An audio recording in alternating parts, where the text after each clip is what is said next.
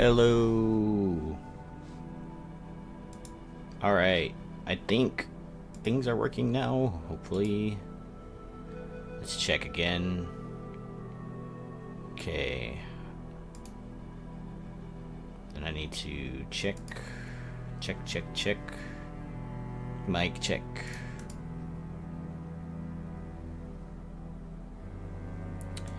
Just, take this one down.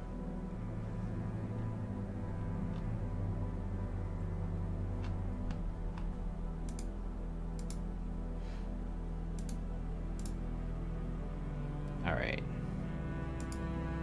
Welcome to the stream, guys.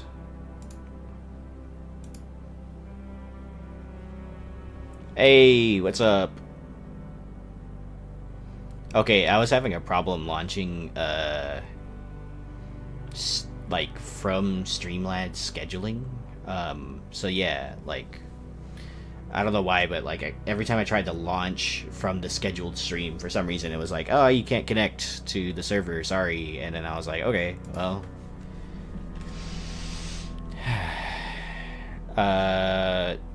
just let me know how the audio is sounding. This is a new microphone I'm testing out, so I haven't changed anything about it.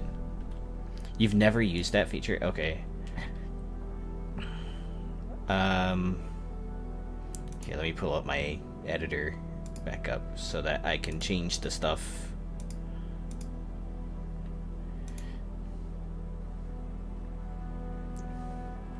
I did start a game.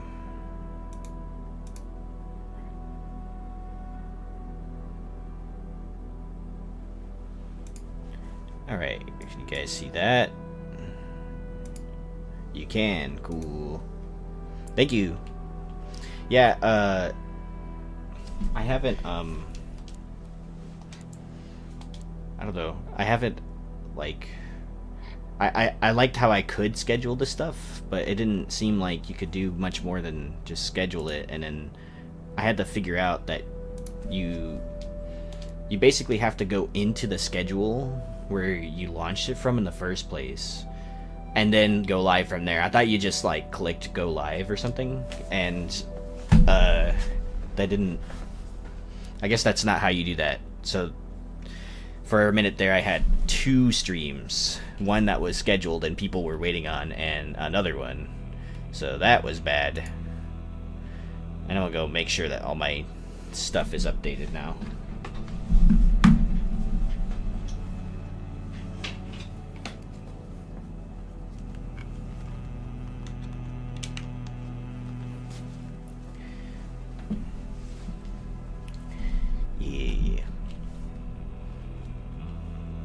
How are you guys?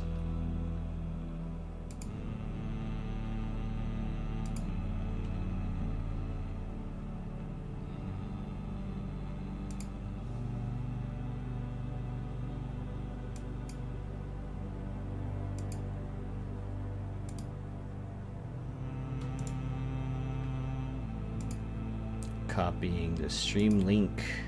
Hang it in there. Yeah, I feel it. Today I'm doing good. Yesterday kinda sucked, not gonna lie. Got off from work yesterday and it was just not a good day yesterday.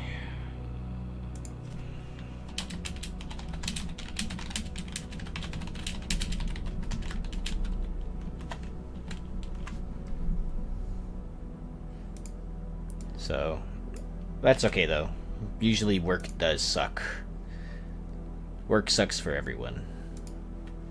It shouldn't, but it does.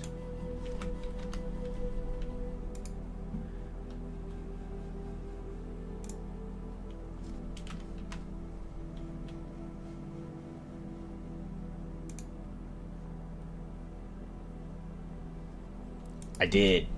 I love this mic. I'm really happy with it. I'm really grateful for my wife in that regard.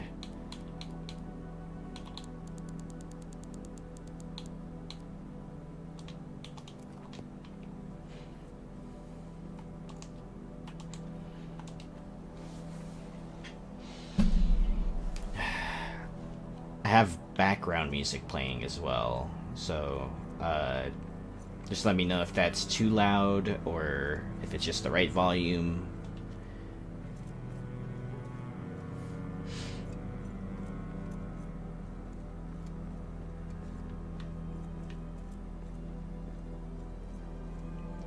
Yeah, okay, cool. I'm glad it's not like overpowering everything. So I actually have the opposite problem now, and my wife was like, "You're very loud actually. I have to turn the volume down now." So I went from no one able to hear me at all to everyone hears me now and I'm too loud.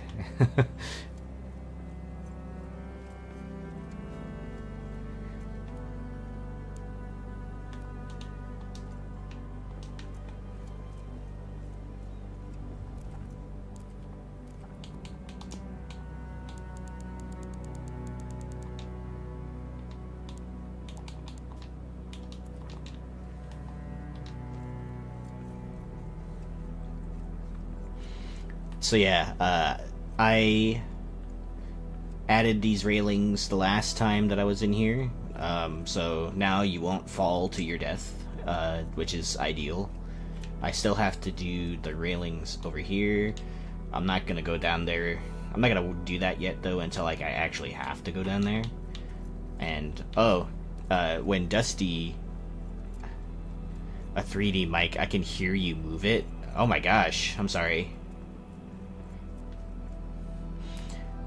Yeah, you know, I still have to learn what the symbols mean on the back of it, and it kind of looked like the symbols and pattern mean, like, more or less, like, where it's receiving sound from. Anyway, I wanted to show you guys this, all of these platforms, because me and Lythe and Battlehammer all went, and, like, we were trying to get to, like, ore that was way over there, and now there's just, like, a huge, like, scaffold just chilling right here. I haven't taken down yet.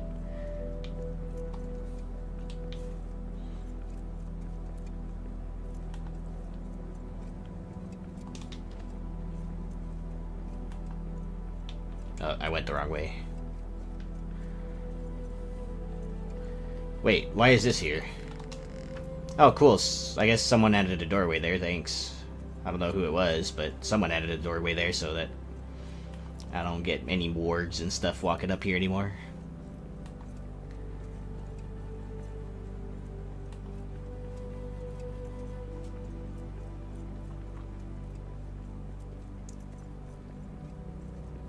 And now I'm working on this building, and I'm still working on it, obviously, but I started it the other night, so... laggy... Okay. Yeah, so I have this so far, and I have no idea what it's gonna be yet, but it's coming along pretty good. I just have the hearth in here so I can build.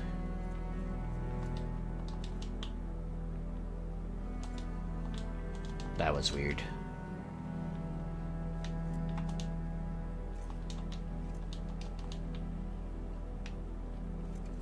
And I'm still working on that bridge too. I was working on it when Lythe was in here last time, and the downward platform that's right here, like, I don't know, it made it to where like all of this is not symmetrical, and I don't like that at all, so I guess I'll have to figure it out later.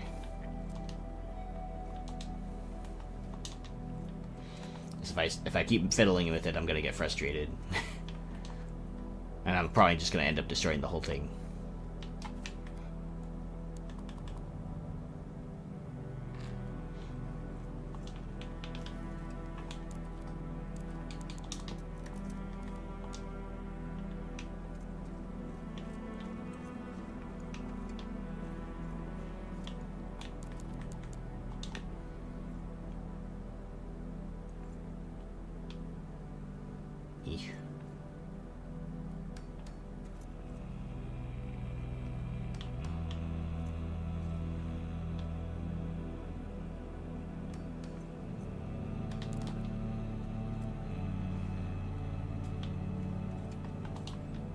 Okay, so the things that are on my list that I still have to add to this world.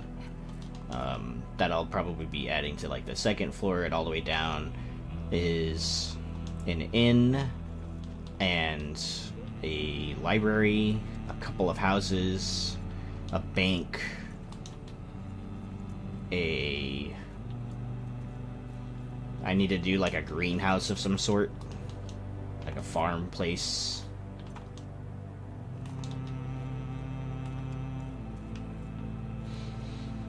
There's a couple other things I need to think of too to put in here, but that's the main thing.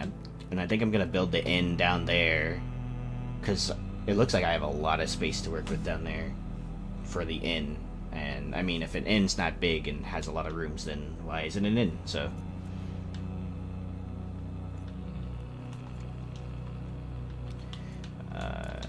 okay, so what was I doing?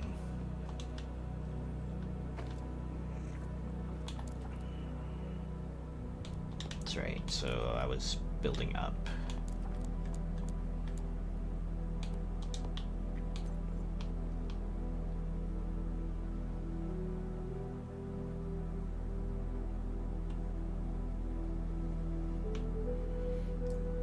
No. Why can't I place that there?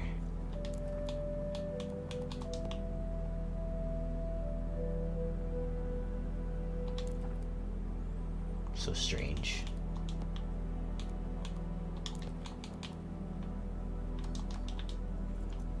And that's gonna break at some point.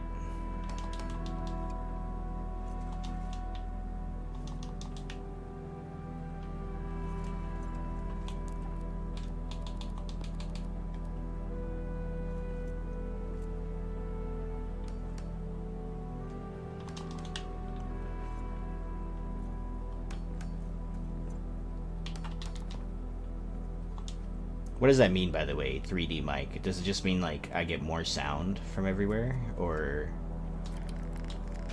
does it hear very far away?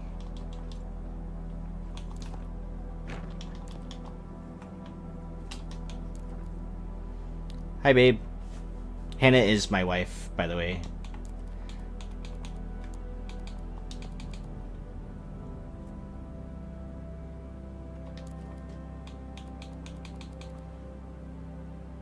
Babe, Nolia is sleepy. She's the one that was helping me with, like, optimizing my stream and stuff, and showed me Streamlabs earlier, a week ago.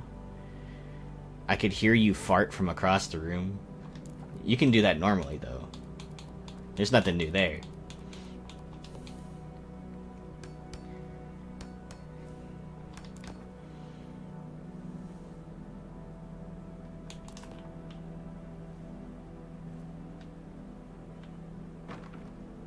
In fact, the other night, I farted straight into the fan, and I turned the fan on.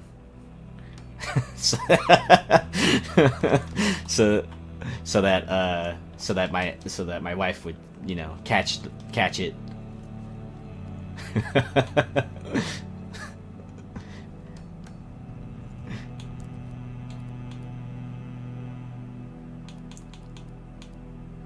That's insane, actually.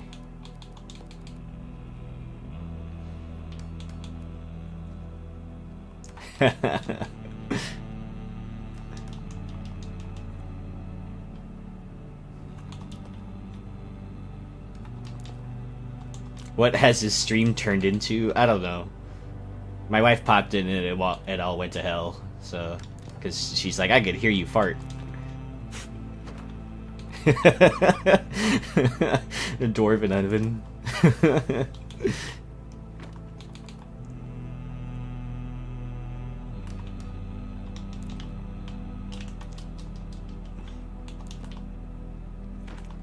Oh, that's good at least. You can watch Netflix at work now, babe.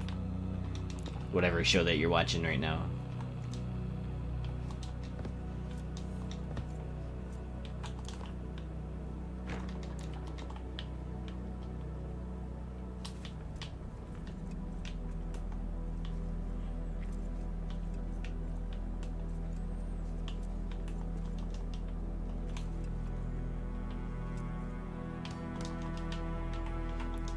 Up.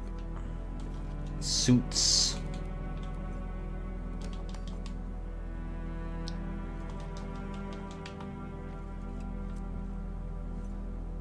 Netflix at work, yeah.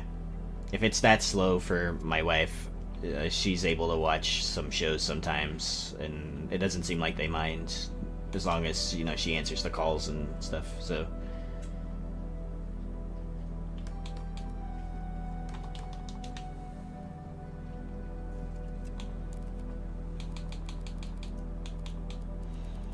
last time I was able to watch Netflix at work was when I worked at Discover Card. I used to do collections a long time ago, once upon a time, and I was the first point of contact. So I was the one on the auto dialer, and no one was ever happy to talk to me for obvious reasons. So, but in the downtime when there was no calls, I was able to like watch Netflix and play games on my phone and whatever. That was a great time.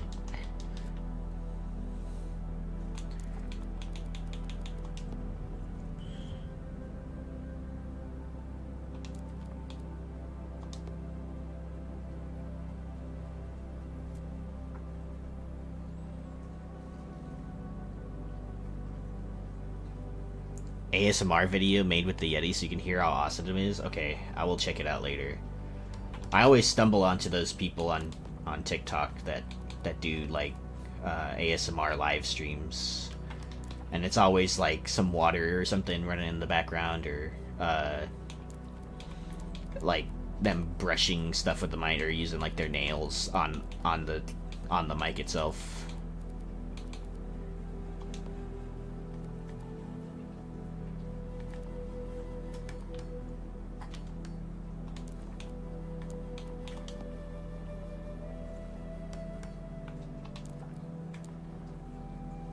Mic brushing is your favorite? For me, it depends on the kind of ASMR. There's this weird make a Moria ASMR video.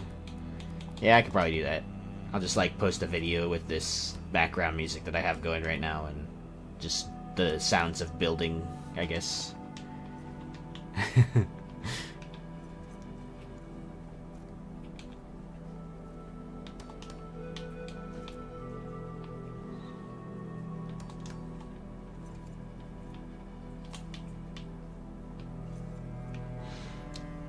By the way, I learned that the... Okay, that was uneventful. Anyway, I learned that this game uses a lot of CPU.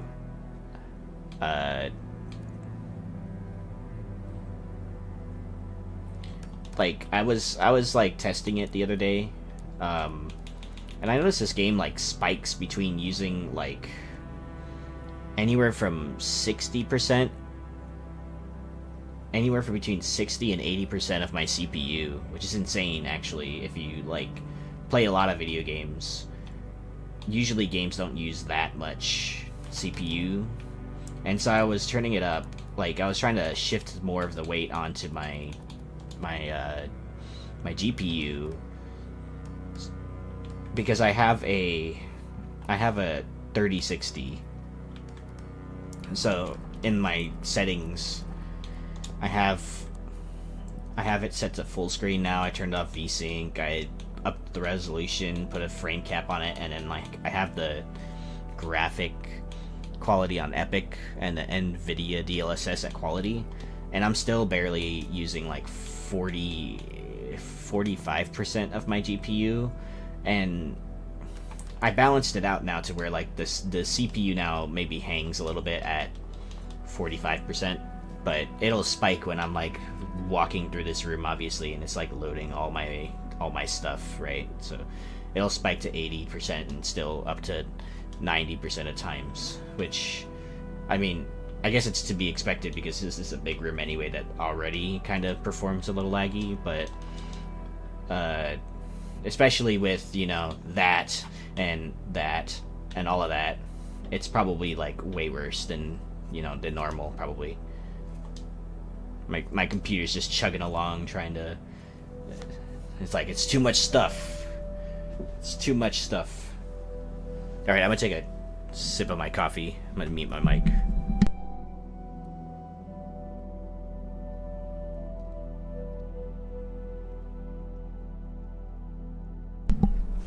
Okay. I didn't want you guys to hear the sound of me drinking coffee. It's not that kind of stream.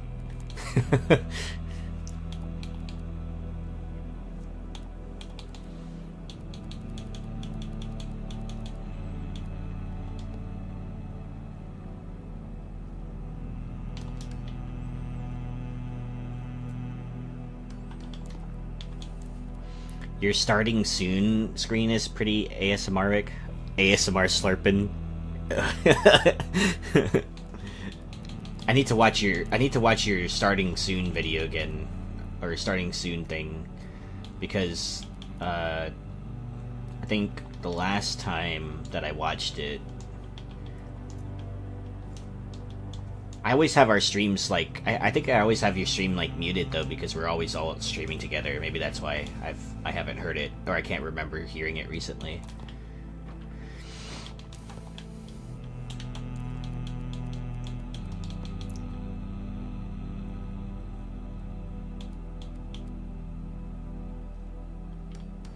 I actually have Axebeard stream in the background too, so that I can add a viewer to his count.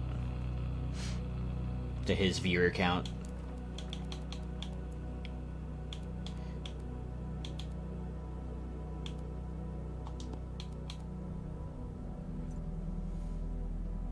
The onion smell from my lunch is strong. Well, yeah, you added like half an onion in there. Hey, Eppers. Welcome to the stream. Thank you for joining.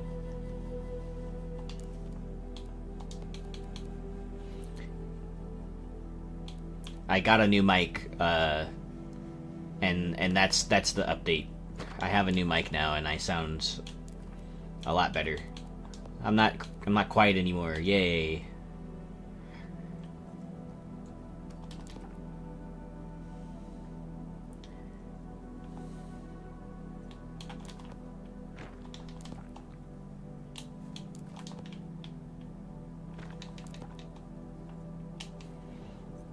Already in bed. I feel it. I was in bed for a while this morning too. Yeah, thank you. My wife got me this mic. I'm really happy with it. She got me this Yeti mic. It's a really fancy mic, and she got me a stand too. So I have this little like sound filter thing on it, so that you don't like hear me like my labored breathing, because I don't know, I'm sitting down. And so, yeah, I like it. It's cool. I get to, like, swivel this thing around. 10 p.m.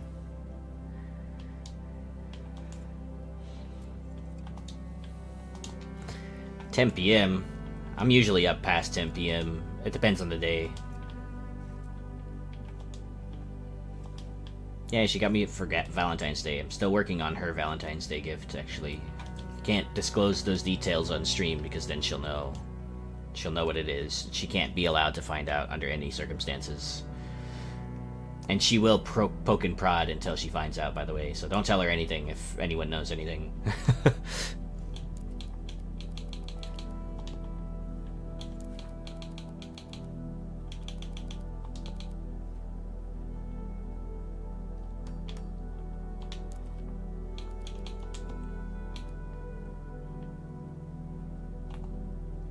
I don't like the snapping of this piece sometimes. Okay, there you go. I can keep a secret. No. I think I know it. Could be wrong. I had 5 hours of meetings at work today. I'm dead. That sounds dreadful. I'm sorry.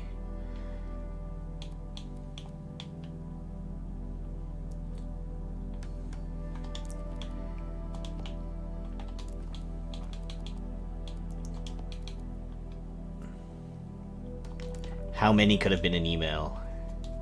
Yeah. Probably all of them, let's be real. As you sit there and watch Netflix, yeah. That.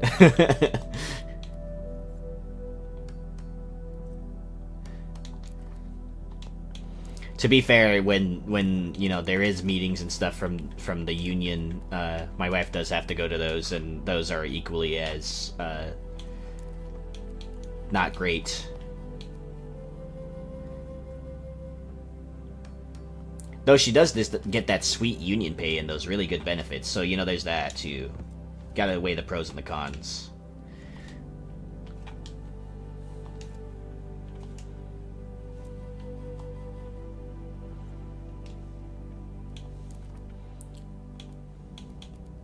I'm actually watching YouTube right now.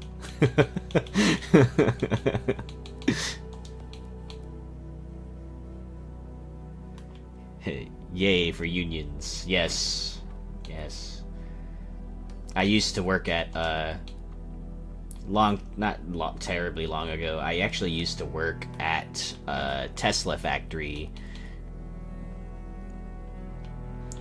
in Fremont, California. I used to work at that Tesla factory there, and that was not great. I mean, the people were cool, but man, dude, they really do need a union in that Tesla factory. It's insane how long people work, and also, like, you know, just the conditions kind of...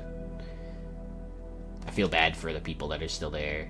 And, like, I mean, the benefits are decent enough for people to keep working there, but man, those assembly line workers are overworked and underpaid. For sure. YouTube is worse, even more bane rot, huh? You haven't been on TikTok recently. You haven't seen my For You page on TikTok. And then you would change your mind about who actually watches brain rot. It's actually me. Every time actually that I'm like, I wake up in the morning and I've been awake a while and I'm on TikTok and my wife hears the, I don't know if you guys know the ooh-ee-ah cat, so I watched one this morning that was ooh-ee-ah cat, but it was singing I forget what the song was. It was like a Rihanna song, Umbrella, I think it was. So it was like ooh-ee-ah-ee, ooh-ee-ah-ee, and I'm just like vibing in bed dancing. And my wife's just like barely waking up, and she's like, turn your fucking volume down. Like, there's so many times where I'm you know, my For You page is just insane. It's just like there's no rhyme or reason to it. I just laugh at stuff. If it makes me laugh, I'm gonna watch it. So honestly, there's a lot of like stuff on my For You page too, where it's literally just a piece of bread. And it's just like, you know, sad dad rock music. So like it'll be like, you know, like I'm sorry for the way I am, and then like the bread is like standing in the shower and it's like getting all soggy, so it eventually falls over.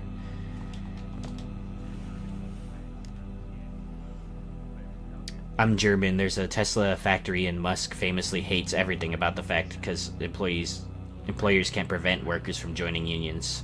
No, it's okay. That doesn't surprise me that he, Oh, look, there's orcs over there. That doesn't surprise me that he's, you know, he doesn't like it there. It would explain why he's, you know, also funding the AFD, so...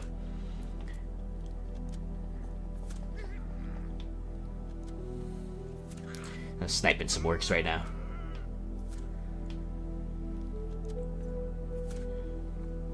How did that not hit him? Come on. There you go.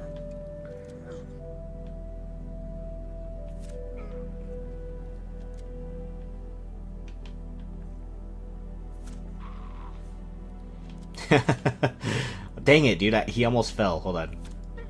Alright, well, I guess he's dead now. Crossbows are so fun. Yeah. 100%, yeah. There's a reason why I don't work at that Tesla anymore, and it's not because the benefits weren't okay. The pay could have been a lot better for factory workers, for sure. Especially if you're expected to work 12 to 16 hours.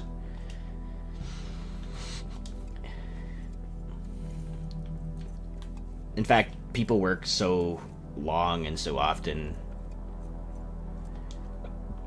In this game, babe, I like the crossbow, but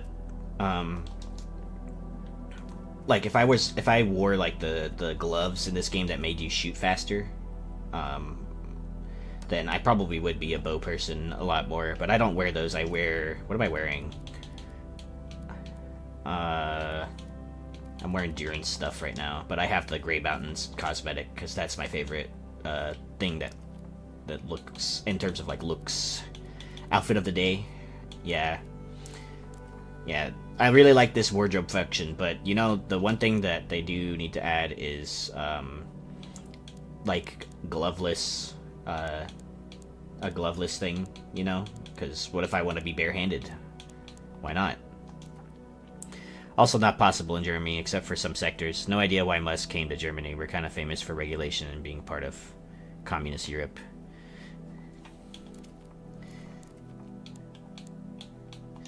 Yeah, you know, I try to avoid the political discussions, but I'm not a stranger to giving my opinion, and my opinion is that Musk is he's just an oligarch and rich dude, and you know, he just wants his hand in everything and thinks he can get away with anything because he's a rich guy. So, and for the most part, he gets away with it because he is a rich guy, and when he can't get away with being a rich guy, with the privilege of being a rich guy, he tries to buy the institutions that would allow him to do stuff, whatever he wants. So,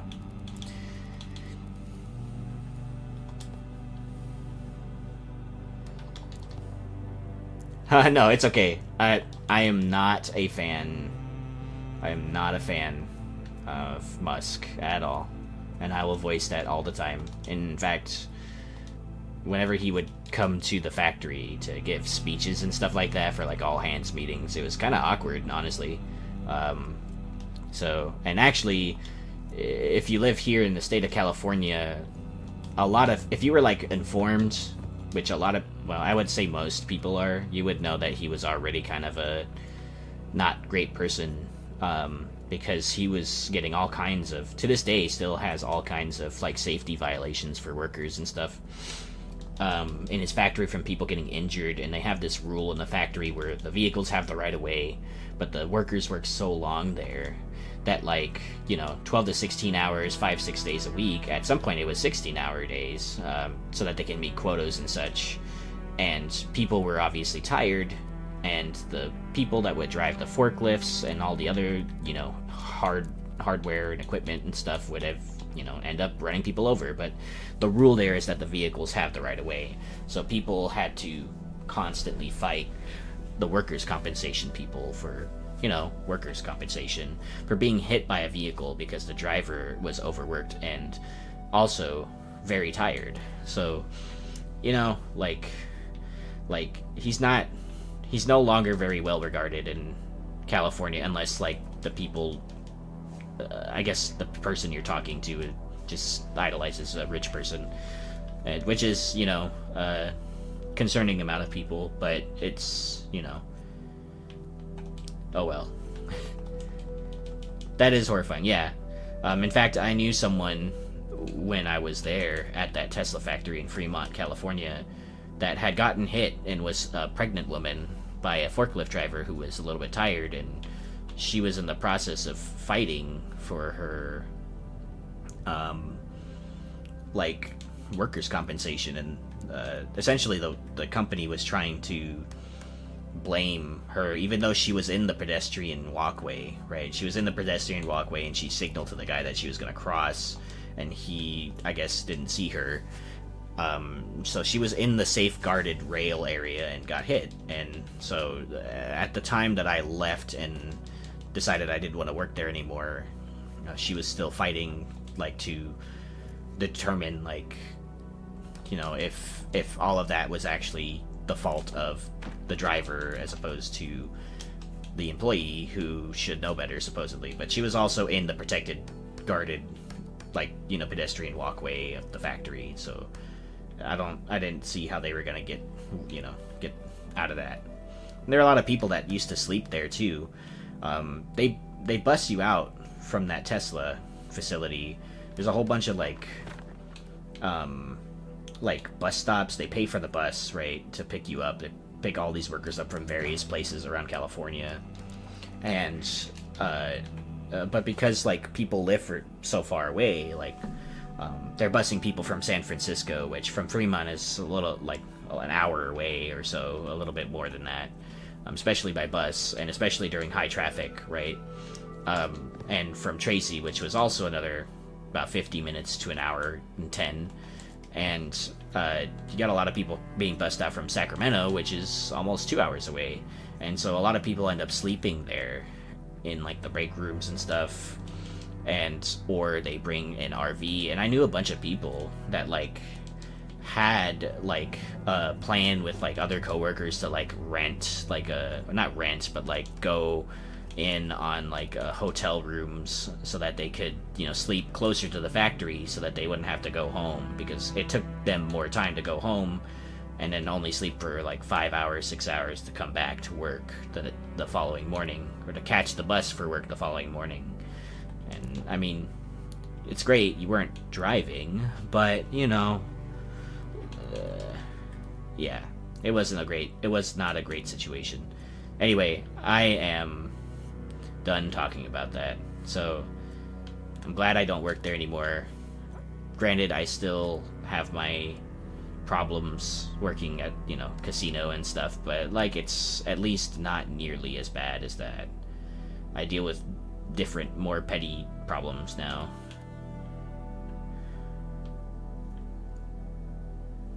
But yeah, I mean, like, the good news is I stream now, and I work a decent job at the casino, and you know, my hours aren't terrible.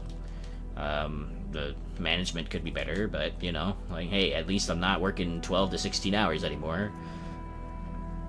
And I have a consistent schedule because of my ADA accommodations and such.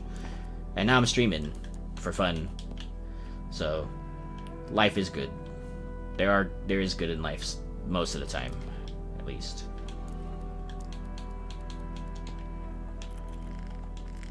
Okay, wait.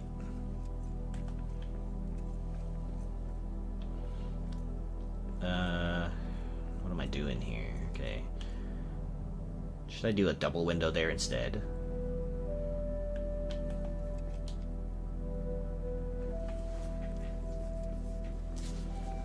Let me get a look at it from over here.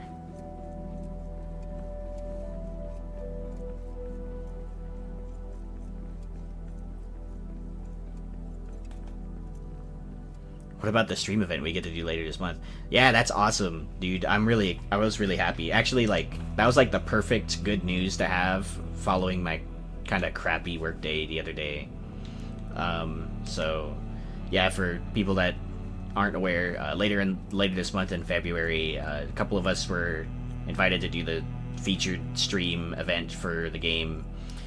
Me, myself, sorry, that's two of me. So it was Nolia here, Mariak, Axebeard, and myself. We're all invited to do the stream event. Will be featured streams later in the month of February. I believe it was the 23rd through the 26th. I could be wrong. I should probably check the Discord right now. Discord message now, so that I don't get that information wrong. Let's read it. Where it is. There. That's not it. The 20th to the 23rd. Yeah, anyway. Yeah, so the 20th to the 23rd, we're all going to be featured on the game's Steam page for featured streams and stuff. And that was awesome to hear. And then, you know, combined with, you know, when I got home the other day, I saw that my wife got me this new microphone, and I'm really happy for that. Dude, that's awesome. Happy early birthday, by the way. Birthday stream, for sure. I will make sure I don't take my medication that day so that I can actually have a drink.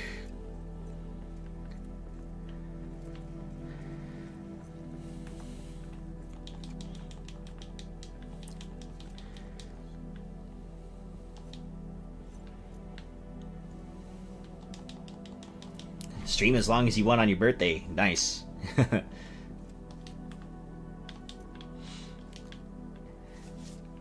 Dude, that's dope.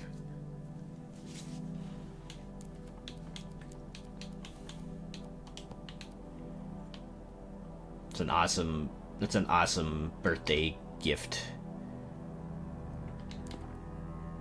Is my setup portable? Uh, you mean like the microphone? Hi, Gamey Grandma. Welcome to the stream. Thank you for joining. Small update that I've shared with other people here is that I got a new mic, and it's so far the feedback I've gotten is that it sounds way better. So I'm happy. My wife got it for me, and yeah, I'm psyched. Bye, Eppers. Good night.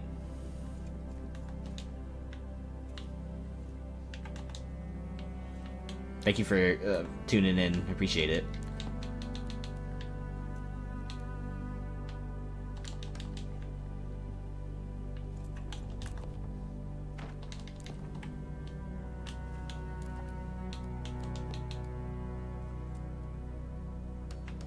Yay, no more audio problems. No more sounding too quiet. Oh, laying it? Oh, I have a desktop. So, I would say no in that case. I mean, I guess whatever you define as portable. Do you define a desktop tower computer and all the peripherals as portable?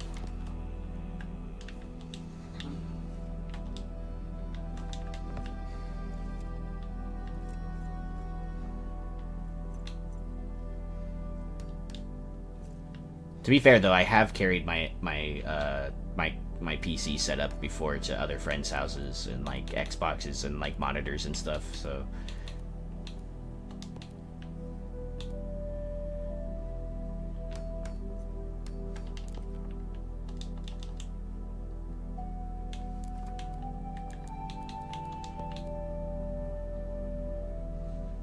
Man, it's warm in here.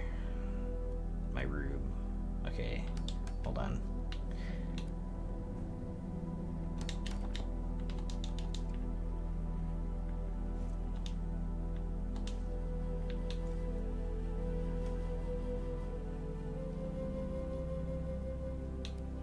It's all good. But no, I will be for sure. What, the 23rd? What day is that, by the way? Let's see. 23rd is a Sunday. 20th through the 23rd is Thursday, Friday, Saturday, Sunday. Okay. Yeah, I would be able to hop in after. Depends on when you stream. I think I worked that day from 10 to 6, but I could probably watch it after.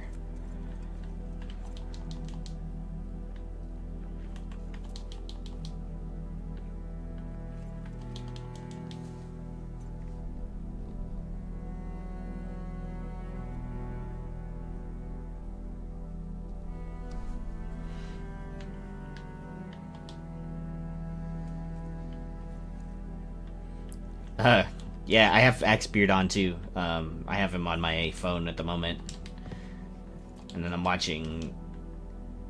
Yeah, I was watching Axebeard earlier before I got things set up. And then I had a weird issue with launching the live through the scheduled stream feature on Streamlabs. And that was weird. But I got it. I got it up and running, so... 6 hours, I'm gonna try to marathon it. Man... I did stream for 5 hours the very first time I streamed, so like I could see easily how you could lose track of time, especially when like, you know, it's like really fun and you don't have anything else to do. I do have to vacuum though at some point later. My dog just got groomed, and he's not like shedding anymore, but you know he's still kind of salt and peppering. Me and Lith were the last ones for the stream. Why can I not place that there? Is it because of the thingy?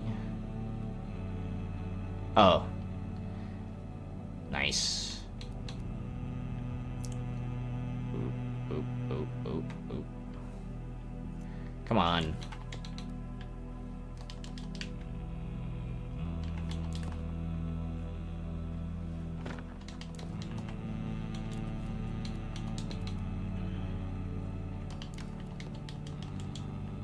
Go in your home.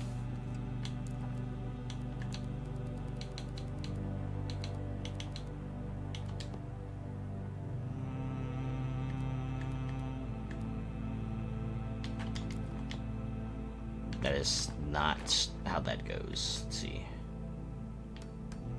And that is not how it goes either. I can't see. There you go.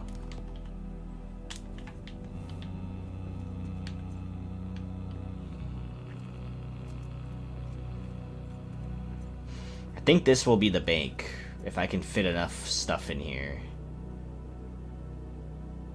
Maybe not. Maybe this could just be a house. A very big pillar giant house. I don't know. Let's see where, I guess let's just keep building it and see where it goes.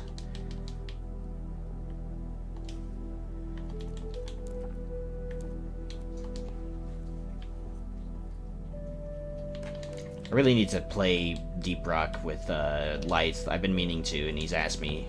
And I told him I was down for Deep Rock, but I haven't really had a chance to catch him when he's online for Deep Rock.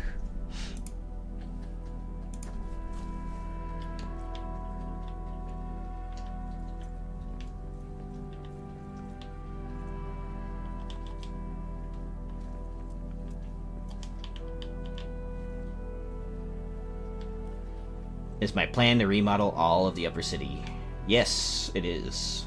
Kind of working on the second floor right now, and it's so I have this whole stairway thing that goes all the way up to the keep, so you can kind of see it right there and up there, and so you can see the bazaar from here too, which takes up that whole section. And I added parkour. I added railings and stuff to this walkway so that you don't fall to your death, and it looks really nice from here too. I like the view. So, and then I'm building this. I have no idea what this will be, but I have a list of things that I'm gonna add to the upper city as a whole to like make it refined as a city. And right now on my list is an inn, a bank, a library, a greenhouse for growing stuff, and a couple of houses. So this building that I'm working on, I can't decide if I want it to be the bank or if I want it to be a house. And if it is a house, it's a very nice, elaborate house. And if it's a bank, then it suits it. I was thinking about checking out Deep Rock on Game Pass. Yeah, just keep in mind that if you don't have the Steam version of the game, you wouldn't be able to play with us from the Game Pass one. I think Deep Rock is partial crossplay, and what that means is like Steam players can play with PS5 players, and Xbox players can play with people who own the game on Game Pass for PC. Yeah, it is really fun. There's a lot to the game. It's a first-person like shooter game, kind of like Helldivers, except it's first-person. So you go in, you do the mission objective, but you're all dwarves, and each dwarf has a specialty. Something that they do. There's scout, engineer, gunner, and driller. The driller has these giant, like on their hands, they have their equipment is like a 7 Days to Die. Yeah, that's a 7 Days to Die is unique though. It's like survival craft FPS though, and that's why it was fun. And it also had a semi decent stability system too, and you can mod the heck out of that game. We modded the heck out of that game, me and my friends. Anyway, so there's driller. He has giant drills on his arms. He can mine the terrain faster. Every dwarf has like a pickaxe that they can use to attack or just mine minerals and stuff. The driller usually has like status effect type weapons like flamethrower, a cryo cannon, and a acid sludge, like gun type thing. And the scout is a faster type class. He has a machine gun, M1000, which is like a play off the M1 Garand, like the old World War II rifle. And then he has the dual wielded pistols, I think, if I'm remembering right. And he has a grappling hook that he can use to get around really fast. And he has these flares that light up the entire cave system. And everyone has flares, but the scout has these special flares that they can shoot, and they're like really, really bright, that they stick to the wall and stuff. Then you had engineer, and they can like set down turrets. They can set down up to 2 turrets that just shoot stuff. And they can also have like shotgun, they can have a grenade launcher, they can have and there's like these overclocks too, by the way, for the guns when you get later into the game that like completely change how the gun plays. And so for the grenade launcher in that game that the engineer has, there's a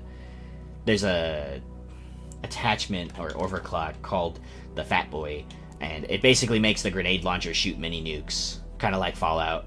It's amazing. And then the last one is the gunner, and you know, he's traditional big guns guy, so he's got like a minigun, he's got a rocket missile launcher, and then he's got autocannon, dual barrel autocannon, and he can use zip lines and stuff. It's cool. And he has a shield generator too. He's like a portable shield for the whole team. It's awesome. It is chaotic, but it's fun. They all do this salute that you can do in the game. The dwarves are like, rockin' stone to the bone. It's awesome. Fucking love Deep Rock, dude.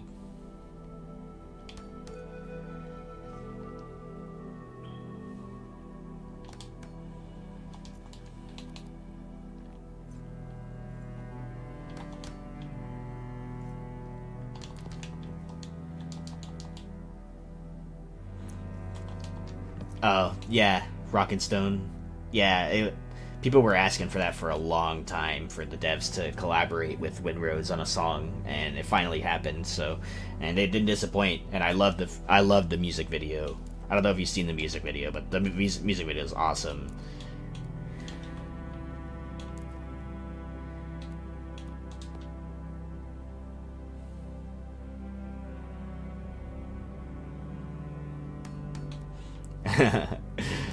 Yeah, I love how they ride the little manta rays or whatever, the basically the flying stingrays, and you can do that in the game too. You can fly on the stingrays, and you can control where you fly and everything. It's great. And there's also like these refinery missions where you have to refine basically what is like liquid morkite, which is like their version of oil, and like you can build these pipelines to like go back to the refinery, and you can grind on them. You can like ride the pipeline. So man, I love it. It's so awesome. People like spend their time building like really elaborate pipeline stuff for those kinds of missions, and it's actually insane. Like what they end up like building out of that. And you can build all around the map and stuff. So it's just, yeah, that game is really great. I think you'll like it.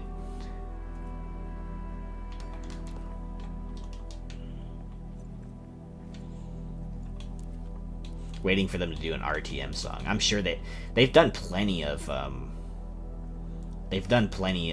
like Lord of the Rings type songs too. They got the Erebor song. They got the King Under the Mountain, I think it is.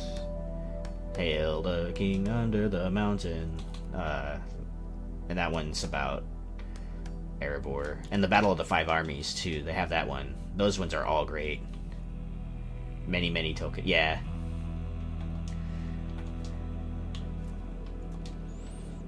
Okay. This looks good.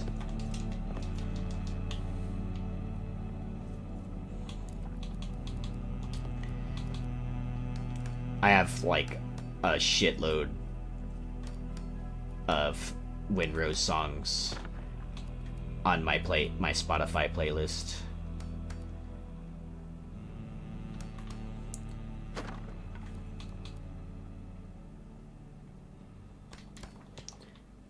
Mine. Hey, damn, that track is really long. The background music. It just finally stopped, and that was like what? Let me check. All right, hold on. It's not showing up for me. There it is. That was a whole hour. Cool. I can restart it now. Yeah, Maxbeard showed me this guy who like sells the license for this background song, and he makes a lot of them like this. And I really like the sound of this one. And it was only $12 for me to get the license for the song, and he's a really cool guy too. I talked to him like, hey, I just want to use it for like, you know, my stream and stuff. I just have it on in the background for ambient music. And he's like, yeah, that's cool. So he gave me the download link after I paid and stuff, and yeah, he was great. He was a great guy. He's on a Ko-Fi, I believe the platform is called. Ko-Fi. I had to make a profile on Ko-Fi too for it, but that's okay. Yeah, and I like it too. It sounds pretty good. For me, it sounds a lot louder than it probably sounds for you guys. I have it on 25 volume, and I think it sounds pretty loud. But for you guys, I also have like all the noise that comes through my speakers at -9 decibels. So most things will sound more quiet to you guys in general anyway.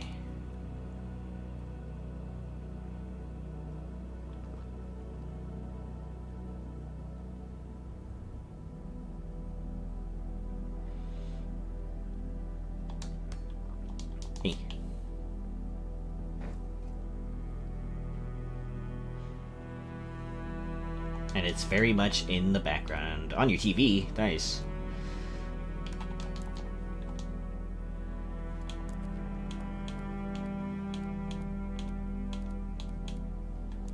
Yeah, just let me know if it's too loud or if it like overpowers any of the other sounds, and I'll adjust it. My second monitor is also a TV. I did that once. I had like there's a TV in our bedroom. Me and my wife is my old Roku TV, and it's a really old Roku TV. It was like when those were just like starting to be a thing, and I used to use that as a monitor, and that thing is like 32. It's like a 30, was it like a 48 inch, I think it is, or 32, I forget what it is, 36 or 48. It's not that big, but it's bigger than an average monitor. And I remember using that as a monitor, and the screen was so big that I would just like step back, like lean back in my chair, and that was like, yeah, it was just too big to be a computer monitor IMO. But like, it was great when I did have it because I didn't have a problem like seeing stuff on my screen.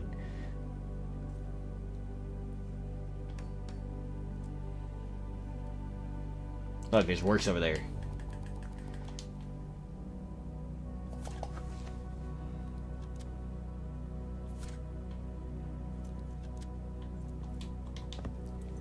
It's far enough away that it works. Yeah, that's how I had to do it too. Far enough away that it works. Oh my gosh. I whiffed that one. The lag is not helping me. There we go. Got that one. And I missed that one. Come on, Davey. What kind of fucking marksman are you? There you go. The answer is that I'm not.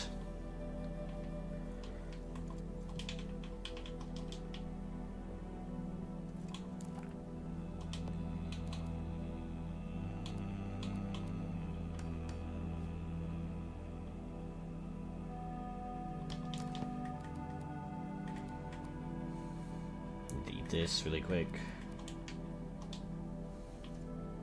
Sent a pic. Alright, let me see. I can also see this other video that you sent me. Alright, 4 hours ASMR? That's insane. Anyway, that's a nice setup.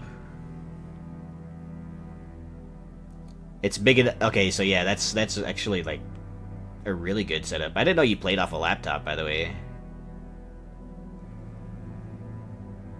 And your keyboard is really nice too.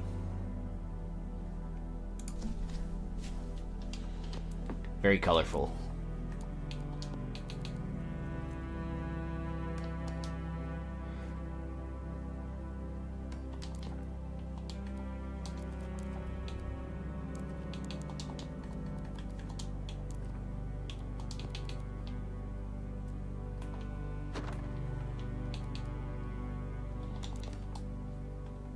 It's an Alienware, but without all the Alienware stuff. The keyboard, I assume you mean. Still looks cool. My friends have a lot to say about Alienware that isn't generally positive, but like, it does look cool for what it's worth. $900 less than the Alienware, but same specs. Oh no, the laptop. Oh.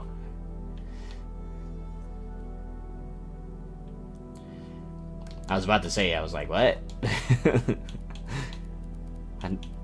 Yeah, like Alienware really sells on the brand name, and like the brand name is kind of, I don't know, in my opinion, it's definitely not worth the price tag for the parts that they sell. Remember, one of my friends was really adamant about getting one of those, and I was like, you know, you could get this computer that has all the same specs, and it's way cheaper. But they ended up getting an Alienware in the end. Same manufacturer. I didn't know that Dell made Alienware, although that would make sense.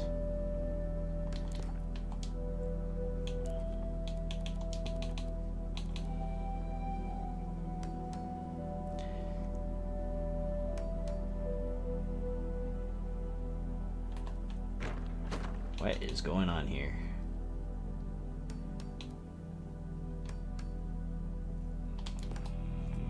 There we go.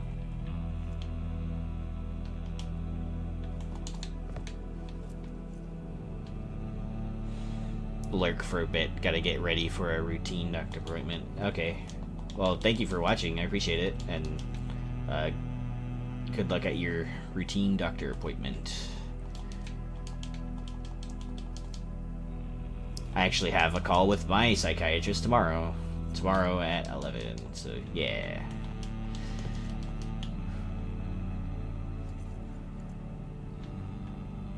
Wait a minute.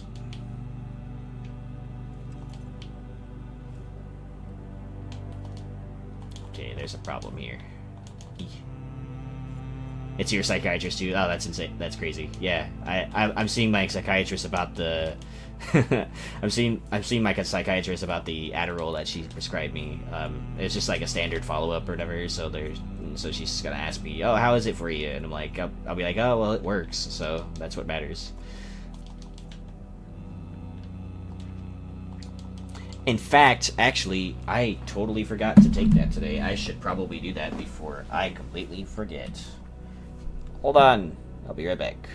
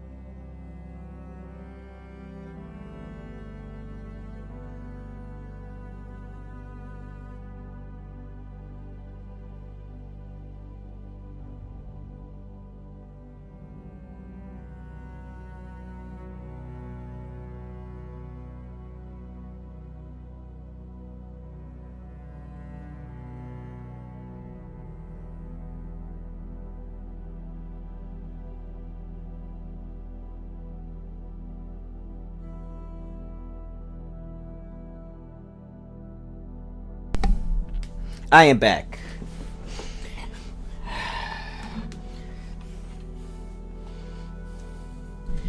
I'll pop back in if you're still streaming when I'm done. I will most likely still be streaming. So, as a psychologist, I am happy to hear folks talking openly about accessing mental health care. It's had a stigma attached far too long. I agree. And, in fact, I'm really proud of my parents for turning around on that as well.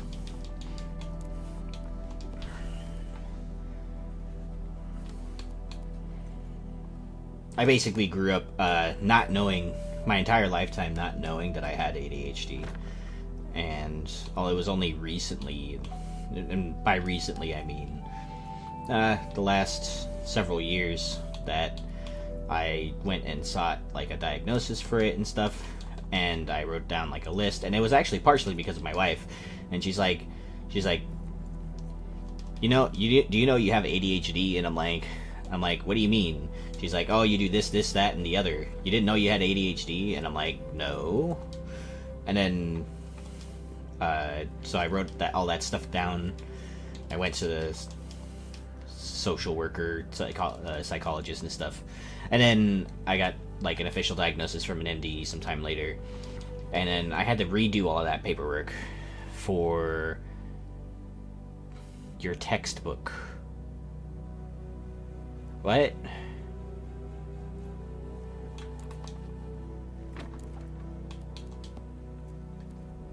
Anyway.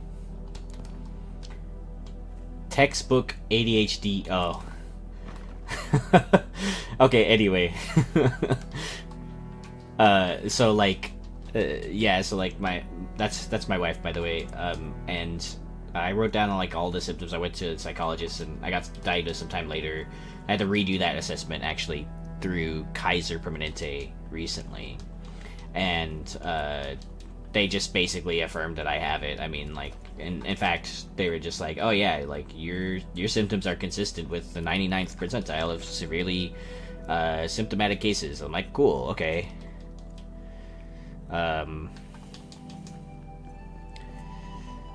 Meds for ADHD are some of the most successful meds out there. Patients having better results than some antidepressants. That's cool. I didn't know that. Thanks for sharing that. Yeah, I was taking Ritalin for a year following my diagnosis, and then I just recently switched to Adderall extended release, and I'm on 20 milligrams. Originally they scheduled me for 30, but I was having some weird side effects. And so now I'm on 20. And 20's the sweet spot for me because, you know, I could still drink coffee and stuff. Let's see.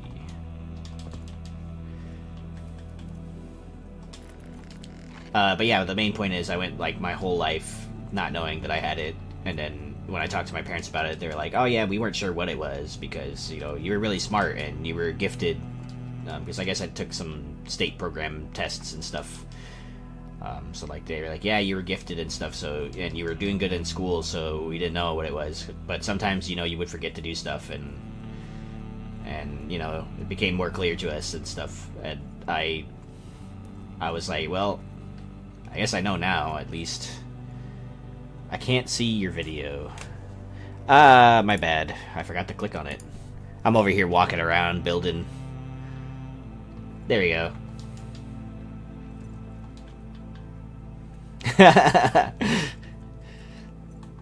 Addictive medication, supposedly, by the way, so.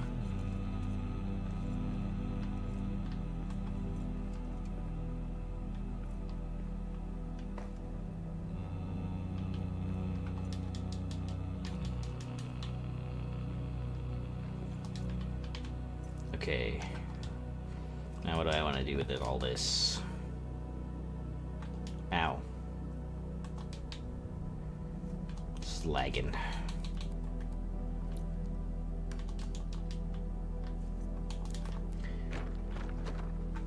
No. I didn't want to deconstruct that. Okay.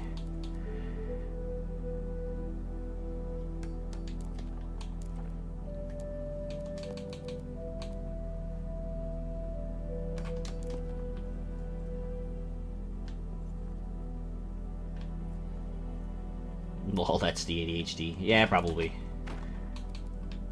The result of me not doing my meds.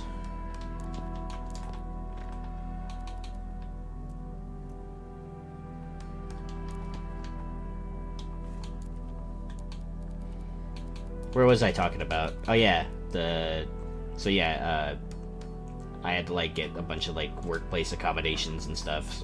School started accommodating me for like my last several years, and I was actually able to graduate with my bachelor's degree, which my psychiatrist told me was actually quite an achievement, because most people supposedly struggle to get through school with ADHD, and I did struggle a lot in high school and stuff, so I don't doubt that at all. But it wasn't because I didn't know the material, it was because I just was not interested in doing homework, and I would forget to do it, or I don't know, I just couldn't sit down and focus for like periods of time. And I always thought that people were like how could people just sit down and do stuff, and I kind of believed people when they told me like I was like lazy and stuff. But I wasn't lazy, I was just undiagnosed. Do you still have intruders, or is the area covered by hearths and walls? So I have a... Hold on, let me show you. Wait, we're on in here. There's a grand hearth right here, so that radius is pretty big. You can see it all the way over there, holy cow. And then there is a grand hearth up there somewhere. I'll jump to it. Somewhere over here. I still have to fix this entrance too, by the way. Where is it? Where is it? It's up here, I think. Yeah, there it is. I have this there temporarily blocking the path to prevent like more orc chieftains and stuff from spawning. And then there's one right there as well. Another one and that was when I was building out here to like cover all this broken floor and stuff. So I have one up here as well, and then there for the bazaar itself. This whole area I think doesn't. Oh, I guess it does have hearth coverage. Wow, it has very good hearth coverage. Okay. So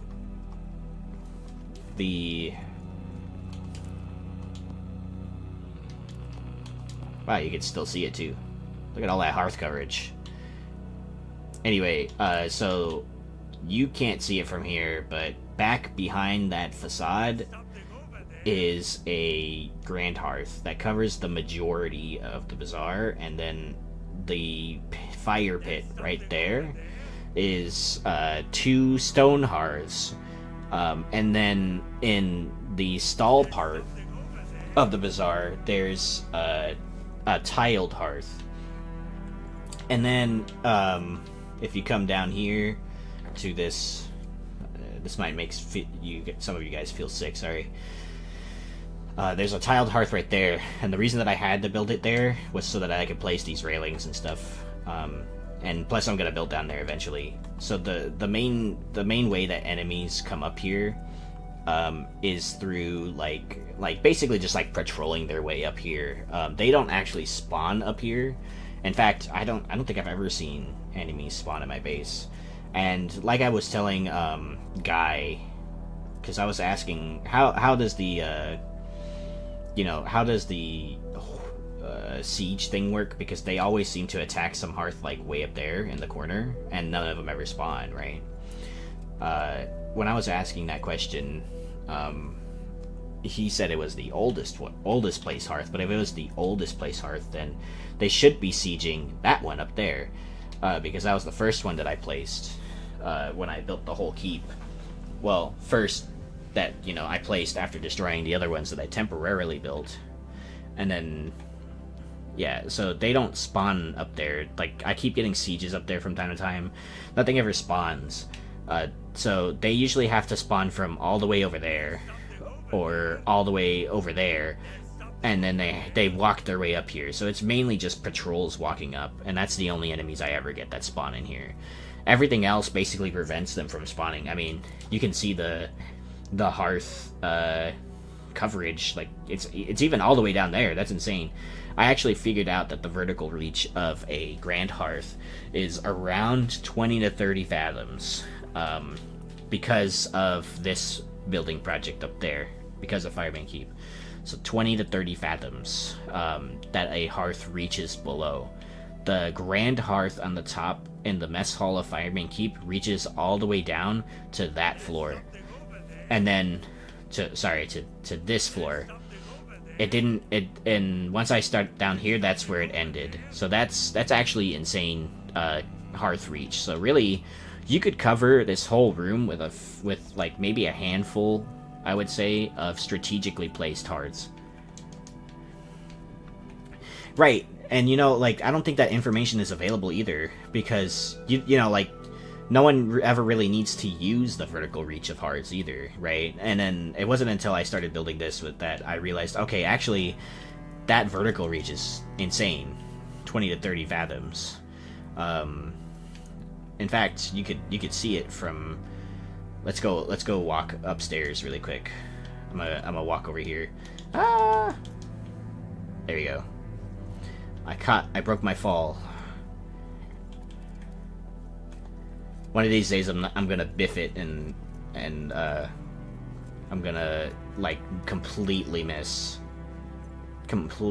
that. So okay, so I'm at 220 fathoms right here. Thank you. Yeah, I love the wood trim as railings. It's really fitting. I wish there were more granite or stone type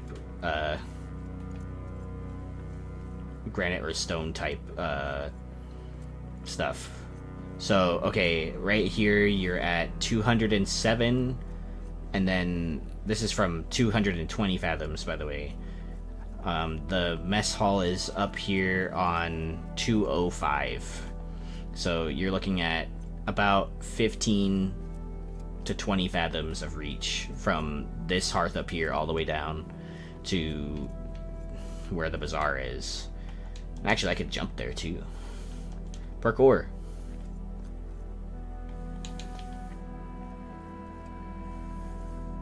Who needs stairs? Okay.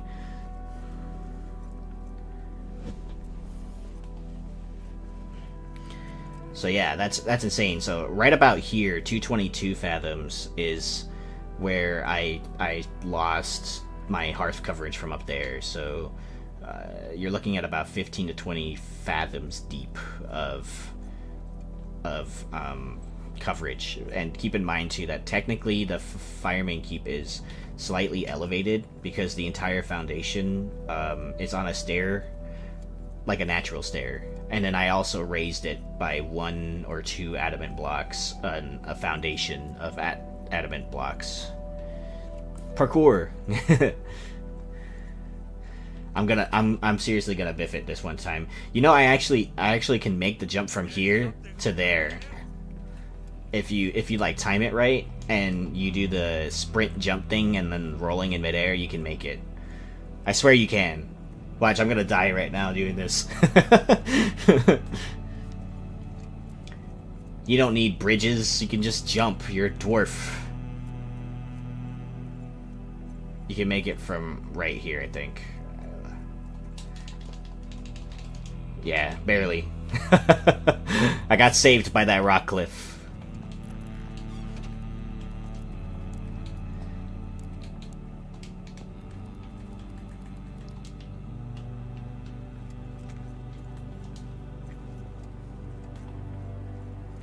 Okay, where was I? I was building this. My game's lagging. Okay. I got all of that. I brought it out 1, 2, I think, is what I did.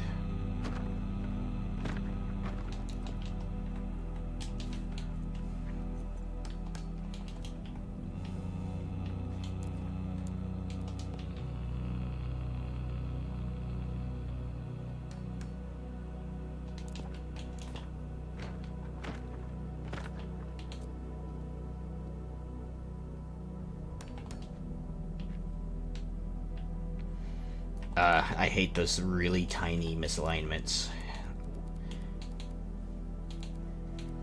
Feels like that happens a lot more often with the adamant stuff.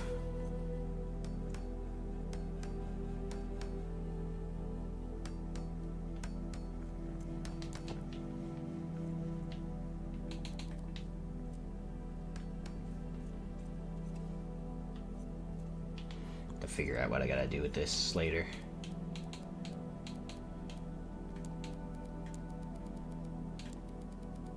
Wood, maybe? Wood.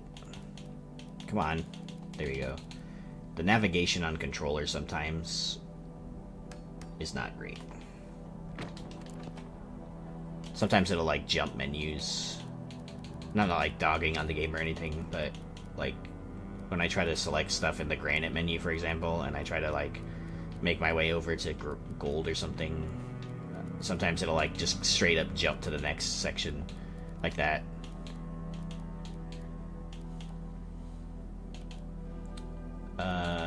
Granite. This. No. I use a PS5 and I have the same issue. Yeah. Yeah. It's not like game breaking or anything, it's just annoying.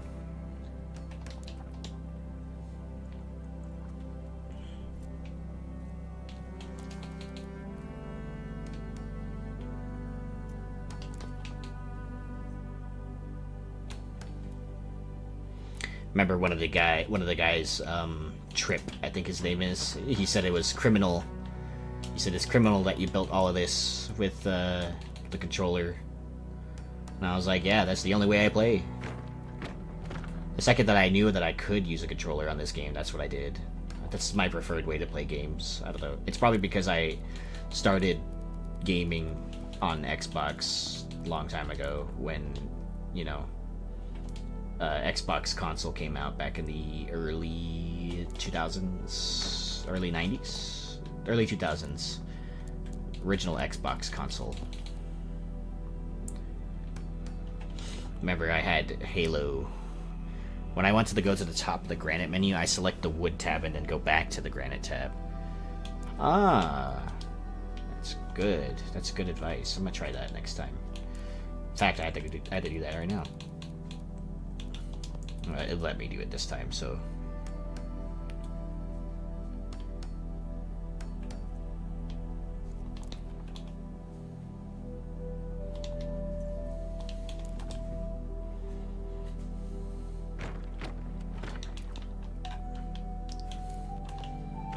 I don't really have like an ergonomic keyboard either, too, Grandma, and so like using a keyboard and mouse is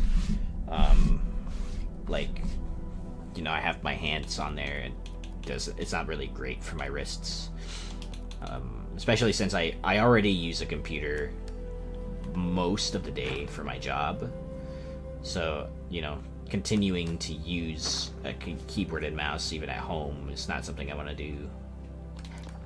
Controller feels better in hand and it doesn't strain my arm or my hands or anything. Especially the Xbox controller, actually. That's like one of the main reasons that I really like the Xbox controller, because it sits better in my hand, and my hands are very square.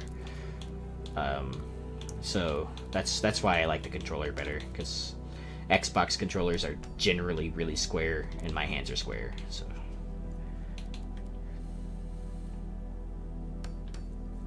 I have Minecraft hands, just giant blocks.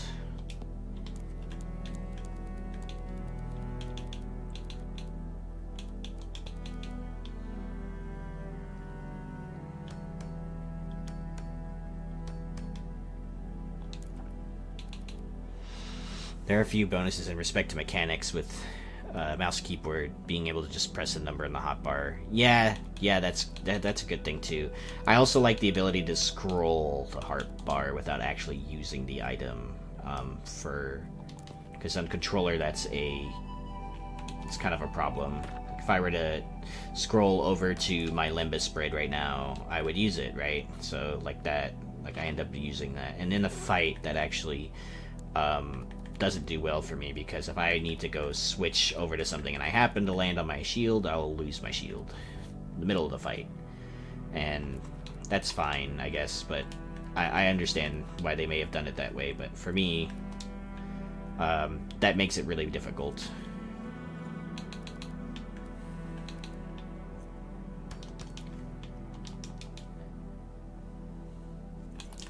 For God dang it. For MMOs, like, I always prefer the keyboard, obviously, you know, because you have more buttons to work with. But god dang it. But, you know, like, that's only because, like, there's so many functionalities on the keyboard that you're missing out on if you use a controller for an MMO. I used to play a lot of Elder Scrolls Online.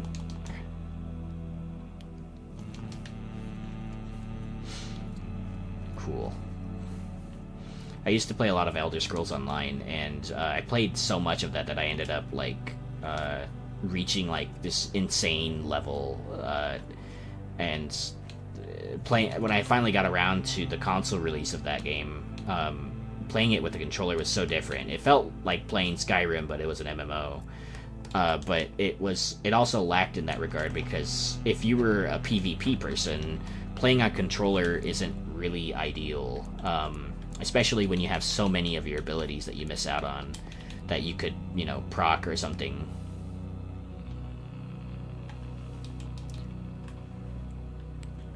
Adult for a bit. Yep, we all know the feeling. Thanks for stopping by, though.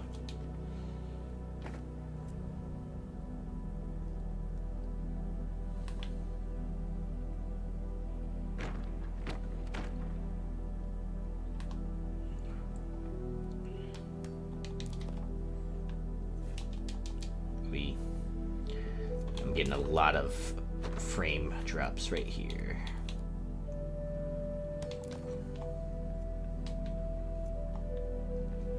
Don't break. You guys are about to witness me break this game live on live stream because I build too much. God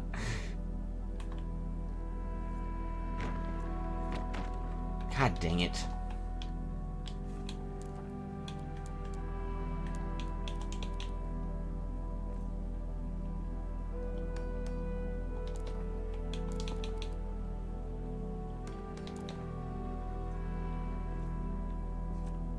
Okay.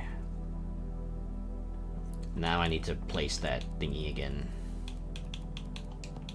The thing.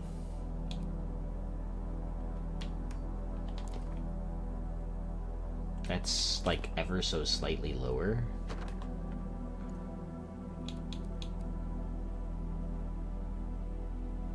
I should be able to see it. Come on.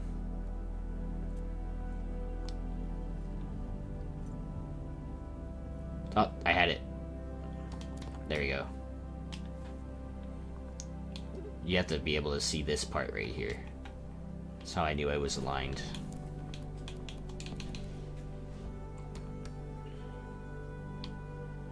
Oh no, my phone turned off. Are you still streaming, Axebeard?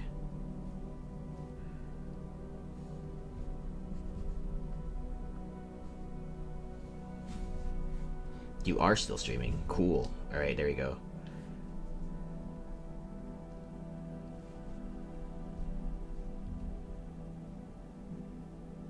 Wait, you're not still streaming. Okay. My phone was just going crazy. Like, I was still on your stream as if it was still live, but it wasn't.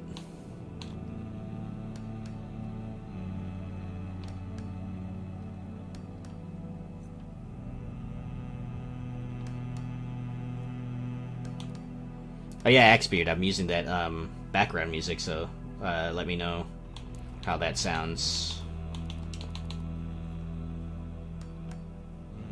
I talked to the guy, he was really cool.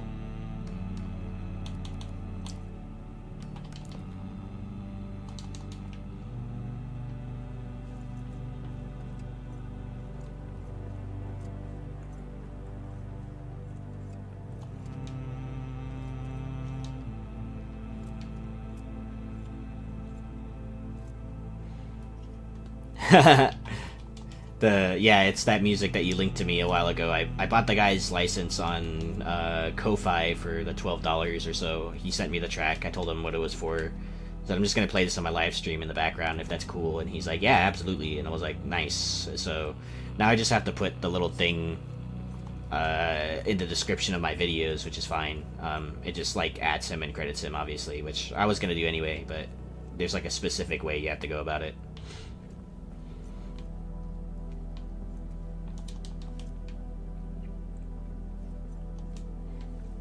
Trying to debate if I want to do like a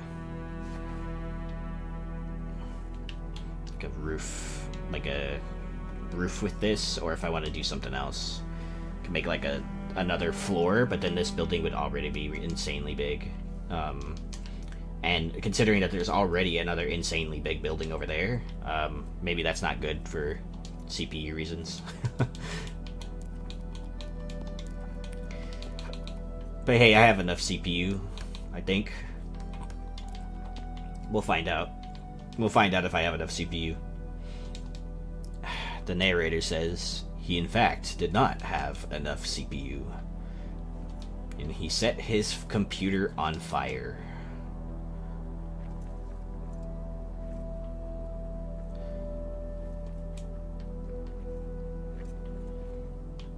Okay, I gotta get this other part of it worked out. I'm gonna delete this really quick.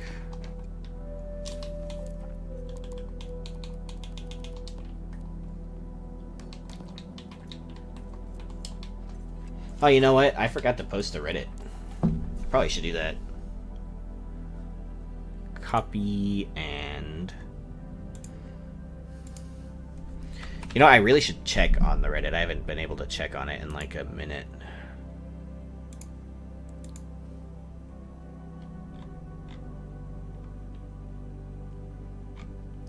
Do. Set it by new.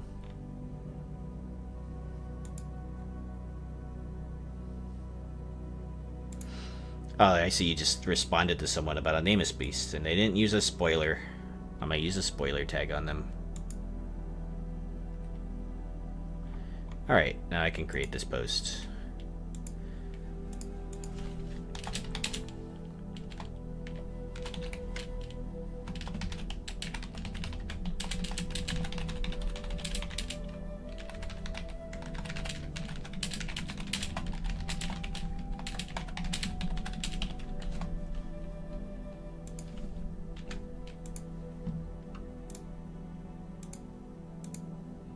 Posty.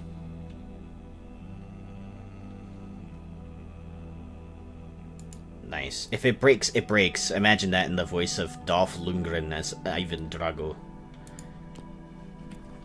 If he dies, he dies.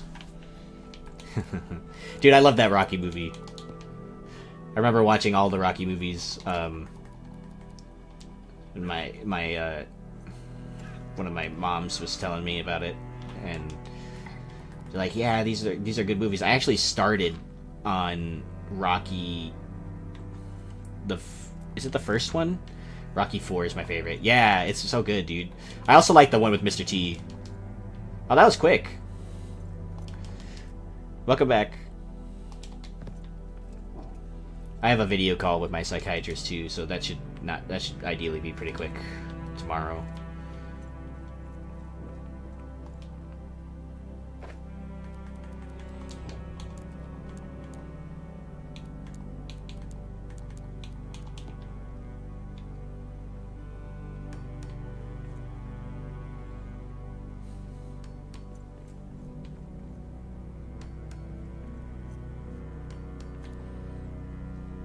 No facades allowed. I've had the same psychiatrist for like 3 years, so we have a pretty good rapport. That's cool. I hope I have my psychiatrist for that long. I just now have like an actual psychiatrist. I've never, like, I think the last time that I had an actual psychiatrist was, man, let me think. Zoom in on the face, blank stare. I'm thinking. Cue the Dell dial-up internet sounds. I think that was 14 years ago. 15 years ago now was the last time I had a psychiatrist.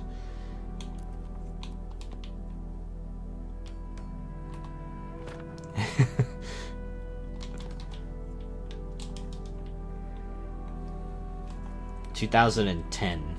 Yeah, that was the last time I had one. Clubber Lang, Mr. T was in Rocky 3 along with Hulk Hogan. It's my favorite Rocky movie. Yeah. Yeah, I love that movie, dude. Rocky 3 is amazing. Because, I don't know why, I like the vibes of that movie. He's like, oh, you gotta, you know, like, he was like all, like, cocky and stuff because he was the champion and he got knocked out and then he had to, like, you know, do the usual Rocky montage. He somehow ends up beating him after taking, like a million punches.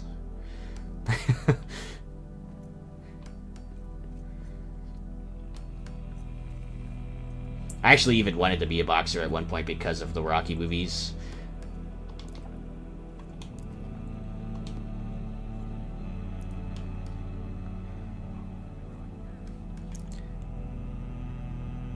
Mr. T was amazing. That, yeah, I agree.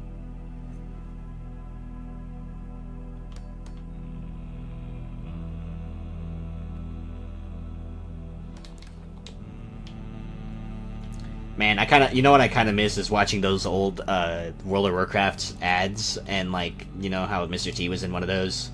I pity the fool who is a night elf mohawk, and I love that fucking commercial, dude. That's like the only commercial I think I remember about World of Warcraft at this point.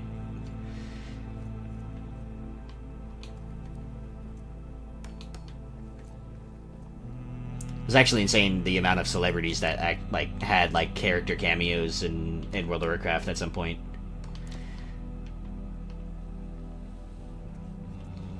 Alright, this is turning out to be pretty narrow at this part.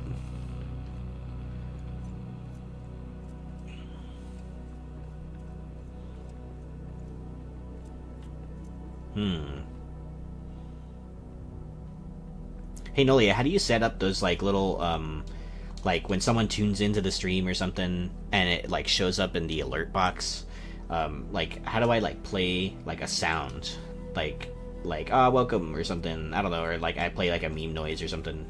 How do I do that? Hey look, I just saw those guys spawn. I seen it.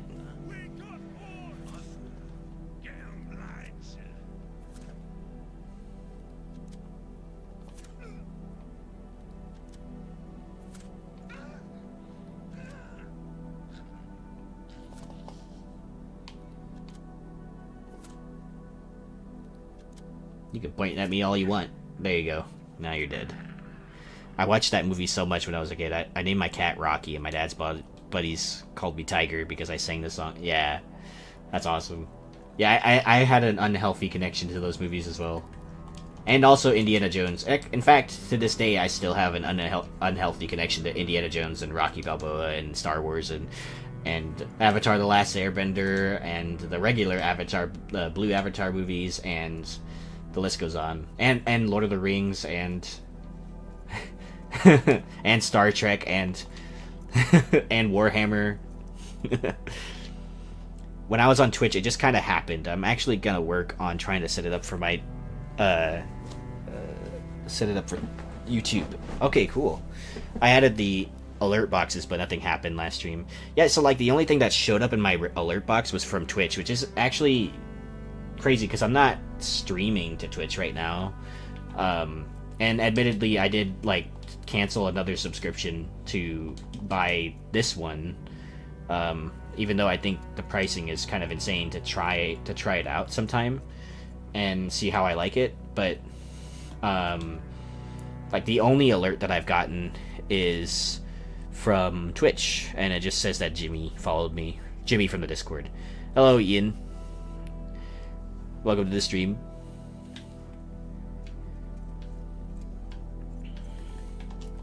I'm just building this building here. I'm added to the bazaar, and I'm trying to restore the whole second floor at the moment. The top floor is restored already, so yeah. I have a really interesting network of scaffolding at the moment. so that I can parkour everywhere to build stuff.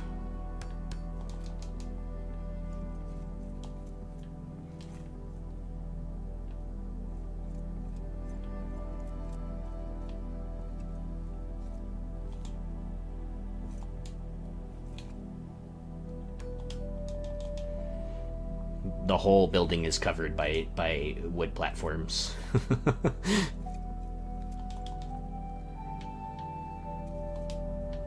All the nerdcore, yeah. Dude, that new Indiana Jones game is amazing. I love it so much. I played the crap out of that game. Very nice project. Khazad-dûm is one of my favorite LOTR Lore Kingdoms. Thank you. Who's your favorite Star Trek character? I'm gonna sound like a cliche here, but I like Spock. And the only reason I like Spock is just because, you know, he does that hand thing. That's the only reason. That's it. Like, otherwise, he's kind of a jerk sometimes.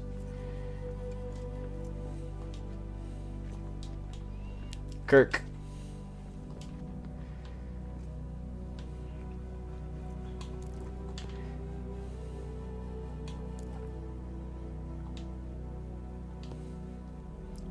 Kinda laggy. Okay. So I did that. Now I need to make a little staircase right here to cover up this broken stuff. I don't believe in no-win scenarios.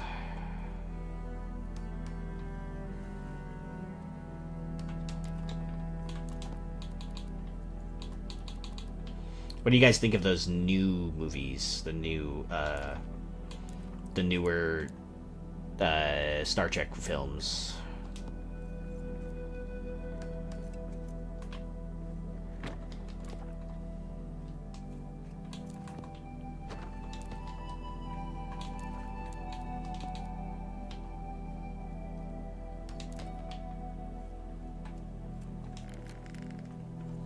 Love the Kelvin timeline movies. McCoy is pretty awesome, yeah.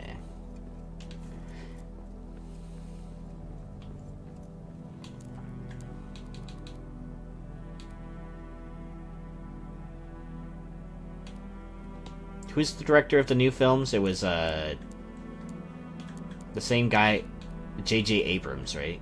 J.J. Abrams.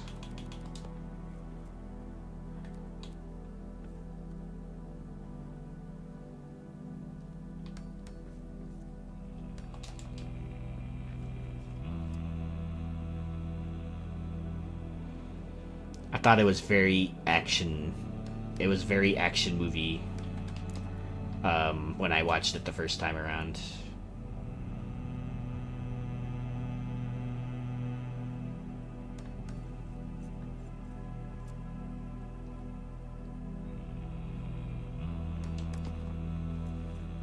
And they let him do Star Wars.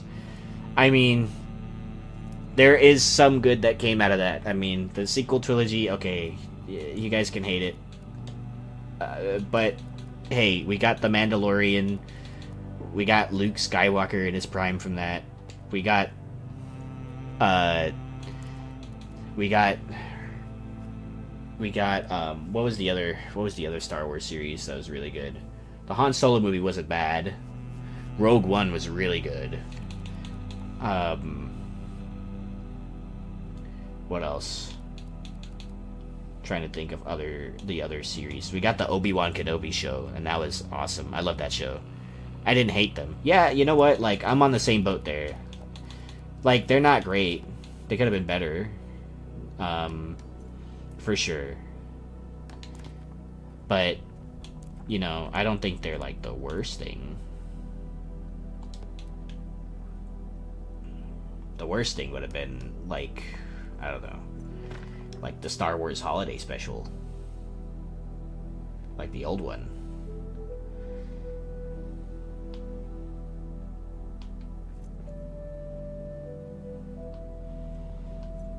Yeah, you know what? One of my friends actually does not like Rogue One, and I've questioned him about it, and he said all the characters die, and I'm like, that's the whole point.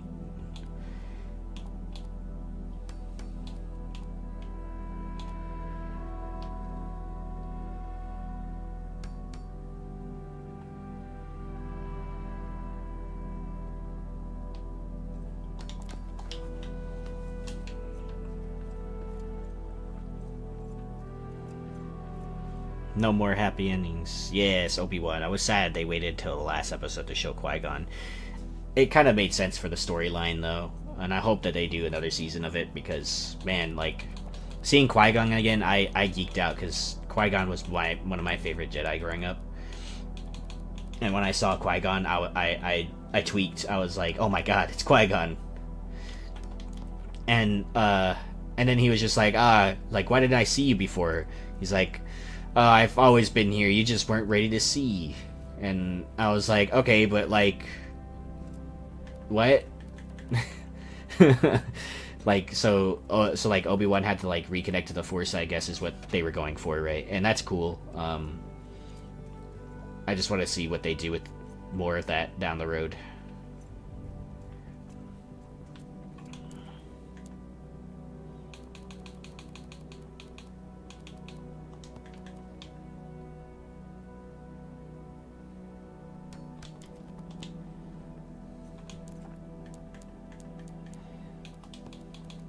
We didn't get enough Qui-Gon. I agree.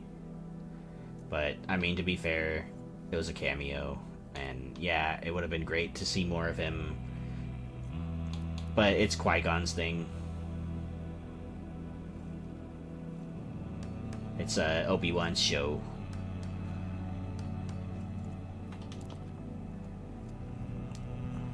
Rian Johnson was the downfall. So, this is a hot take for me, dude. I think that episode 8 of that sequel trilogy was actually the best episode relative to, like, all of the sequel films. And the reason that I think that is because it had the best writing. Like, okay, maybe it didn't have, like, the best, like, character development and stuff, but, like, if you look at the whole series as a whole, right, like, the whole sequel trilogy, you have episode 7, which is more or less, it's a rehash of episode 4, right? You know, big bad people have big star killer base thing that can kill multiple planets, and then someone dies and they blow up the planet. And then episode 9 was just so much stuff that they tried to retcon from episode 8 and stuff, and they tried to jam pack a lot of information into the movie that it felt like really rushed, right?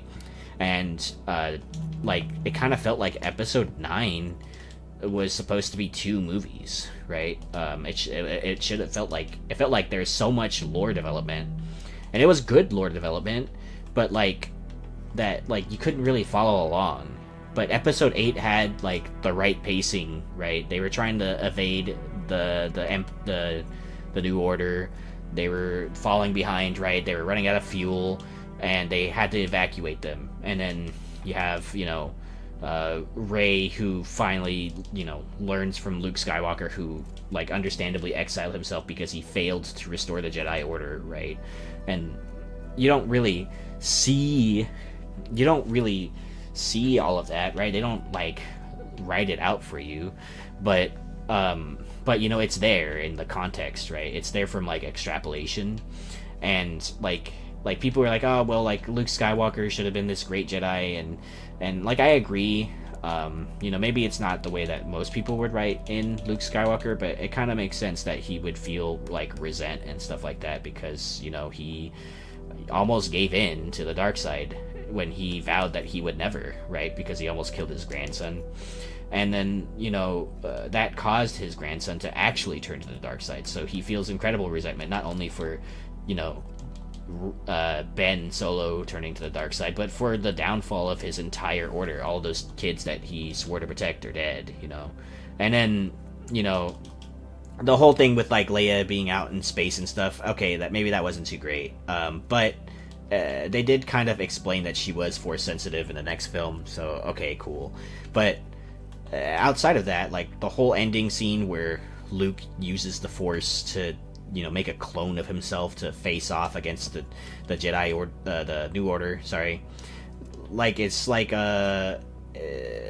know, like, they set it up early on in the film. I was like, what, you want me to, you know, use my one laser sword against the whole Empire, you know, or the whole New Order or something, and essentially he ends up doing that, but he distracts the New Order long enough for them to leave. And, like, in my opinion, that was that was like way better writing. Like, and then them killing Snoke. Okay, like you can, like maybe them killing Snoke was too soon, but like the way that they like temporarily aided each other in that endeavor was good. Like like maybe the combat could have been better, but like okay, so like now you know that there is conflict within Ben Solo for turning to the dark side, and all of that was a lot better in my opinion in terms of like writing than Episode 7 and Episode 9. And I feel like there's a lot of writing that they missed, that they kind of like glossed over from retconning all of Episode 8. And I really liked that you know, Daisy Ridley's character was born from nothing. Bray, she was born from nothing. Like, she didn't have any parents. They were nobody, right? Maybe she was like born of the Force, kind of like Anakin, right? To bring balance or something, or to restore balance, and that's cool. I like that. But yeah, that's why I think it's the best of those three movies. But you know, like obviously it could have been a lot better, but that's my opinion.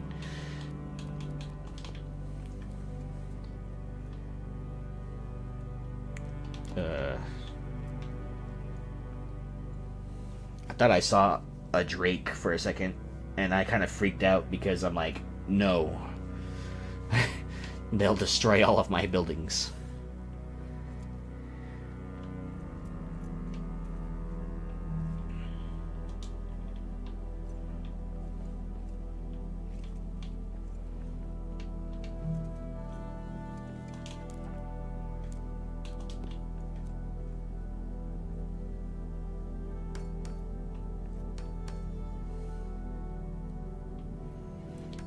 Yeah.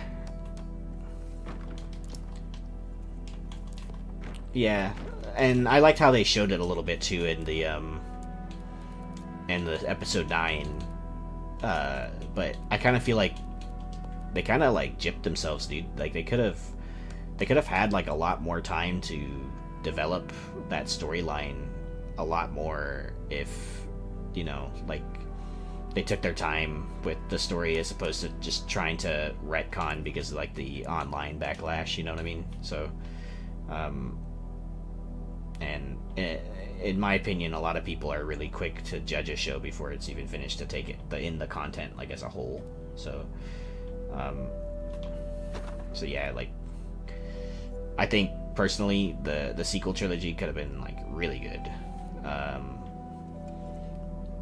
and I think stuff that came out of that trilogy, like as a result of that trilogy, ended up being really good, like the Mandalorian and the Obi-Wan show and all that other stuff. So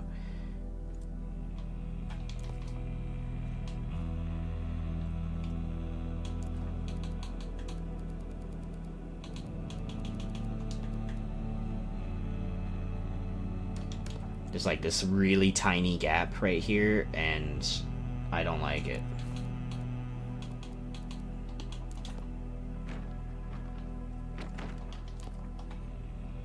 Oh yeah, the Book of Boba Fett was good.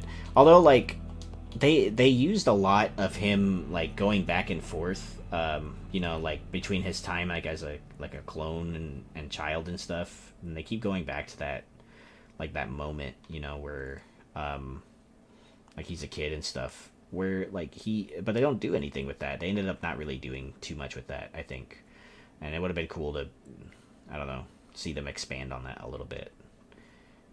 Because eventually it just became, like the end of it just became like Mandalorian part 2 or something, like part 1.5, because the Mandalorian came and helped him, right? And I have no problem with that. It's just, you know, like, I don't know. I just wanted to see more of just Boba Fett. And it was cool to see him develop into like a better person in general. But I personally like the like his development, you know, like his story, just his story in general. I had to turn the music back on, don't I? Yep. Cool.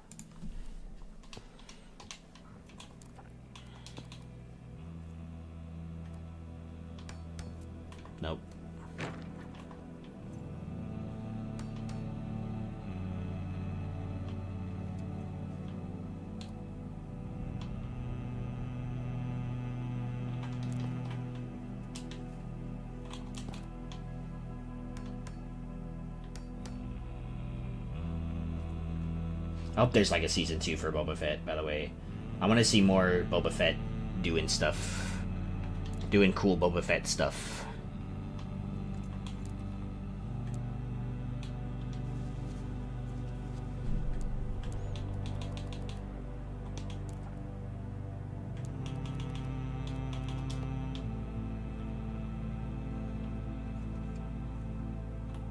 Struggling here.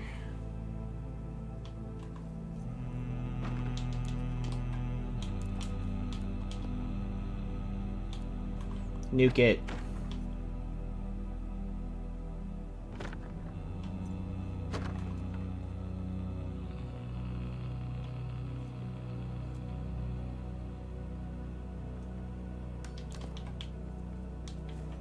Darn it.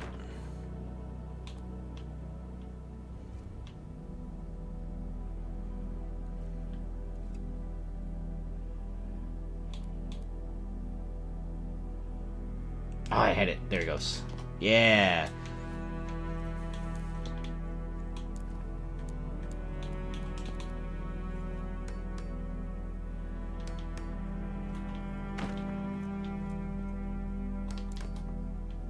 I have very mixed feelings on Mandalorian and Boba Fett. Mando season 1 was amazing. Boba Fett rehabbing with the Tusken Raiders was great, and Cad Bane. Yeah, that was a cool part. I liked how he took out Cad Bane in the end too.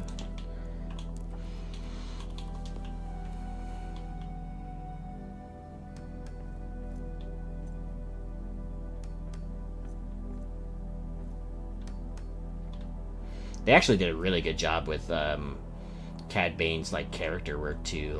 Like I thought like that was really good. That it wasn't really like CGI either.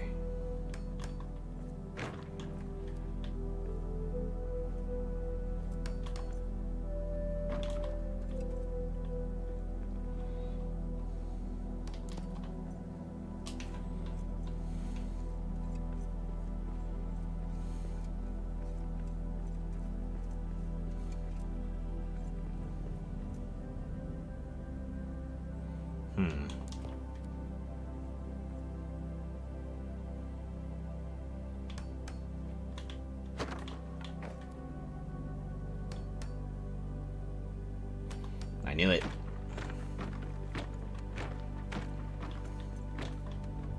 I knew it was just slightly too high.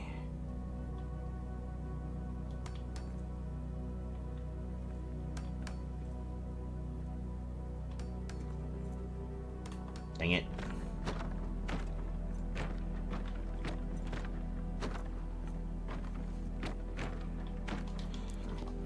We need a new Chewbacca series that takes place in between. Yeah, I agree.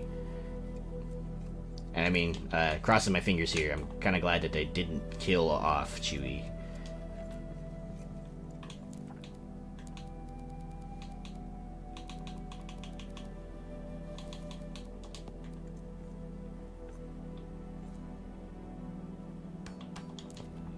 There you go, that's better. Question mark? Nope.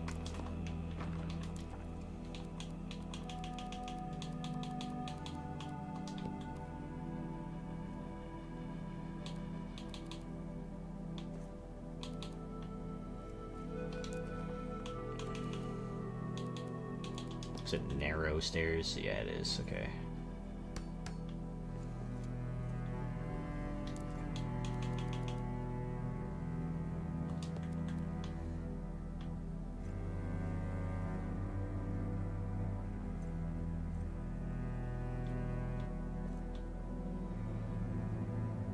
Nah.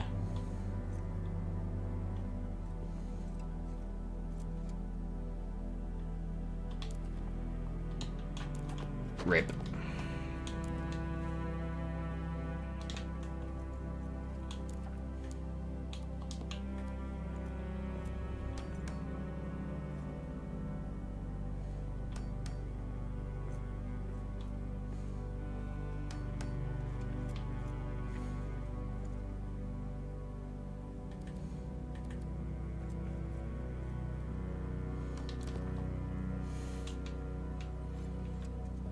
Yeah, you know, for me, like, I can deal with a lot of the other like misalignment stuff, but when it comes to like stairs and it comes to like ladders or something like that, like it needs to be, for me, that needs to be right, or else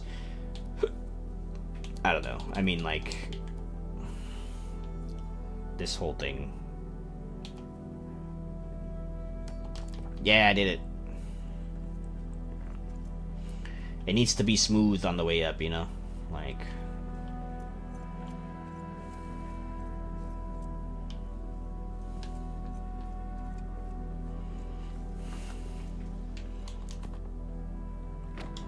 I need light.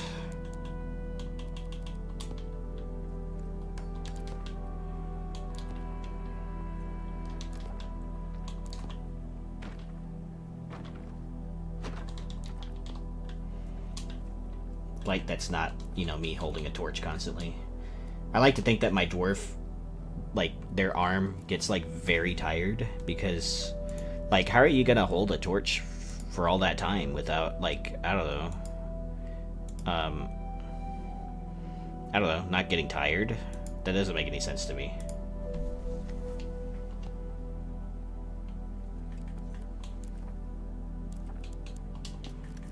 I mean, my arm gets tired if I'm holding my phone up to my ear too long. And these guys just hold the torch out in front of them for hours and hours on end. I mean, in my dwarf's case, it's been 226 days of holding a torch out in front of them.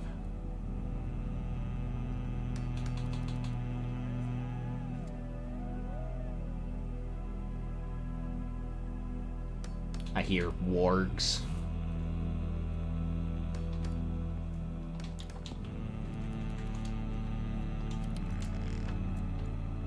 Hello? Oh.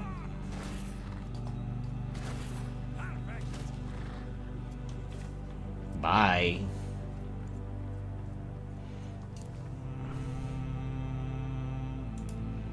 Dwarven stubbornness goes a long way, I agree.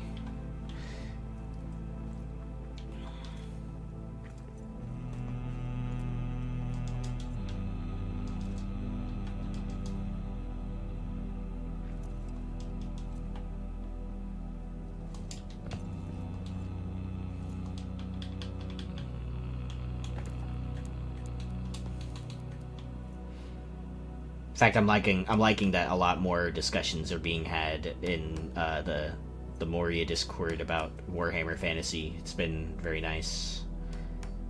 Like, I like talking about the Warhammer dwarves a lot.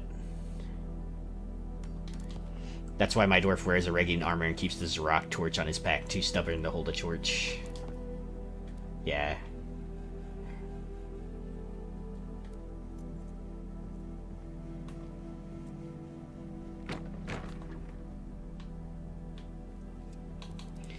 I like the Regian armor, like, and like how it looks, but the light, in my opinion, is a little bright for me. But to be fair, I think a lot of lights are really bright that other people don't think are bright, and my wife can attest to this. Like every time my wife turns on a really bright light in the house, I'm like, turn it off. And like I don't like big lights, or very, very bright lights. In fact, I've even told her that, you know, the rule for big lights should be that, you know, we should only use big lights for like cleaning and stuff, and nothing else. And I don't know, I just don't like using the big lights like in the house at times. I like ambient lighting a lot better. Like a vampire, yeah.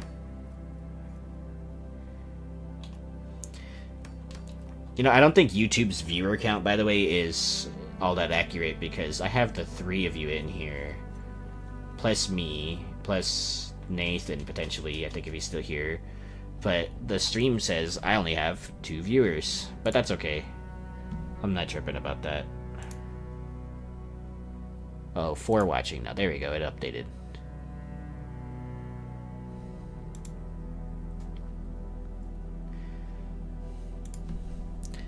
before I call the build done. Yeah, that's a good barometer to have, taking the armor off. I've grown really fond of firelight for indoor lighting. Only because I don't know, like the lamps are pretty bright nowadays.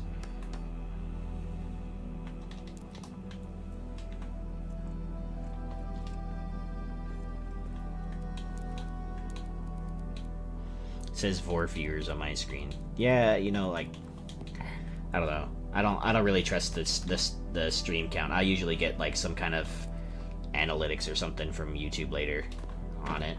Oh, what did I break? What did I break?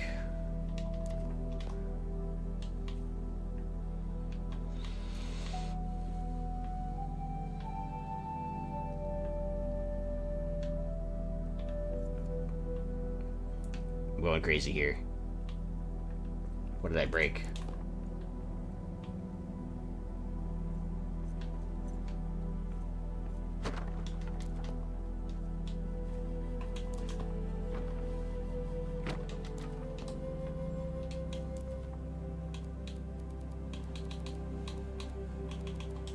I'll figure it out when the time comes, I suppose. Something outside? Yeah, let's check. That'd be insane, actually, if I did destroy something outside.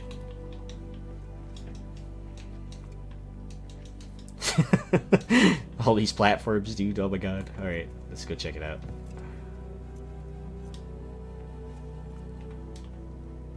Doesn't look like I destroyed anything out here. I will never know. At least not until I, you know, start building some more.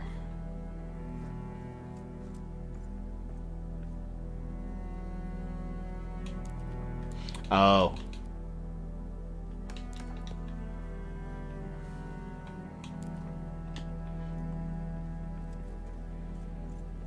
Okay.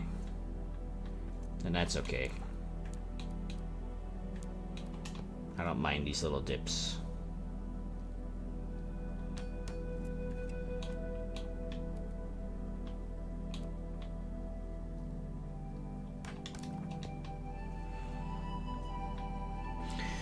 One second, guys. I'm gonna close the door to my guest bathroom because the sun is beaming in here and it's so bright in my house. Hold on.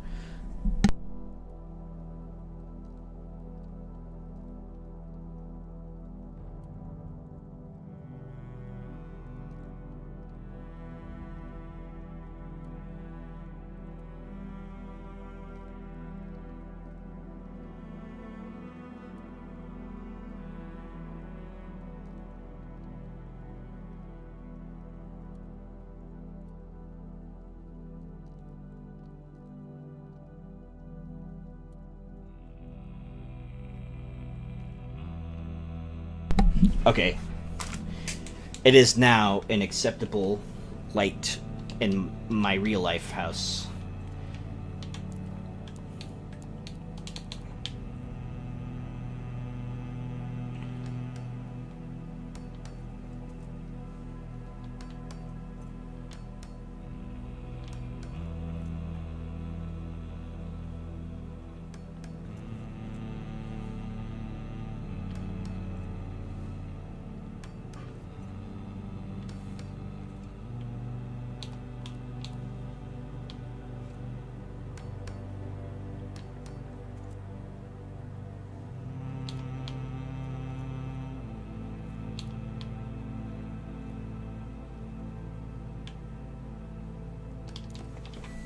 There.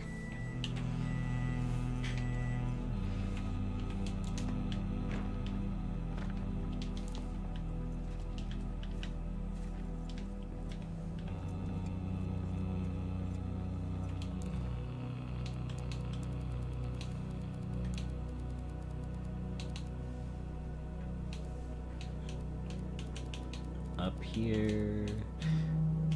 Just I could start building up to this top floor too. Should I even make a top floor? This is already pretty big.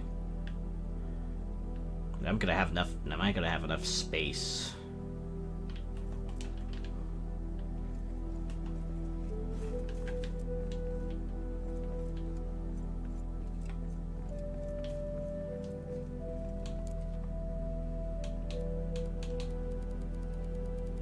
Did you microwave something? I did. Can you hear it? It's done now, huh? I'll go grab it.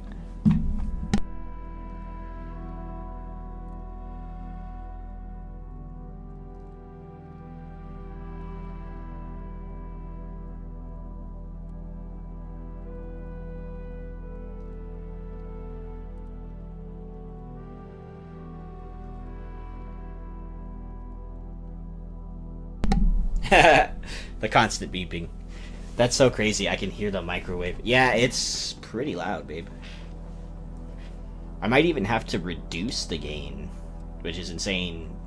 Now I have the opposite problem. People used to not be able to hear me before, and now they hear everything.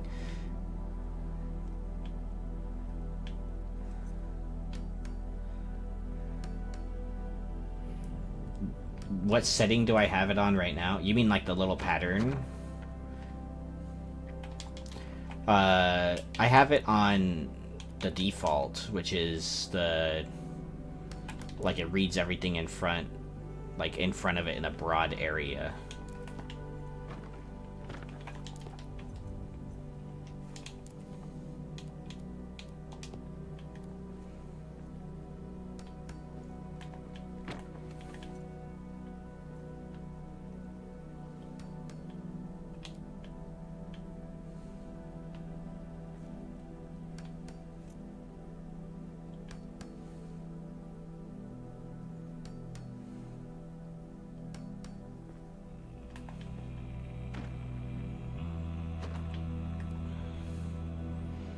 Yeah, I have it on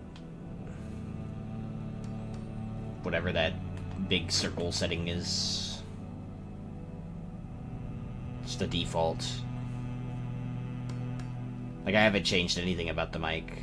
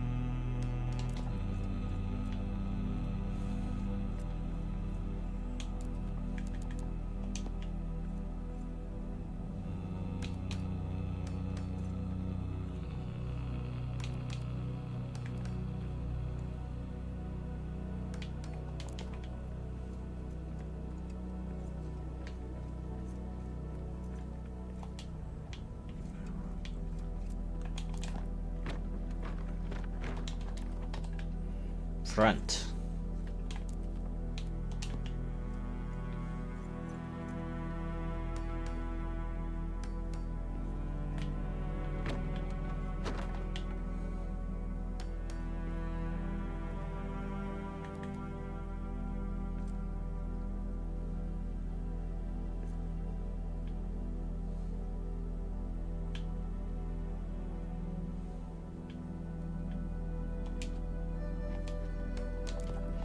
What the dog doing?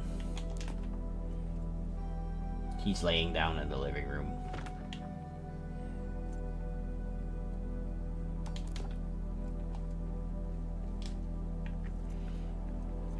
I messed around with him earlier.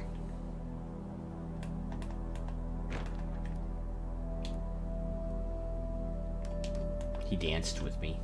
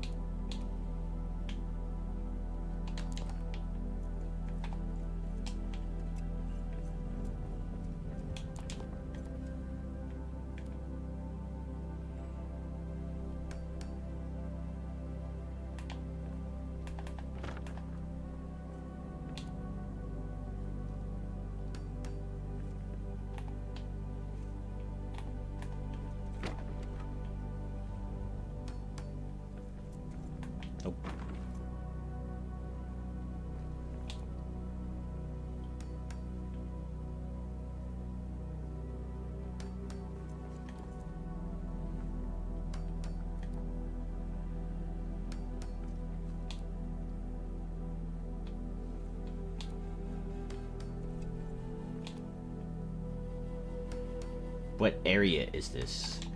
This is across the way from where I built that huge marketplace, babe. With all my streaming friend stalls. I made a stall for every streaming friend that's in here. Actually, Axebeard and Nolia have stalls in my world here. Look, I added this pathway, and then I added, here's the shortcut bridge to it, and then I added all these railings and stuff. That took me a little bit of work to place correctly, so it's across the way from there. So this building is over there from here. And then my biggest thing that I showed you, Fireman Keep, is all the way up there, but you can see it from down here. Axebeard and Nolia have the best stalls. They do. Here, babe, I'll show you again. Let me get a torch. So it's nighttime.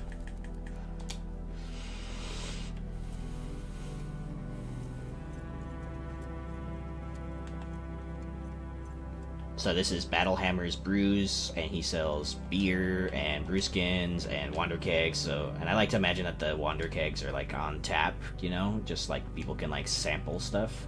This is Sleepy's. It's potions and gems. It's got a raven on it. Yeah, you guys are the best streamers. IMO, yeah, the best streamers that I know personally. So, and she's got hanging bookcases and a rune table and a workbench. And, like, you know, stuff to make stuff. Cast runes, make potions. This is Axebeard's. Looks like a little hunting lodge, and he gave me some of his armor to, like, that's, like, super, like, authentic that he actually wears.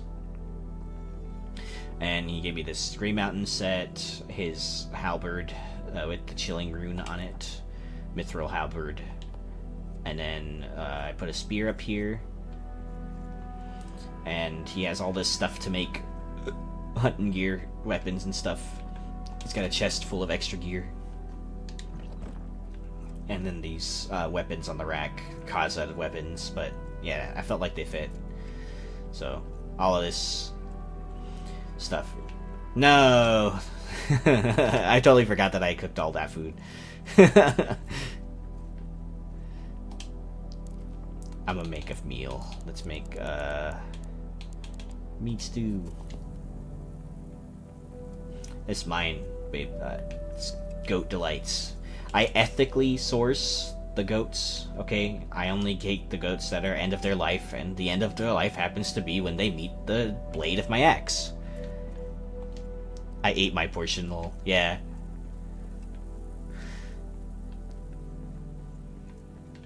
Just kidding. But yeah, like, this is just a, you know, joke, meme. The meme is that I use the goats to make pastries. I use goat milk and stuff to make food.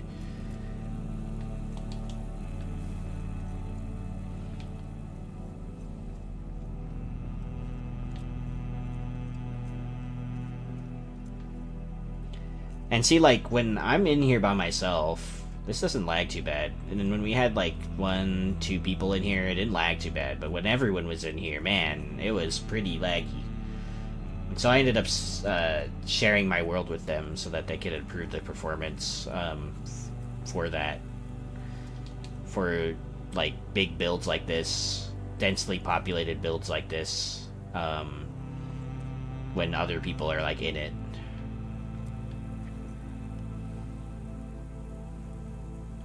Man, I wish I could sit down.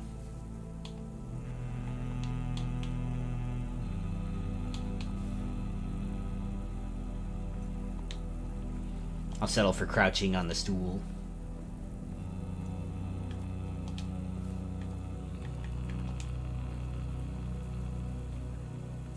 Maybe if you didn't use mods. Yeah, man. How dare I use the Fat Stacks mod?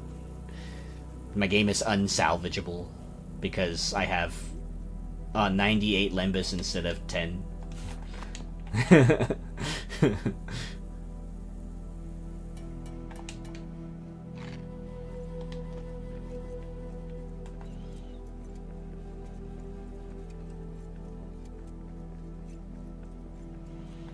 Lambus. This is this big, like, restaurant that I made. I know, there's more spoiled food. Anyway, big restaurant that I made called, from our friend Lythenian, and there's like a bar, and it's ironic because he actually doesn't eat, and he notoriously starves to death. So, then I have this big brew tanks, and my little ladder thing so I can get up to the top and make brew. There's like 2 kitchens and a bunch of sitting areas, and up here there's the like more seating, like just sitting in general. So there's like a bunch of tables up here so that they could sit, and like the one that's downstairs is like super fancy with rugs and stuff, and it's got the Yule tables. And then you can get all the way up here to refill the big tank.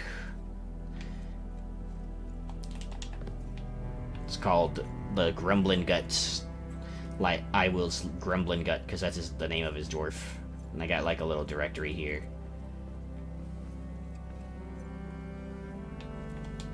And I'm doing this whole thing with like the signs. I think I showed you that before. So it's like signposts. And I got a little shrine to King Name up here. So I like this one a lot. I might open it up later, but I closed it off for now.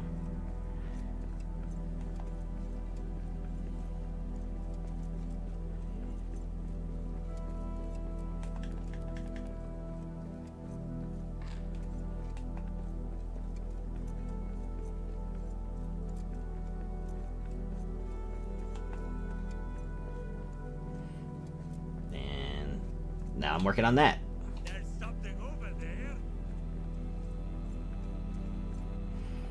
Looks decent for now, but hold on. Oop.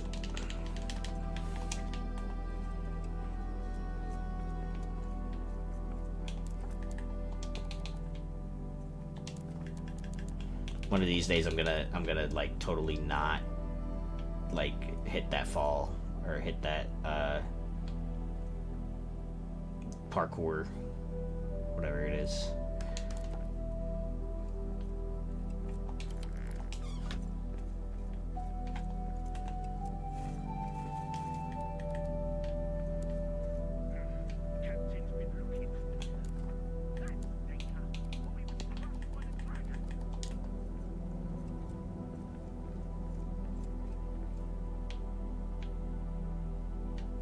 Where are they? I hear them.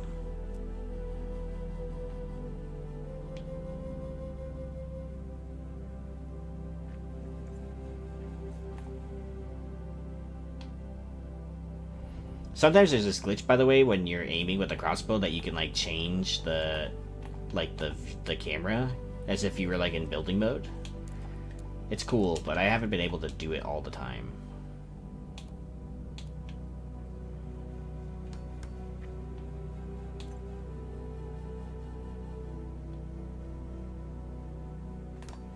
No, it's not aligned.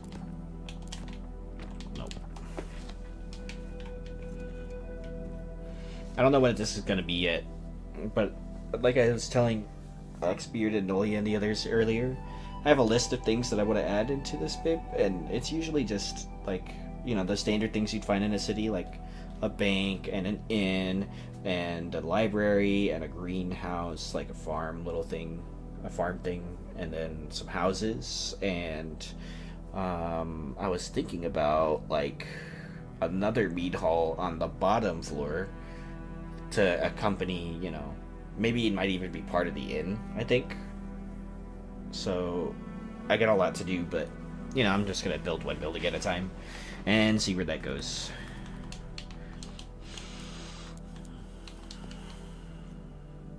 And if it makes sense, I'm gonna build it. So I already have a massive marketplace that's basically like an outdoor mall, but for dwarves.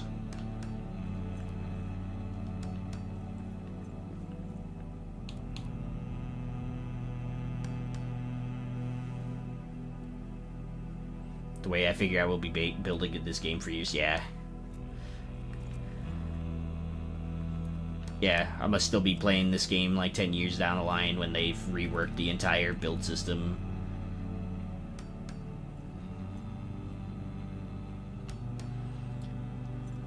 And maybe by that point, I'll have restored 2 rooms.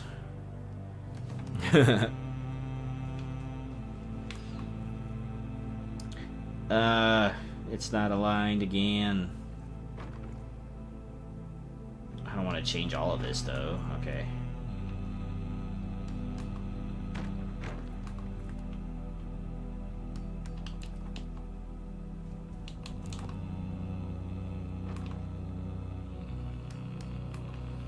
That's what I'm going for.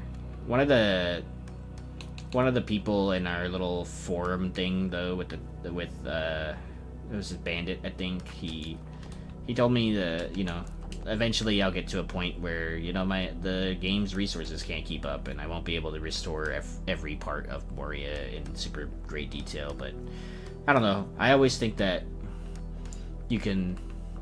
What happened to that piece? Okay. Scrap it and start over. Don't underestimate me. I would actually do that at some point if I was frustrated enough.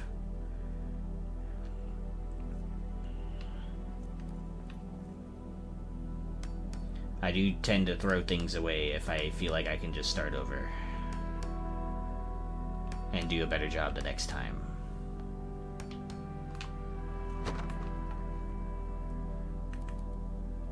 Anyway, so I feel like, you know, you can always optimize a game to be better, in my opinion. And yeah, at some point or another, the system's resources, he has a point, you know, like the system's resources won't be able to keep up, or the engine won't be able to keep up or something. But Unreal Engine 4 is actually a really advanced game engine, and in my opinion, like, you can always optimize your game to be better. And there's always ways that you could do things to, you know, write better code or something. And, like, I'm not saying that it comes down to just better code or whatever, or that the code is bad. It's just, you know, you can always optimize stuff. And so, plus, like, what kind of game where the end goal or objective is to restore Moria, and then you can't do that to some extent, right? And to what extent do you want to fulfill that too? So,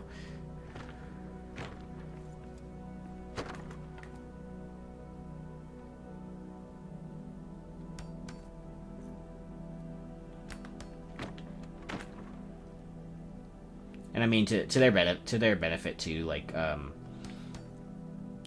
it's really hard to imagine every scenario as a game developer, probably, and so they probably didn't think that, you know, people like me and you, Axbeard, and Mariak would build these insanely massive builds, and then, like, basically break the game, and that's fine, you know what I mean? Like, you don't know until it actually happens, and that's cool. But I feel like game devs are only made better in that sense. Like, they stand to benefit from people that push the limits of their engine.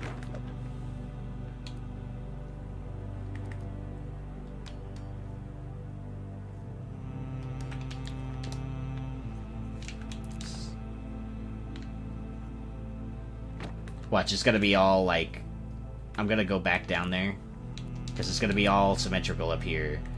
I'm gonna come back down here, and it's gonna be all not symmetrical now on like every other place.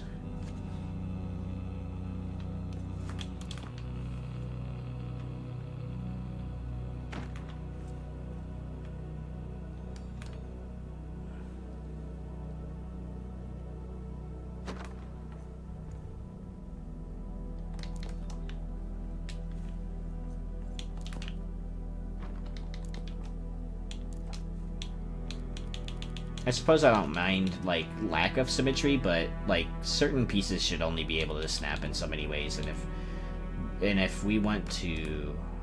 I feel like you should just turn off snapping, even, or let us set custom snapping points. Like, I still think that what's happening is, like, the game has too many snapping points, and I think I stand by that a little bit. Like, the game has too many snapping points for build pieces, and so that's probably why you get, like, a misalignment somewhere.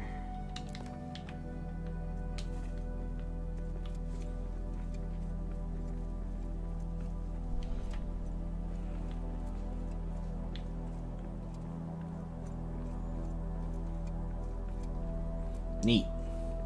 It's a nice view.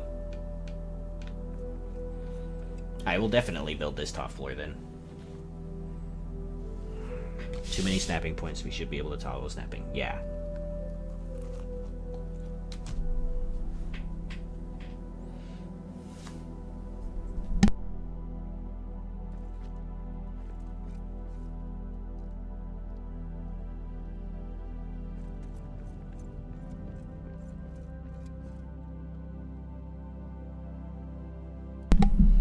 Alright, sorry. I wanted to take a bite of this empanada.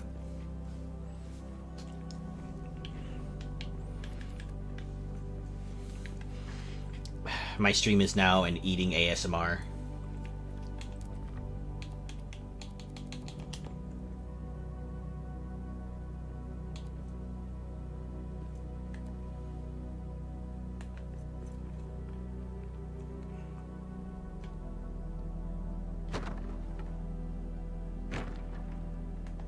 Yeah. Narvi's Forge. Any, like, a lot of those statues in the hallways that you find throughout Moria 2, like, are actually not symmetrical.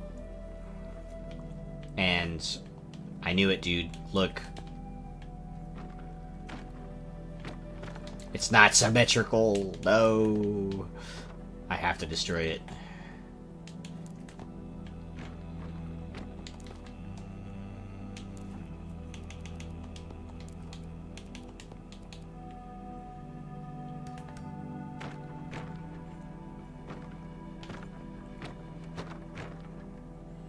God dang it.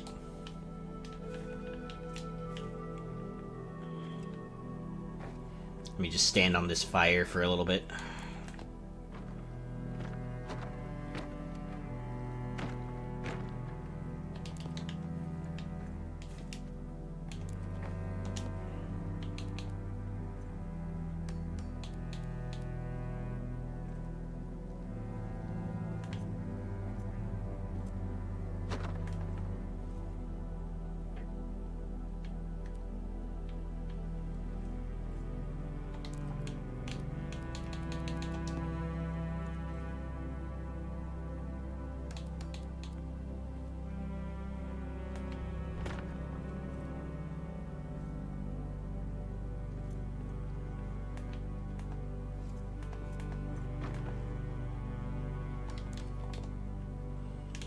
Okay, now it's more symmetrical.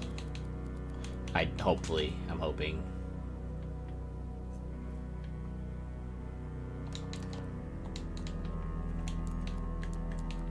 Oh wait, I have to destroy that again, hold on.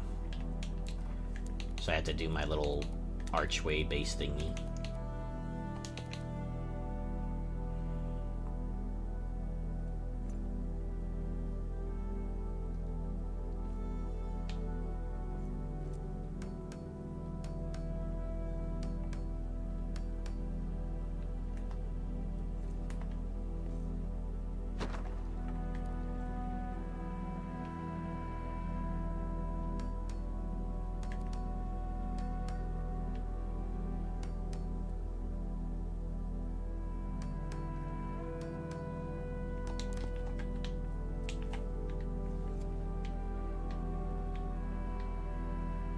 It's like slightly off, but that's okay.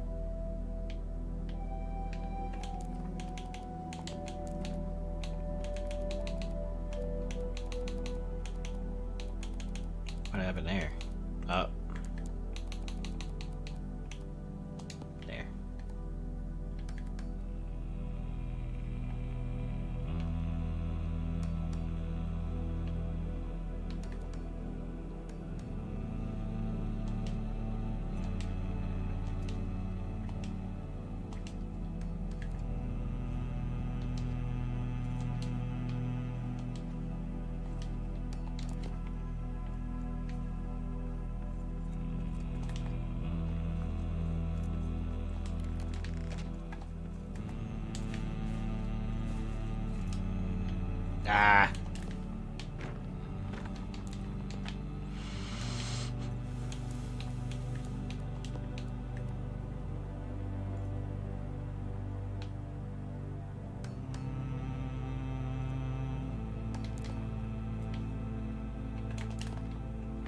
Nope.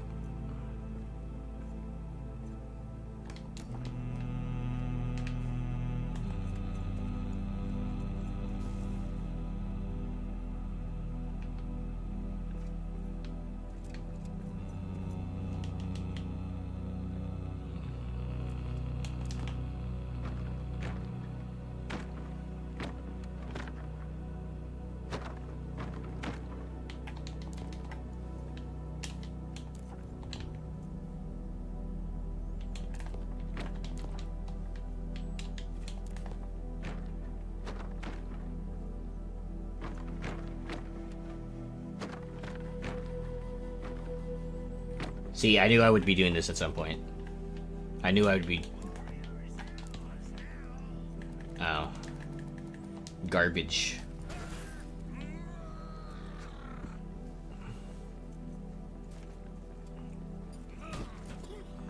Bye. Oh, you didn't fall down. Well, I'm not gonna... I'll help you.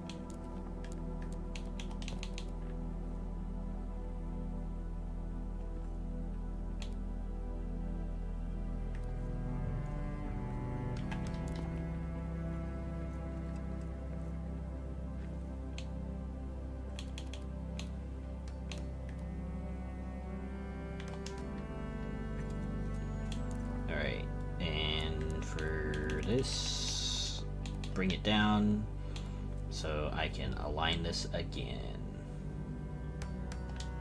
So it wasn't aligned before, apparently.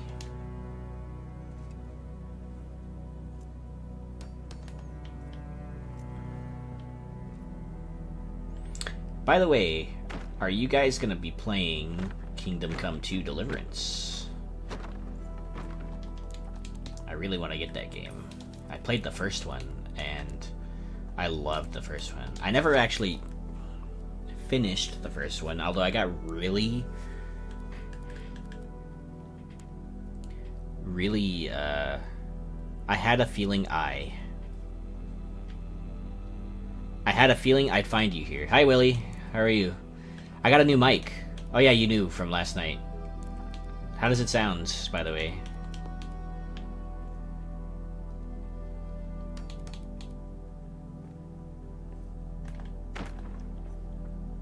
Thank you.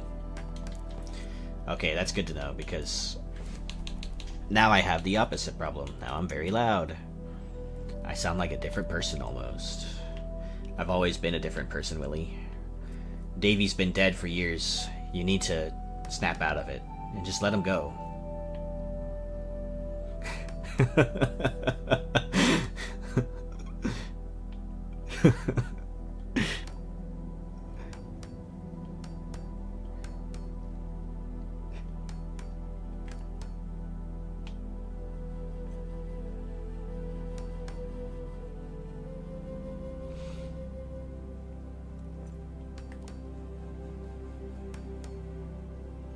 I mean, I've only known you for like a year, so no great loss to me. Ah, man. What do you mean? I thought we were comrades, bro. Come on now. I thought we had something special.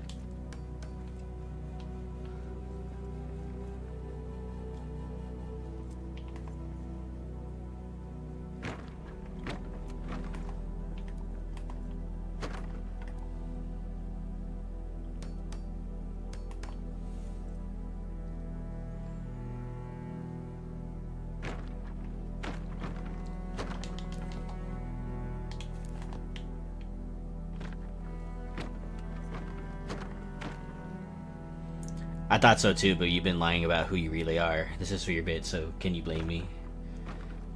True. True. You got a point.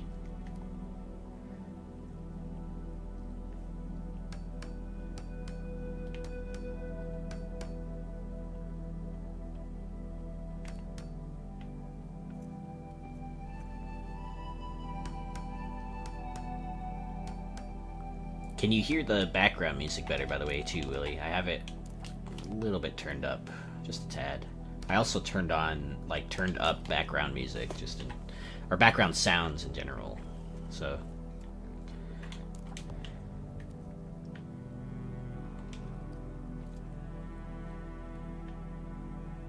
Right. Oh my gosh.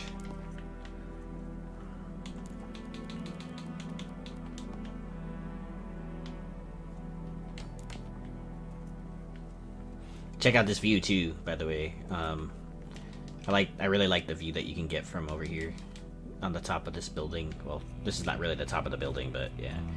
I really like the view from the bazaar from right here specifically. It's really big. I'm playing Cyberpunk, so I won't hear it much. Oh.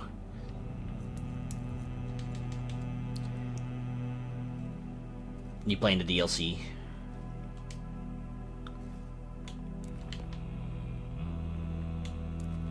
I assume you did play it, or you have played the DLC, so. I was actually talking about Kingdom Come Deliverance 2, actually, right before you popped in.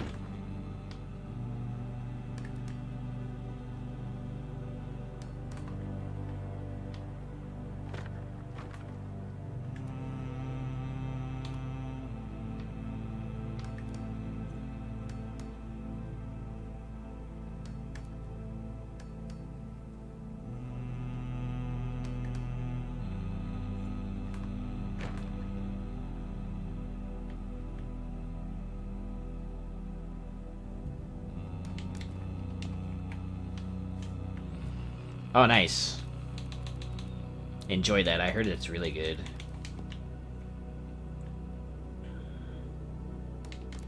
Seen some insane videos that like kind of mirrored like the Dishonored videos that I used to see on like TikTok and stuff, where people just go absolutely insane killing people like without detection.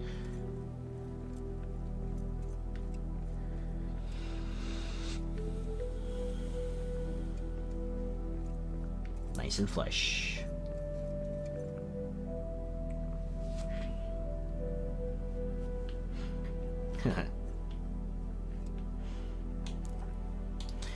Well, I guess take solace in the fact that he isn't the current president, but yeah.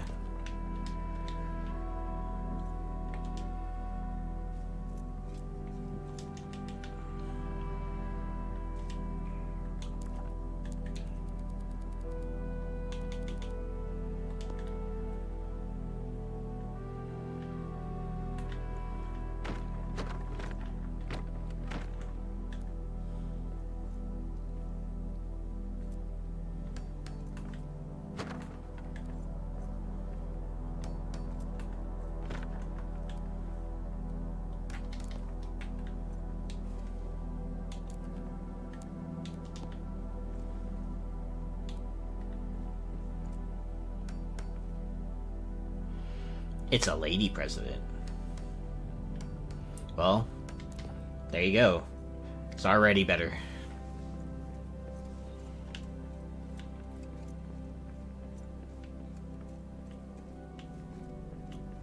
Explicitly a former board member for a massive military-industrial complex conglomerate. That checks out. That checks out, actually.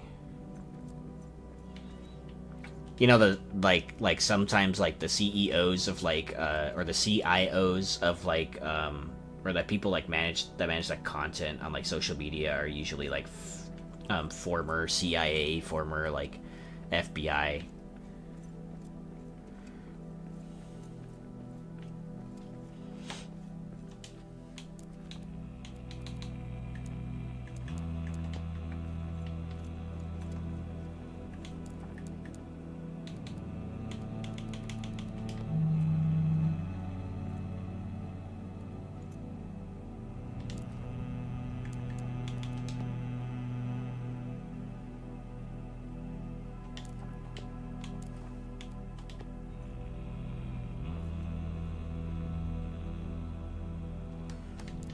Lots of generals in charge of procurement ending up at Lockheed and Martin and whatnot. Yeah.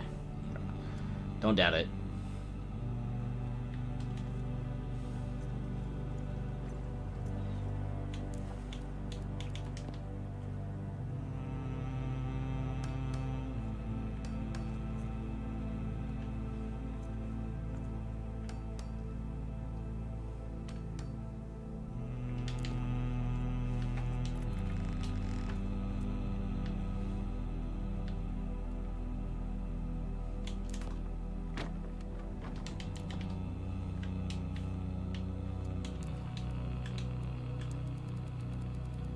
Oh yeah, Hannah's in the chat.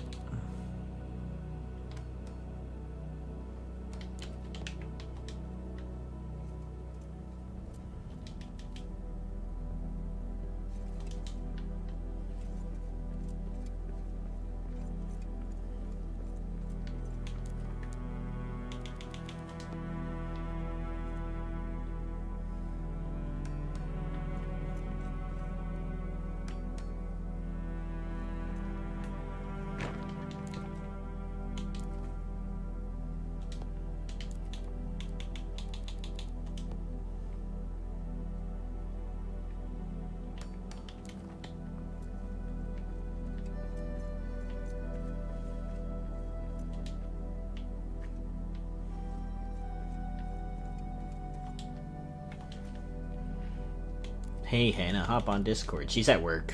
I don't know if she can, but unless she's like on lunch or something right now.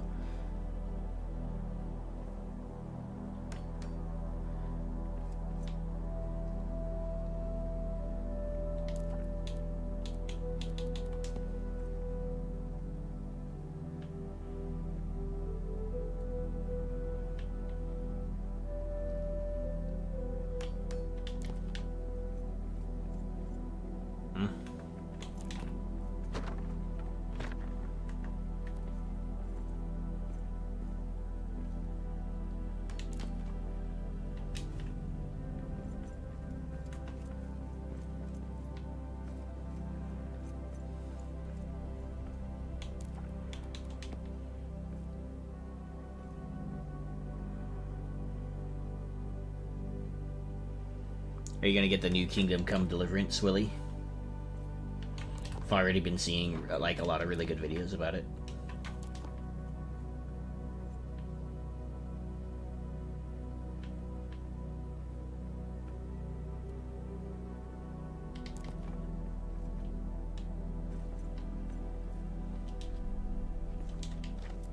Eventually, yeah. I technically haven't completed the first game. I got really, really close to the end, and then like I ended up like losing my save somehow. So I don't know. Like I'll probably do it again, but I might even just play the second game because I know how it ends and such. But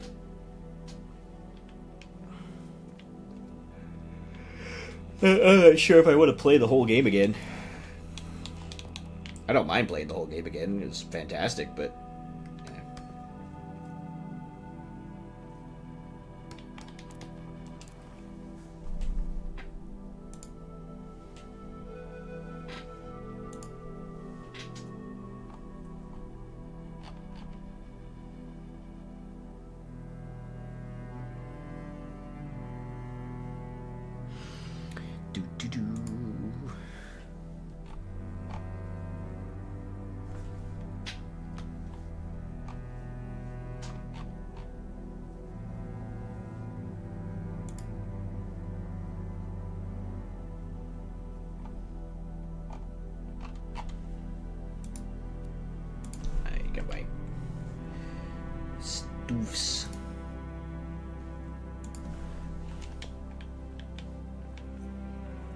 I don't think I'm gonna add a window here. There's nothing to see. It's just rock.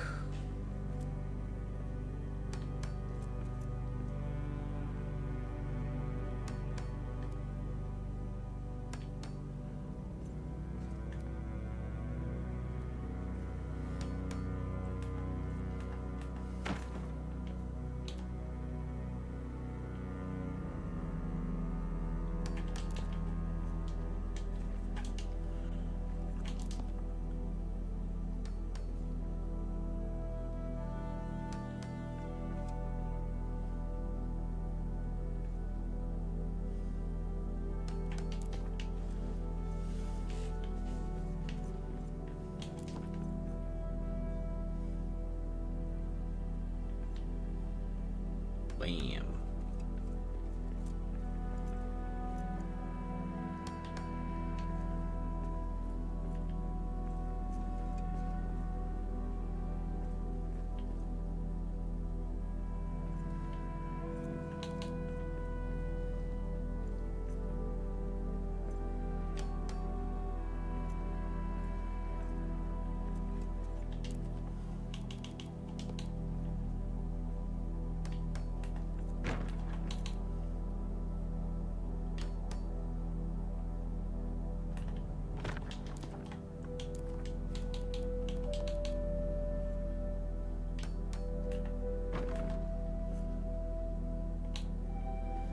Come on.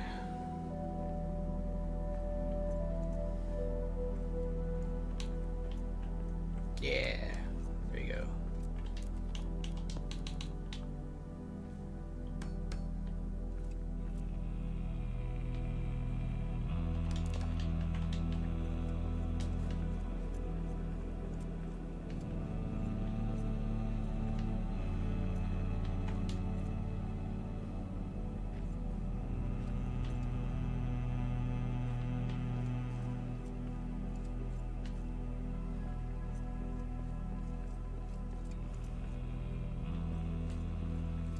Alrighty.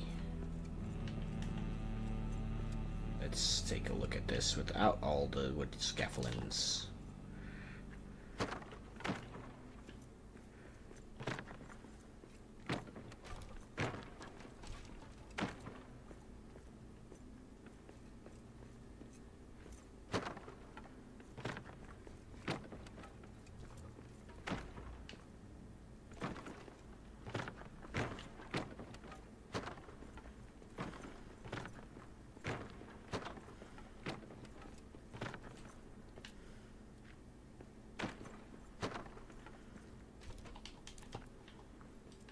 Okay.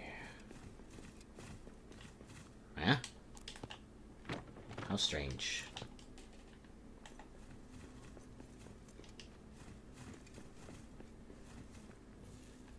Okay. So that looks pretty good. Let's carry a torch. And we got, okay, not bad, not bad. Looks pretty big. And I might have to rework this side too.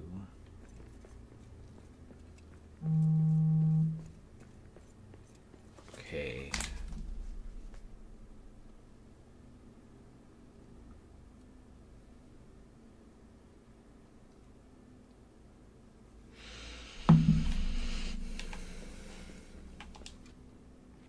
Let's take a look at it from far away.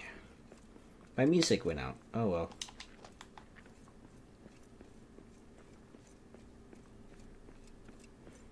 That's alright. Let's see what it looks like from over here. Alright, pretty cool.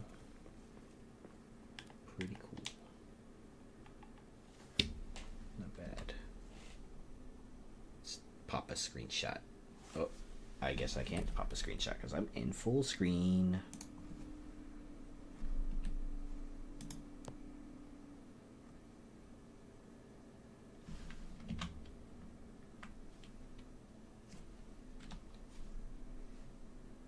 There we go. Just able to grab one really quick.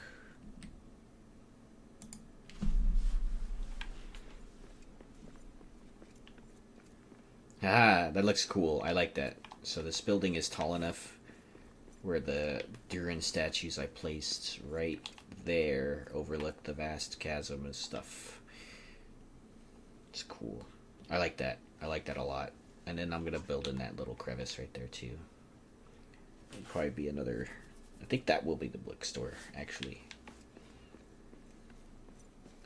Books.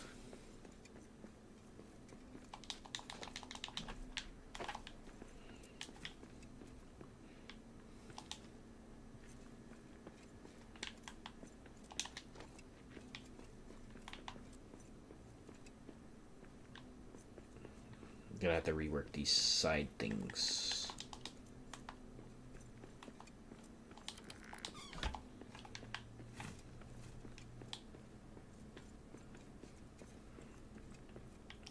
I'm gonna have to place a hearth in here that's not putting smoke through the floor too.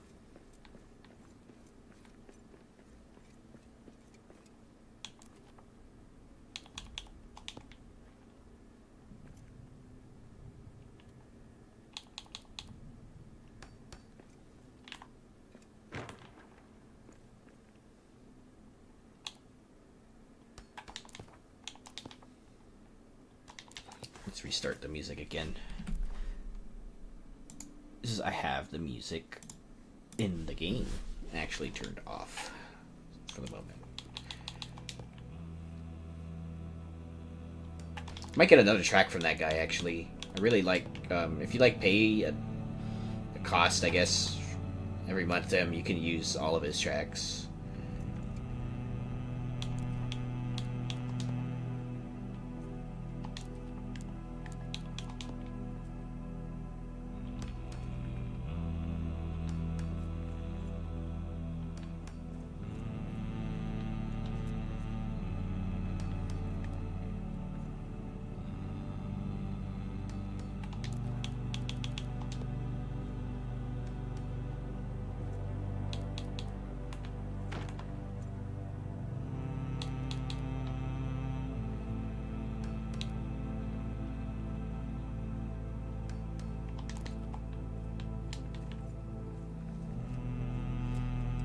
Okay.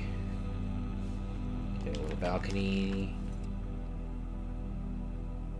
Maybe I should extend the balcony out one block. Not this one, but maybe that one.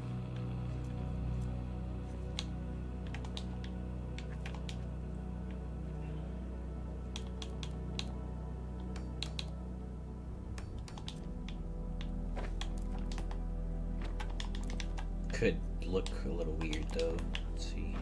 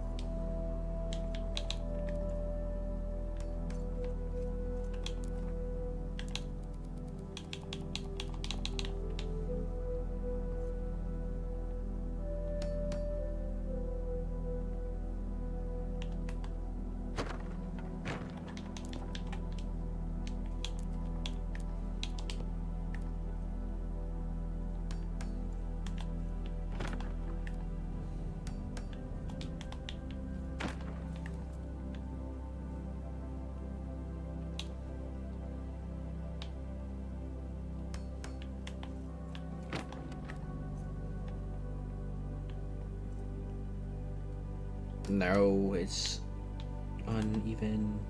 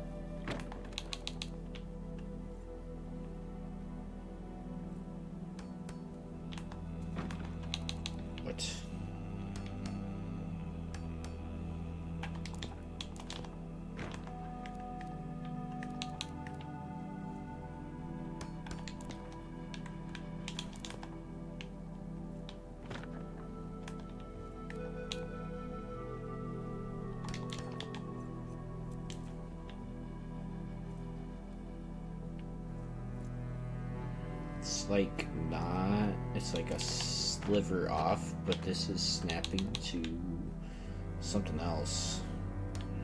There you go.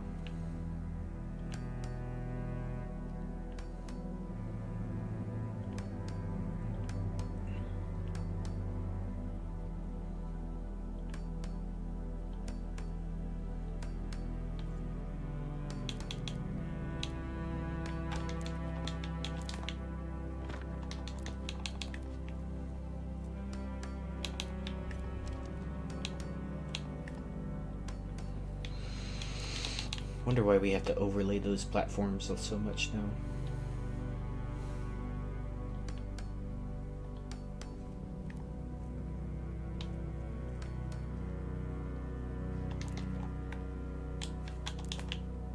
No. It fell.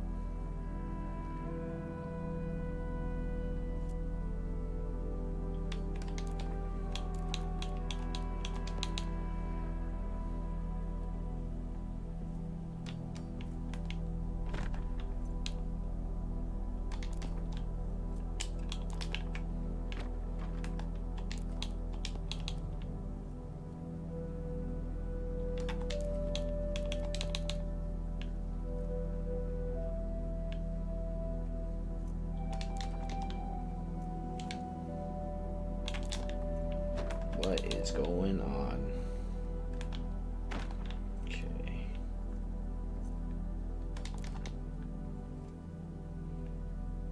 I think I see what's... This is wanting to snap to that, to just the block itself. And...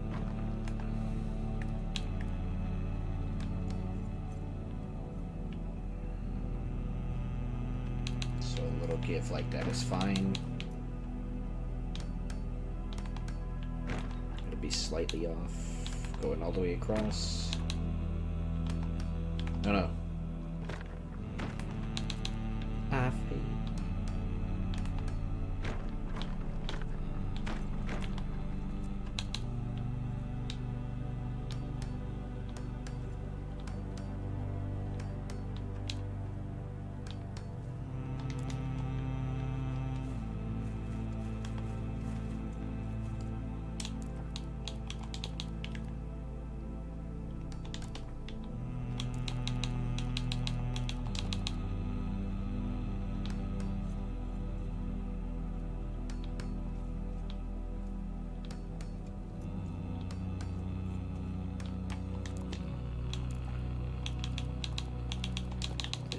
Right here, so that I can add the railing.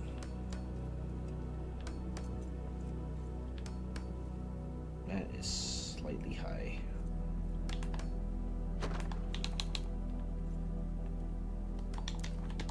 There you go.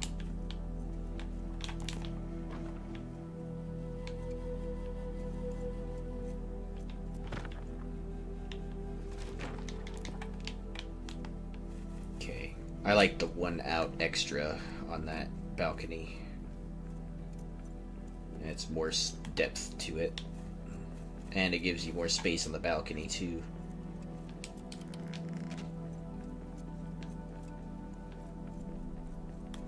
Yeah, for sure. This is good.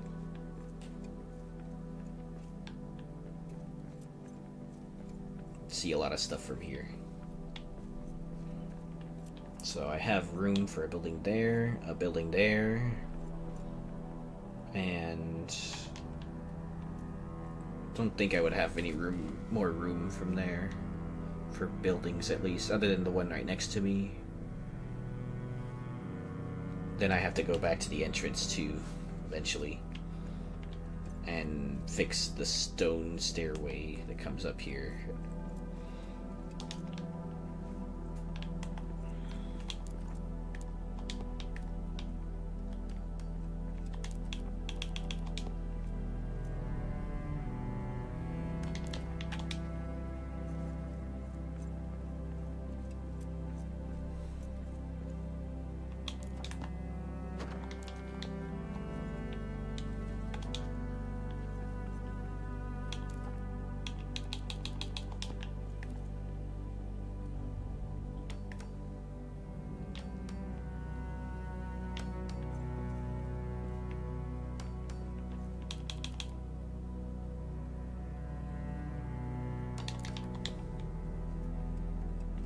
Okay, then right here I can just do this, block it off.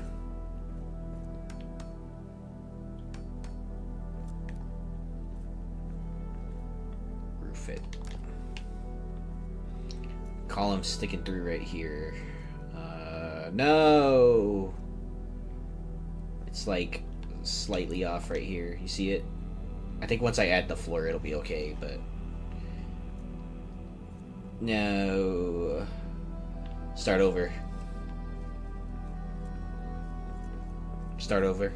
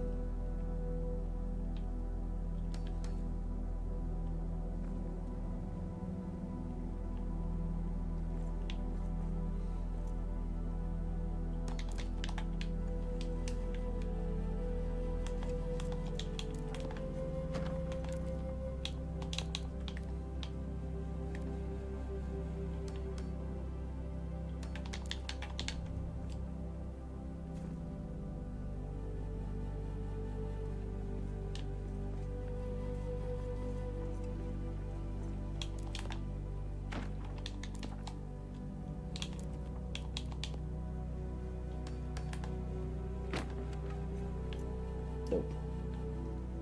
There. There. And I'm starving to death.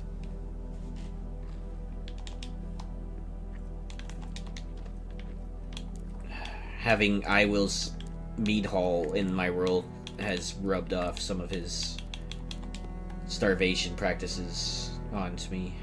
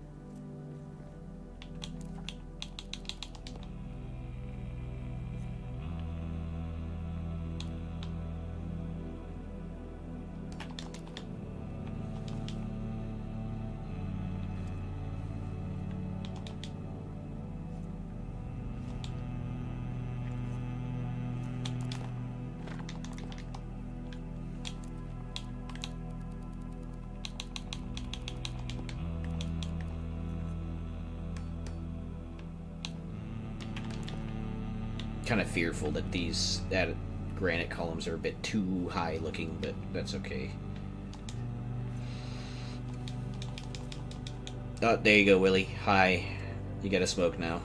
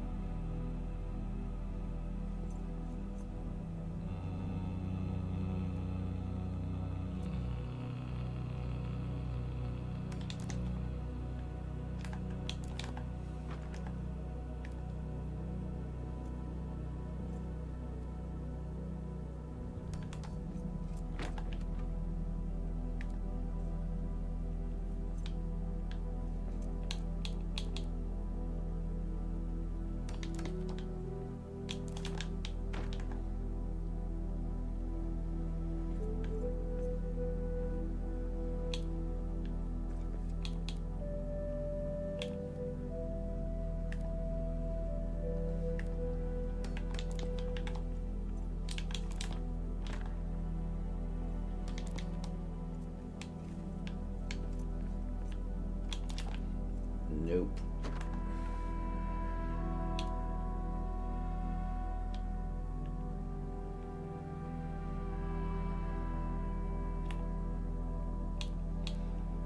Come on. Almost there. It's like right. There you go.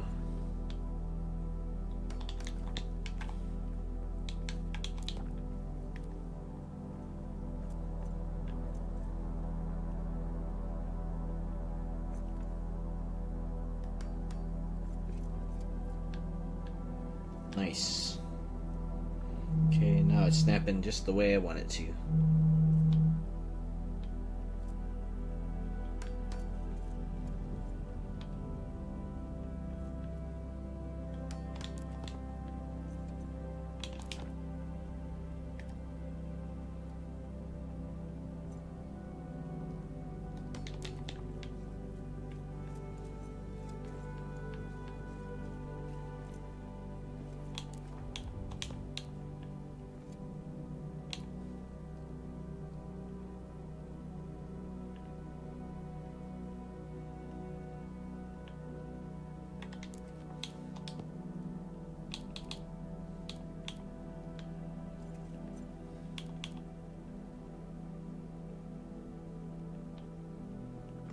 Barely see. Okay. Come on.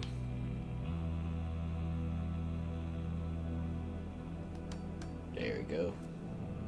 I think that connects out here. Yep. Cool. Does it throw anything off? It's like slightly. It's this block. What is this? Narrow stout wall. I should not mess with this. Okay. Did something like this.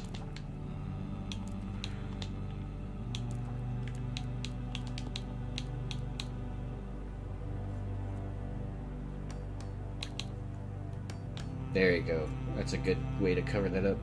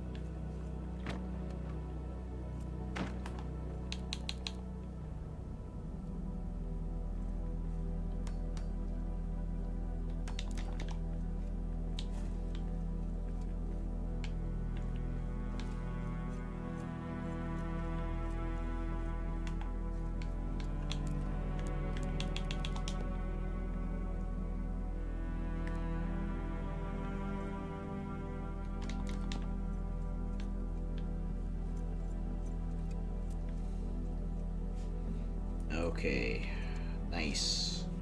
So then I can do this setup.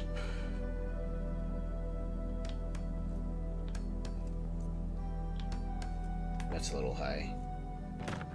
No, what did I... Sorry, that was a little loud for you guys, but I accidentally destroyed this wall instead of the railing that I wanted to destroy. Ow, my ears, nah.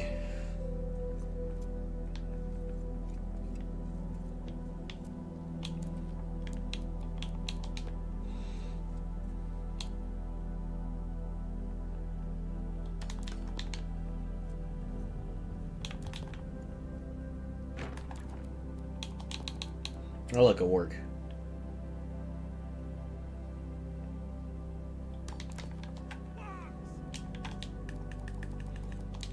Warg sniping time.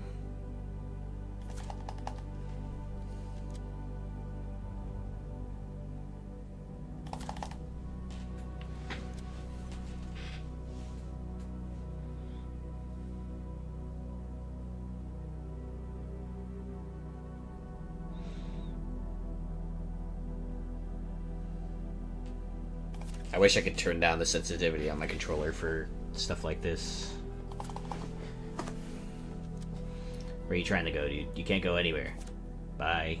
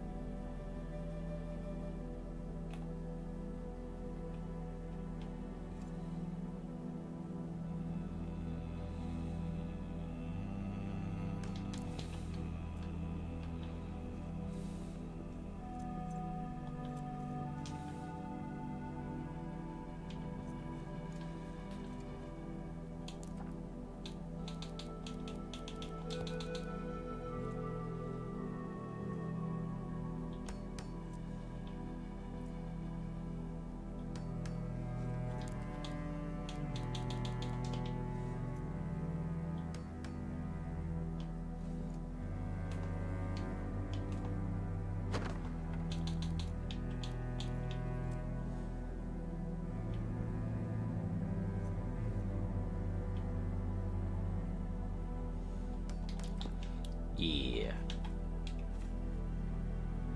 That's a little off, but that's okay. I don't care.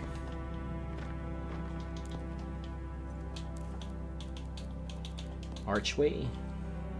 Or doorway? What are we feeling? I can do the doorway, but it doesn't have the fancy parts on it.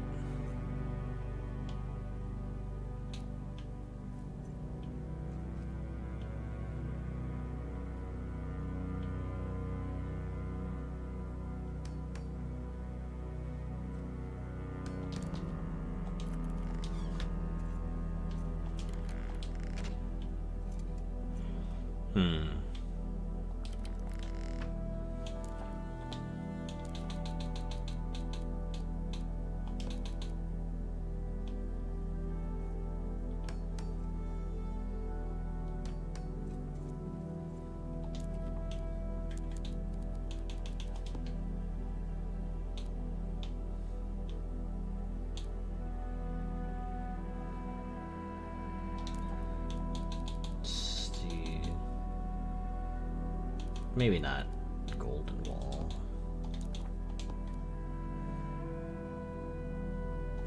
Nah, that's more of like an indoor thing. Let's see this, I guess.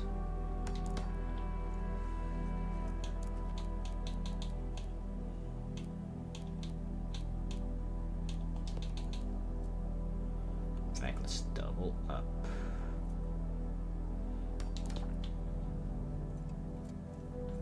Then I can do this too. This column thing, and then that column's there. These are right here. It looks good, and then I can put like rug.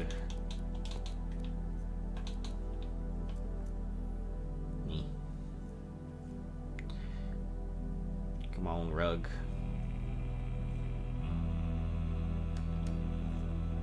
Ah, dude, it like lines up perfectly too. Let's go. It's awesome.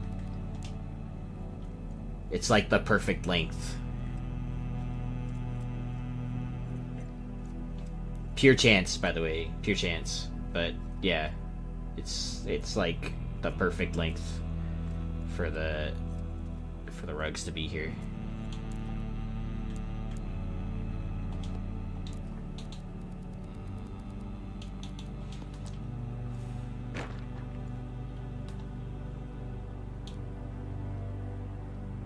Well, now I can't do that.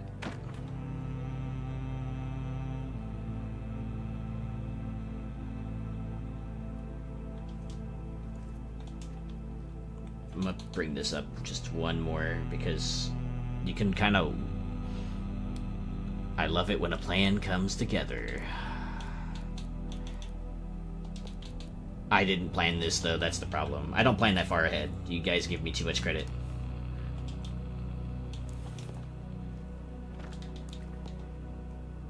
Dude, no. Now that I destroyed that, I see how, like, unaligned that is.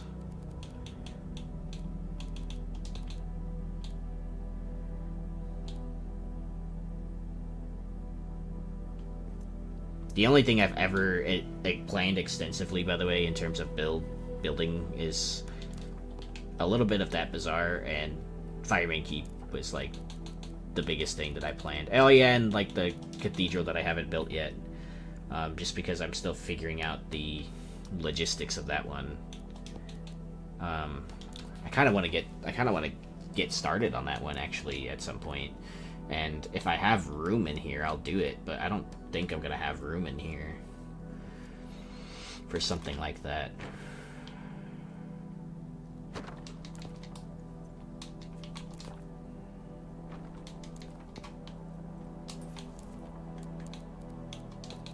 Probably, plus it would probably be better to build something like a dwarf cathedral or whatever in a room where you could see all of it and not just some of it anyway, like in the Elven Quarter.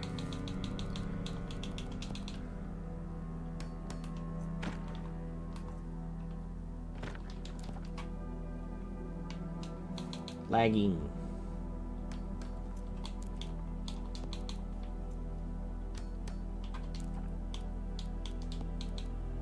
Oh wait, I probably should have lined up that railing first. The 21st hall could work. My concern with that is, like, there's so many pillars in the room naturally that like I don't know what I like, because a lot of the dwarf cathedral I have planned is it's centered around being able to see the whole thing. And I think you can see most of it in the 21st hall, but excuse me, sorry. I think you would be able to see most of it in the 21st hall, but I was kind of thinking the Elven Quarter because of the, like, ridiculously high ceilings and natural lighting. And then, you know, at nighttime, you could see it from, like, far away, too. That's, like, my thought process.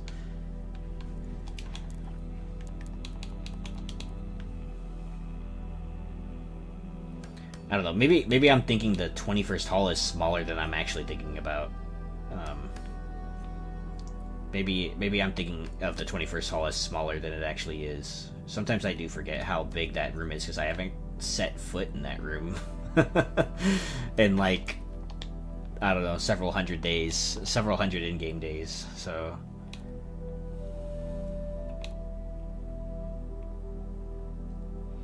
Let's go check it out right now, actually, after I get done placing this piece. It gives us a break from putting up balconies and such.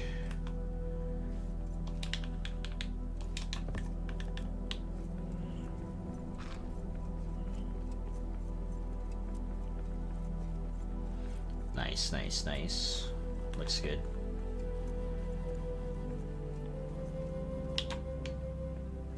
Yeah, nice. I like it. Alright. Let's keep going. Gonna run there. I know I have a map stone over there too, but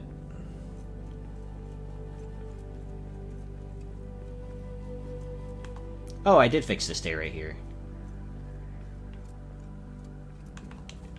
When did I do that? Well, I guess I don't know. Filthy orc wood. I didn't clear this area, though. Let's check it out. Okay. Well, I do like the windows in here.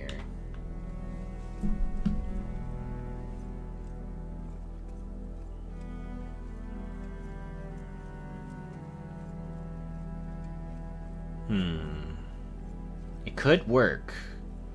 If it's... I mean, the whole thing could be a dwarf cathedral, I think. My thing is I would just need a really large statue of some sort. Maybe, like, right here. Well, there are two Durin statues. Okay.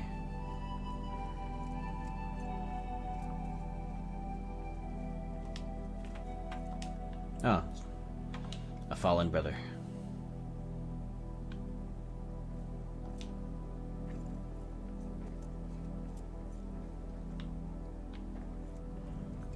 Oh, another one.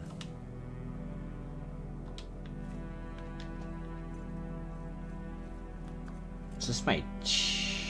Oh yeah, I did build over here, huh? Or did I just wall it off? Dude, I don't even remember doing this. That's insane. I know for a fact I didn't build in here, did I? No, that's right. All I did was just wall everything off, like I usually do. And then I did clear out this room. But I didn't,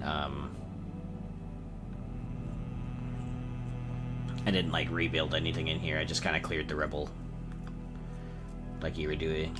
You were doing this earlier, Axbeard, but yeah, like all I did in here was just clear everything. I didn't, touch it.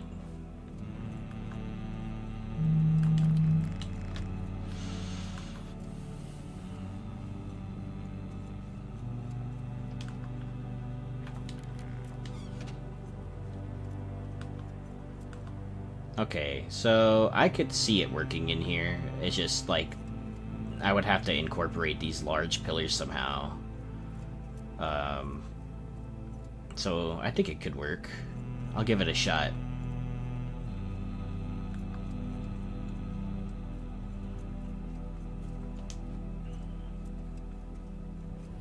I'm gonna have to figure out a way to fix this too.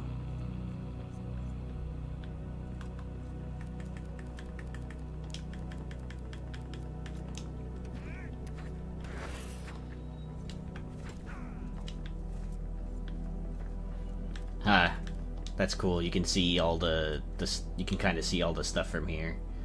You see that? I like this. I'm gonna take a screenshot. Hold on. I gotta position myself to Alt-Tab, and then... Oh, my media player is like... There we go. Oh, and no.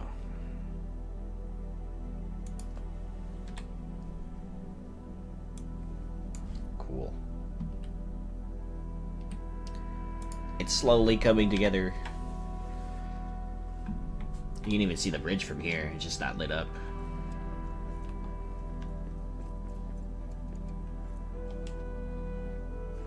See, I think to Strider's credit, like, I do like the natural lighting of the game sometimes for stuff like this.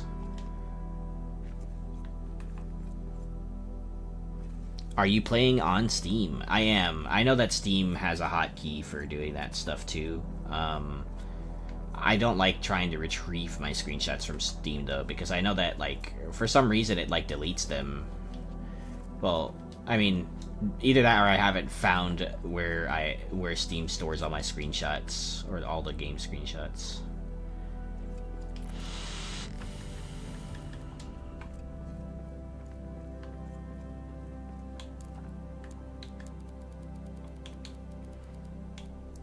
Okay. Yeah, because I took a bunch of screenshots on Hello Kitty Island Adventure, and I was trying to look for them earlier to share in the group, but I couldn't find them.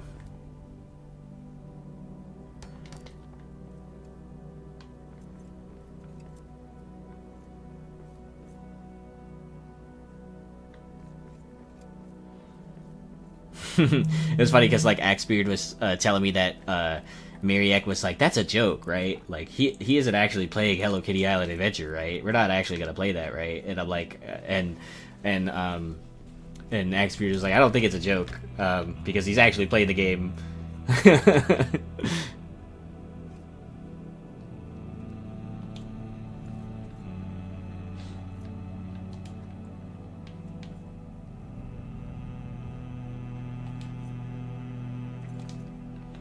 Me and my wife play Hello Kitty Island Adventure, and we joined like each other's like islands or worlds or whatever, and it's cool. You can like co-op and you do these missions to level up your friendship. And if you level up your friendship with like an online buddy, you get more emotes, which I think is cool. I think that's really cool. So, like, we still have to do more. And I don't know what other stuff you can do in the multiplayer. I know my wife was saying it kind of feels lacking. But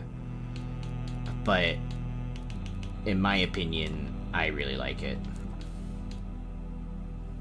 I was told that you saw that Retsuko was in it. Yeah, I actually found her too.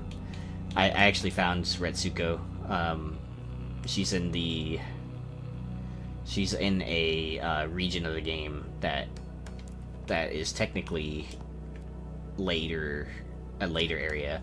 And what I like about it too is, like, you know, since you can like parkour and stuff, and climb on stuff and like use the balloons and stuff to get around, like a lot of the game areas are actually not locked for you if you can figure out clever ways to, you know, get to places. And like the game doesn't soft lock you on progress either.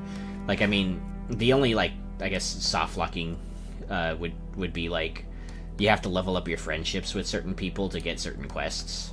But I mean, like, that's basically like Animal Crossing, more or less. You have to like gift them items every day, and you can gift them 3 items a day, and then you level up your friendship, and then like your friendship, with the friendship, it gives you like, they give you like more items, right? They give you like special quest lines, or they give you furniture. Yeah, it is basically like AC in that way. It's just like, since you can only gift a person 3 times a day, like the situation that I'm in right now basically is, in order to get a quest to get like an item for the game, for me to like progress another quest, I need to get like Kuromi to level 4 friendship. And I like was almost there the other day, and it like I couldn't gift, unfortunately I couldn't gift her anymore for that day, so I had to wait until today to do it. Ow, that one hurt. So yeah, when I hop on Hello Kitty Island Adventure today, I'm gonna gift Kuromi so that I can get that quest item.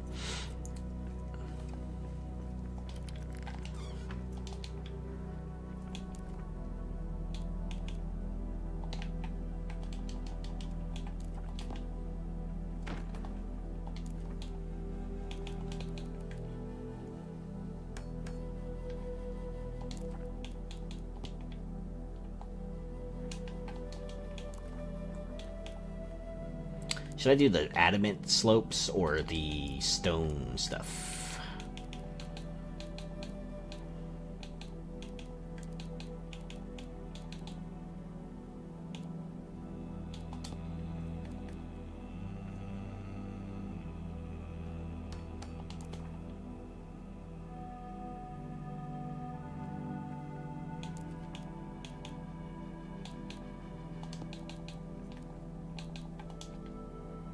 No, don't fall.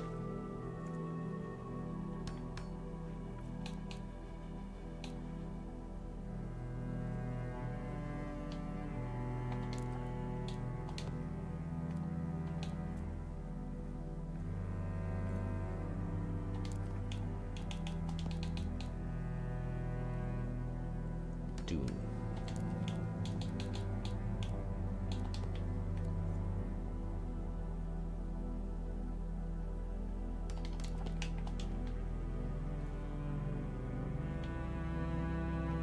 Oh, it's not connected by like a hair. Hold on.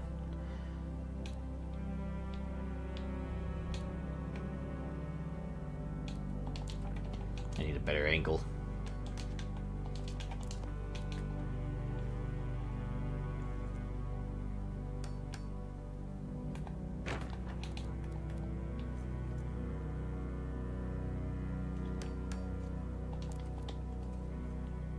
No, dude. I guess you can. I guess you can't really tell, but like, that's gonna bother me personally. You can see it, right, guys? Like it's like the tiniest like chip. The camera doesn't do me any justice there, but yeah.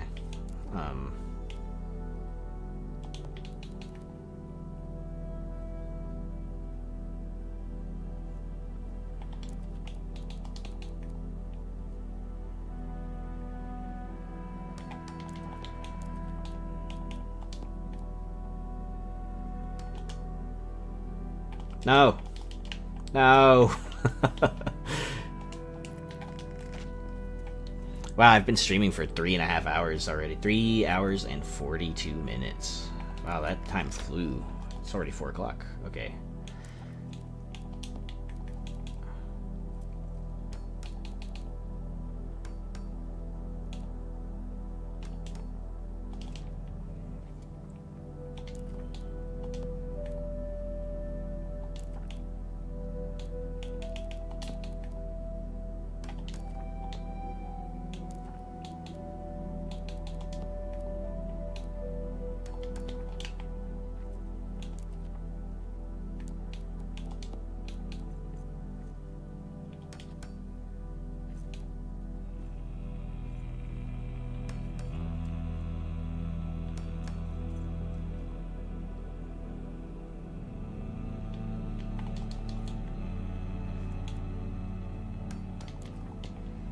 Okay, and then I can complete this by ideally doing something like that.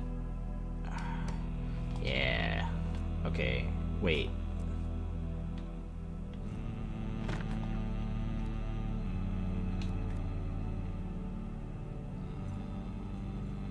There we go. Right. Dang it. There we go. Nice. Okay, so it looks like the column's holding that up.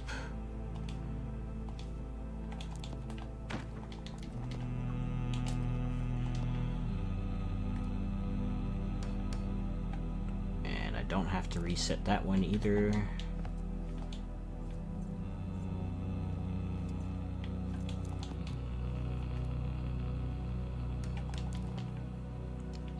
That looks good. Yeah. I'm gonna get rid of that. No! I'm not having good luck today with that.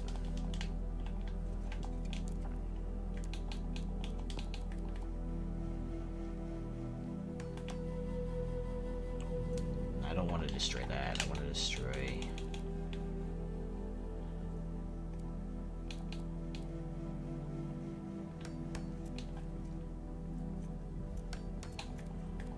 destroy this.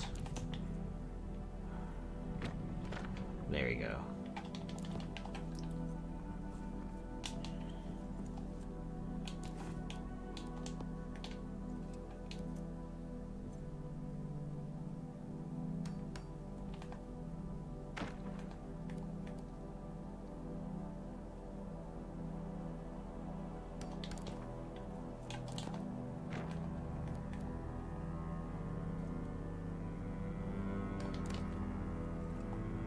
No.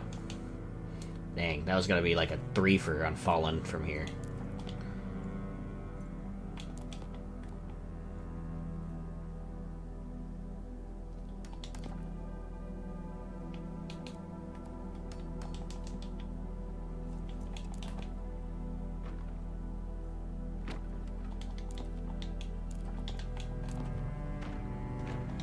You know, why doesn't the Adamant have this wide corner roof, dude?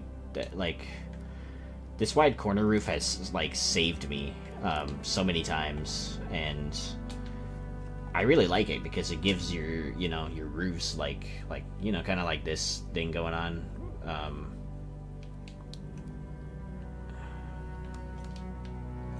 I think I need to bring this out 1 block. No! I knew that was gonna happen, dude. Okay. So I need it to connect there. So that I could have it here.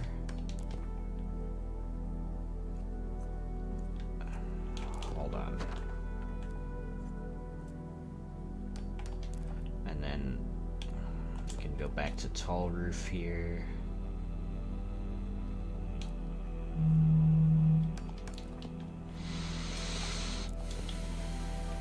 Another tall roof. Another wide corner roof. And another wide corner roof. And another one. Another one.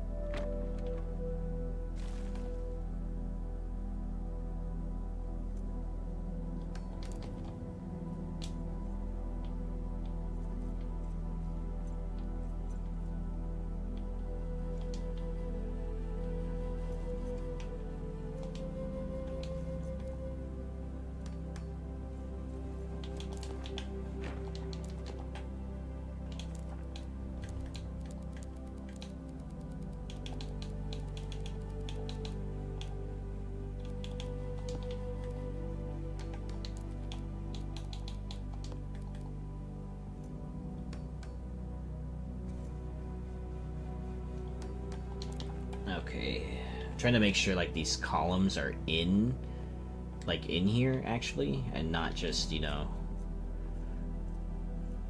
barely covering, because god dang it. Anyway, because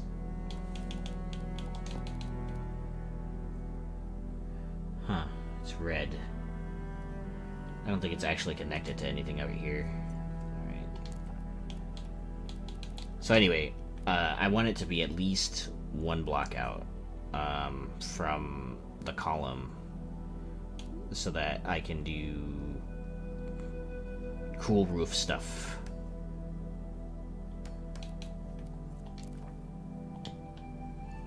That's kind of far. What if I attached it right there and then I brought it back here, and then tall roof right there and right here, and then I can do the wide roof again over here and over here and right there. It's orange. Alright, so now I have a decent connection right there. And I'll have to bring out this roof 1 block. Or I could leave it like that. I'm gonna connect this first so it doesn't break the next time that I adjust something.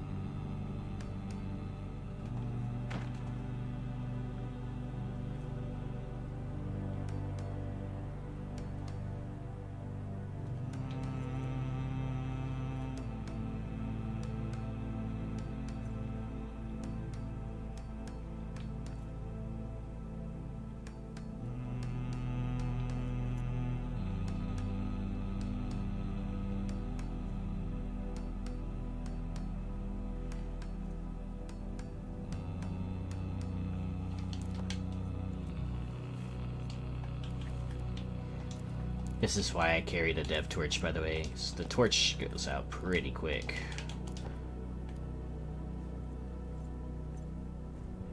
But I do like that, like the regular torch actually gives you warmth. Some warmth, at least.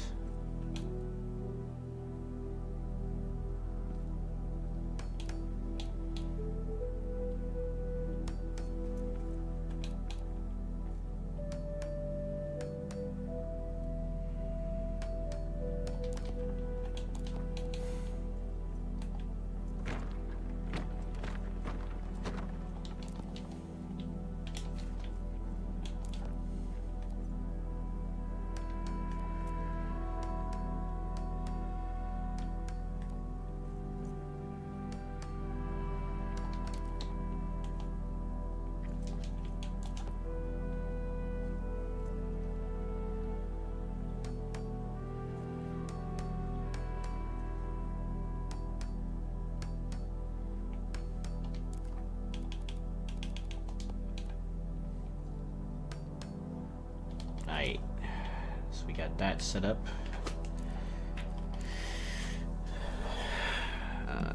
Let's check on the stream really quick.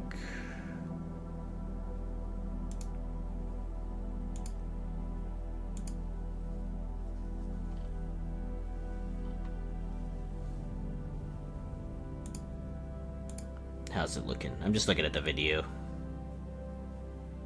Nice.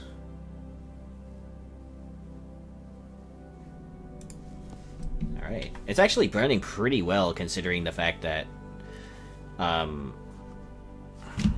like I'm running the DLSS at quality settings. Hey, I see my wife is playing Hello Kitty Island Adventure now on Steam. Excuse me.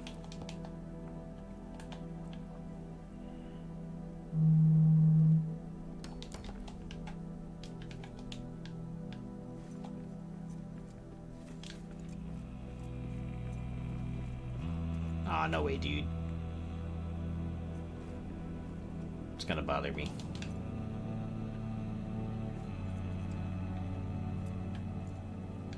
That's alright. Just get the roof situated first before I start fiddling with the alignment.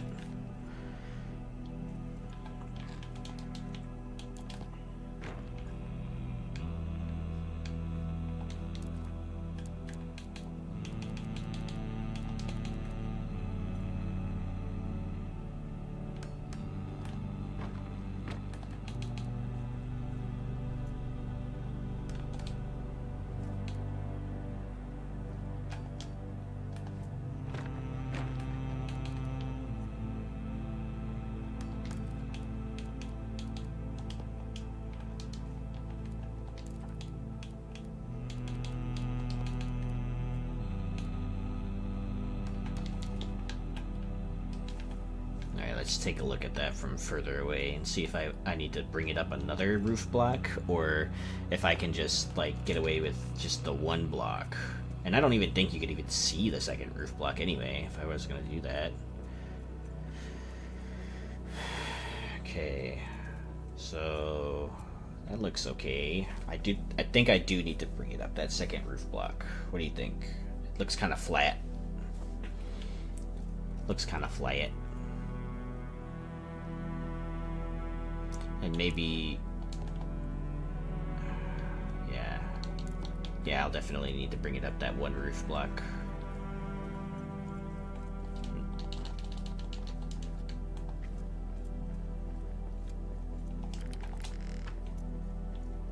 So it's looking pretty good so far, I think. Looked like the interior. I just need to figure out what this is gonna be. Could be just like a mansion, I guess.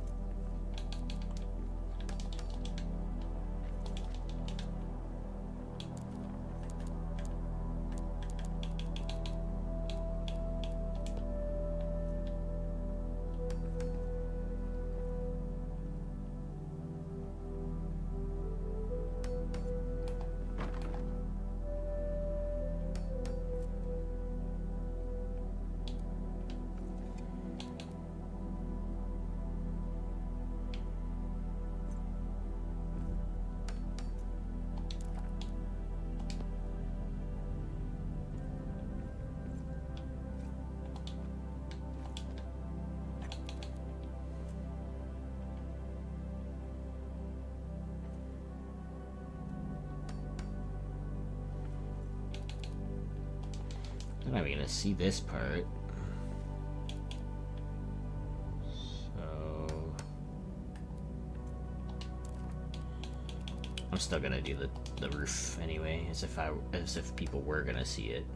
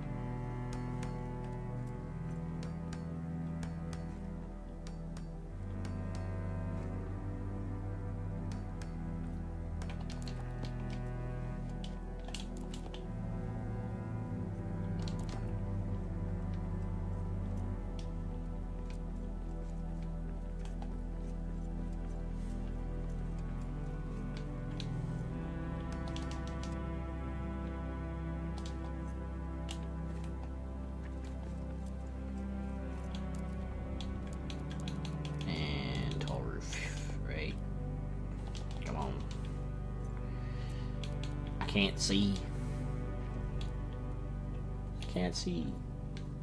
No. Okay, that's good enough. I'm not messing with that no more. Oh man, that lag. Holy crap. Okay. Welcome to the stream, guys. If you're just popping in, really appreciate it. Right now I'm building this. I don't know what this is. A house, I think? I guess. Let's check and see my roof work on the other side.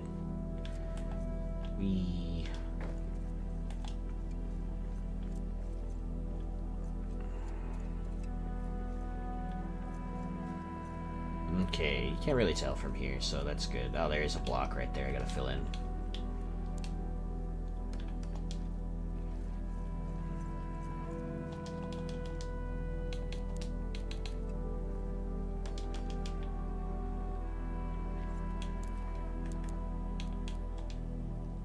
Stout wall. Jump it. Jump it. Nice. Okay. So that's sealed. I'm gonna bring this up with a full column instead of that one piece. Whoa. Okay. Yeah. Okay.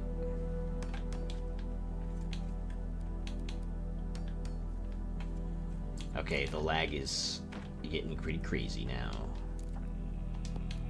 Probably because I'm like facing a weird direction.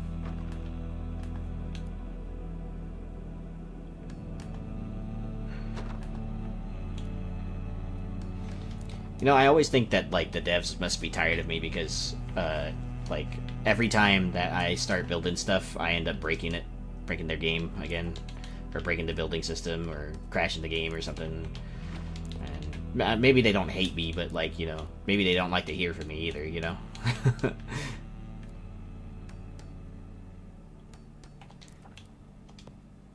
Hey, the music is off again. Okay, so instead of replaying that again, I'm gonna turn on the game's music.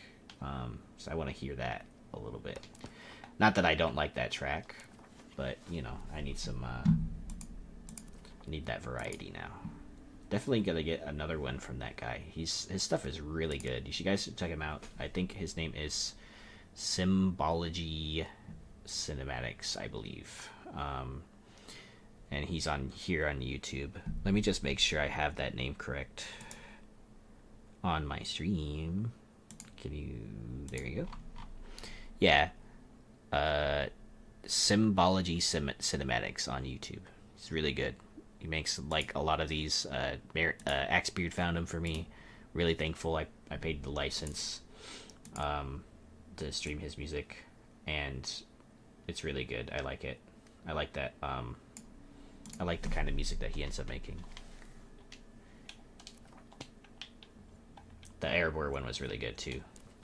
I think Axebeard sent me that a while back too. I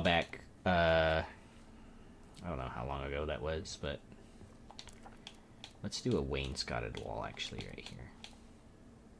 I feel like I haven't used those much.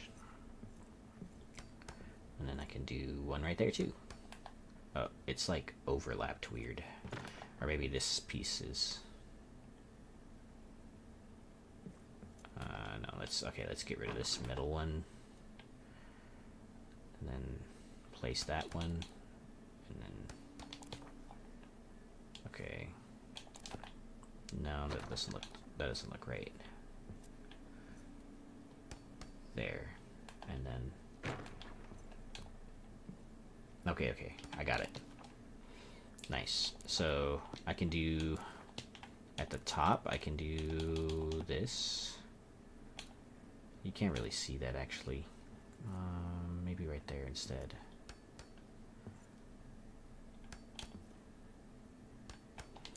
And then I'll top it again right there. Just to have it fleshed out like that. And then I can probably put a lamp right here. And that wouldn't be too bad.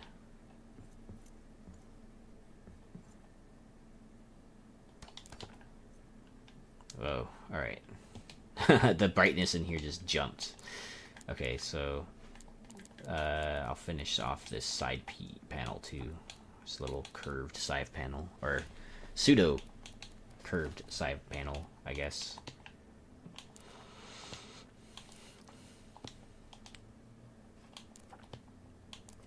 Where is it?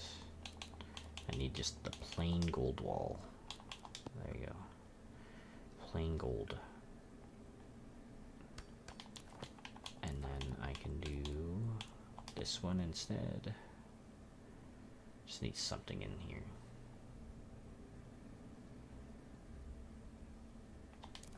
How about that? No, it covers that other dwarf. I don't like that. What about this? You're not really gonna even see this because if I bring it up like that, yeah, I'm just gonna continue this.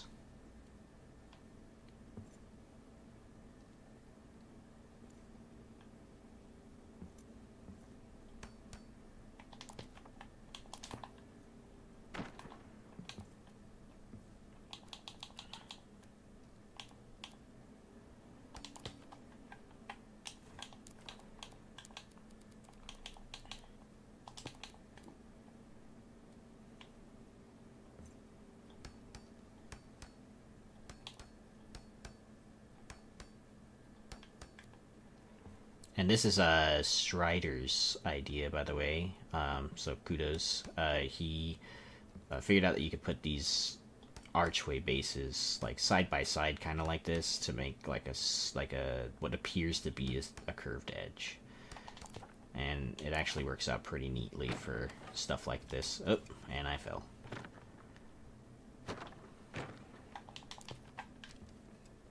And those platforms broke.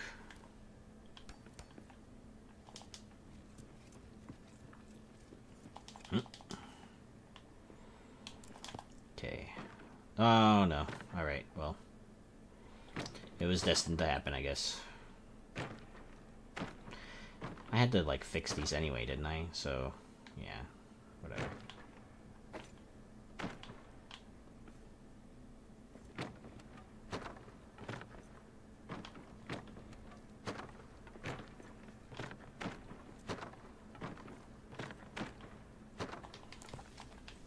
Wish there was a toggle for the game's ambient music. That way I can like force it to play 24/7 or something.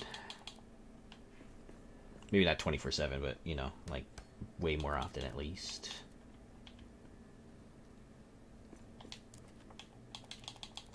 Stout block.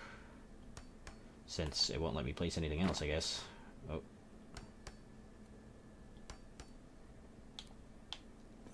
Dude, wait. Okay. No.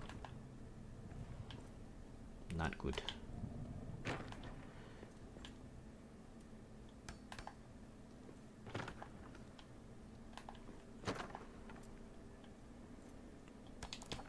Okay. Now I need to put these pieces back. So, granite, small column base, and then I'll line up that stuff again.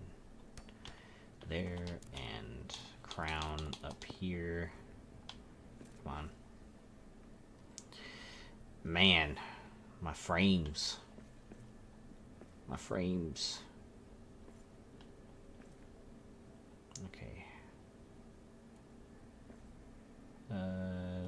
That is close enough. That'll do.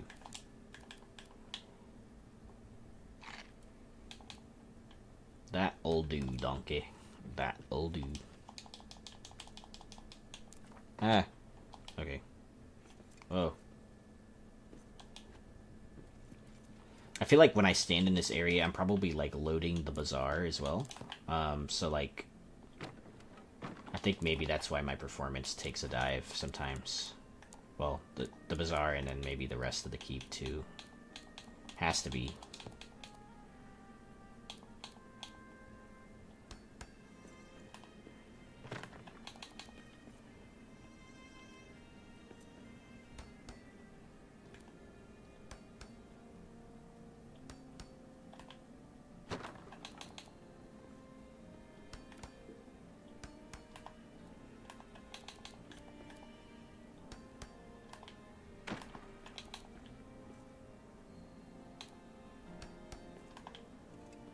Nope.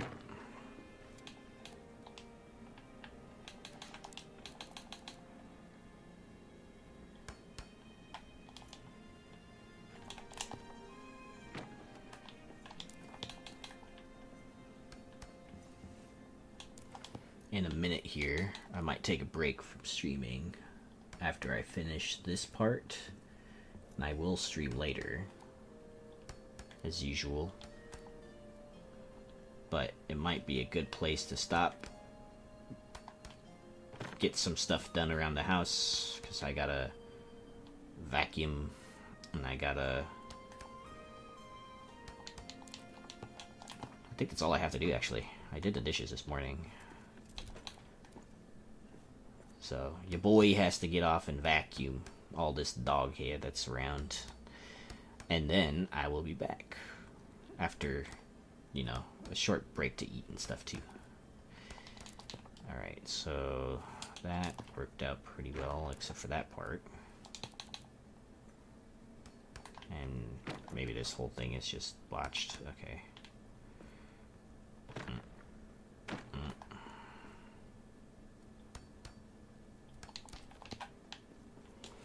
Alright. Nice. Okay, so... Hi, Tao. How are you? Thanks for joining the stream. I am building this building, and I can't tell you what it is at the moment, but I think it might be a house. I think I might make it a bank, but I don't think it's big enough to be a bank. And I built the exterior of this, and the interior is still kind of skeleton-y, but it's got a couple floors in here, so I think that's pretty good. I have torches here for light, mainly. And the third floor has a balcony, and then you can see the deep stone bazaar that we finished on the last stream, all the way over there. And it's a huge area, so... And I got the roof done right here. Are you restoring every building there? I'm restoring the whole area. from top to bottom. So at the top floor, I actually have that whole area filled out. So up all the way up there. I don't know if you can see that at the moment. I know there's a slight delay, but this whole top floor I've built on. We call it Fireman Keep, and then I rebuilt a couple of bridges, and then I rebuilt some of the added railings and stuff for the stairways that go down. There's one right here. You can't see it from here, but then this huge place over here is basically like my version of like a marketplace. There used to be two like RNG buildings, right? Because so the way that this area usually is, there's this lower part, there's a higher part with a building right there, and then there's another higher part with a building right there, and then the stairways are broken going up to it, but I fixed it. I fixed the stairway. Ow. And I have this whole area built out. So I added like railings and stuff so that it goes all the way up here to the bazaar. It's just like a marketplace, like what my imagination of like a huge marketplace for like dwarves would be. And I incorporated a lot of the like my streaming buddies, my friends. So this is like a fire pit. My good friend Axebeard and a bunch of others, Miriak, have like this idea that they tried with the fire pit with the coal pallet and a hearth, and I just kind of made my own version of that. It kind of inspired from them. And you know, I imagined like this marketplace would have huge archways, and like, you know, a bunch of stalls that you could go to shop. And one of my good buddies, I will, he streams with us a lot. He's notorious for dying of starvation in this game, so we called his thing the Grumbling Gut, and it's basically like a legendary meat hall.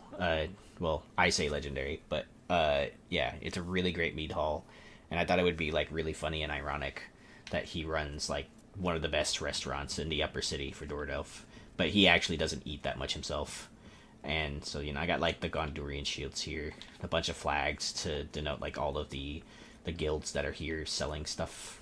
There's like a, thank you. Yeah, there's like a fancier dining table area right here with a bar. You can come up and like, you know, have a drink, eat. There's a little kitchen right here. This is one of 2 kitchens for the area, so it's got all the stuff you need to make food. This is the other kitchen. And to get up to the top of the King's Brew, which is like the biggest brew you can build in the game, I built this stairway, and that way you can get to the top of it and brew some more stuff. And up here is just like additional seating, so it's like, you know, imagine it was like imagine if it was like a, you know, packed day or something, and so they needed to seat extra people, and they'd be seated up here. And like the stalls and stuff, there's like a natural pathway that goes behind here that I just added lights to and stuff. But this is the bazaar. You can see a lot of it from here, but so same deal with the archways and the lamps and stuff. And this is our good friend Dane Battlehammer. He runs a stall where he sells brew, take home brew basically. So he has like brew here on tap so that you can taste them. And he sells the Wonder Kegs and the brew skins for the game. And Sleepy has potions and gems stall. The potions are the box in the game that like give you like the temporary buffs. I have to put more in here, but yeah. And in gems so that you can cast into enchantments and make more potions. And our good friend Mariak, we like to troll him with the orc chest keys, and we call them forks.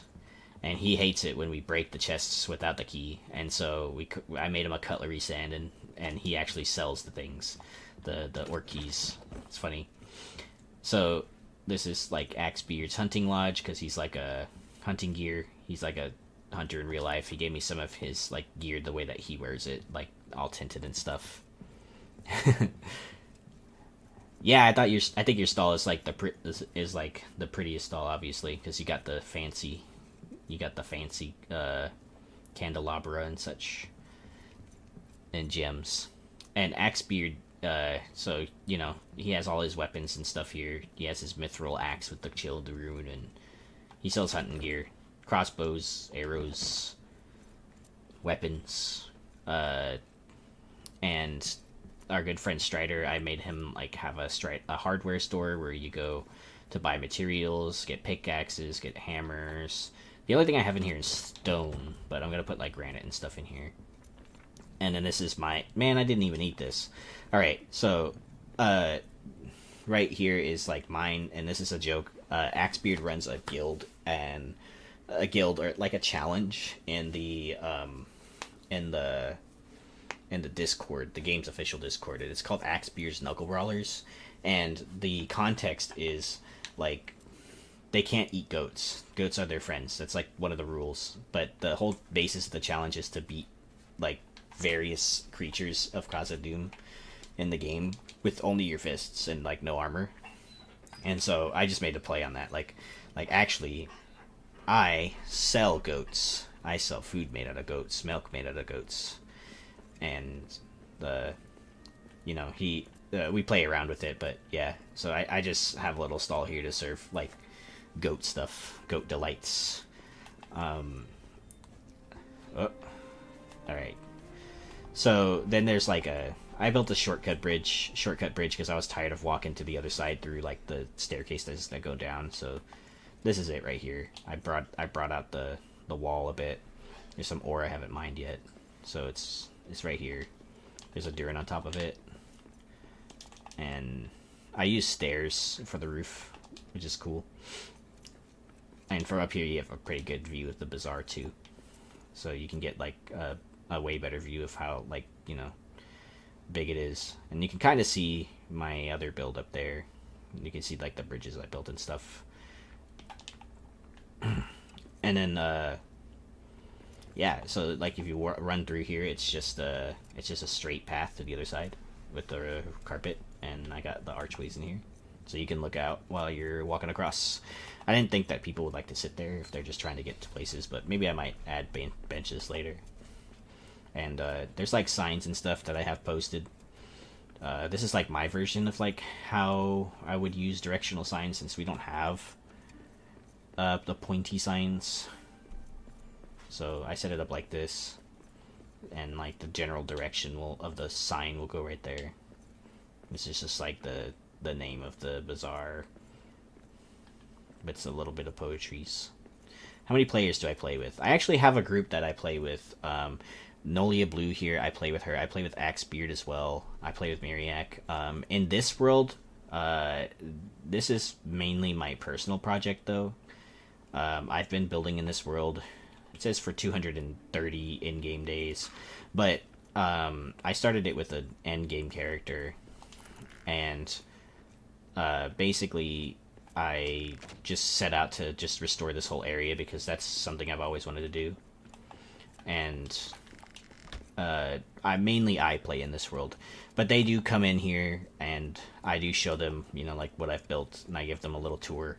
The last time I did give them a tour, though, it was pretty laggy because there were, like, all 8 of us in here, I think, and you know, that was problematic for a lot of people. It was pretty frame droppy. So like, my build up here is just, you know, I just fixed all the walkways, I expanded them, I added railings so that you don't fall to your death, and this whole upper floor is built on, by the way.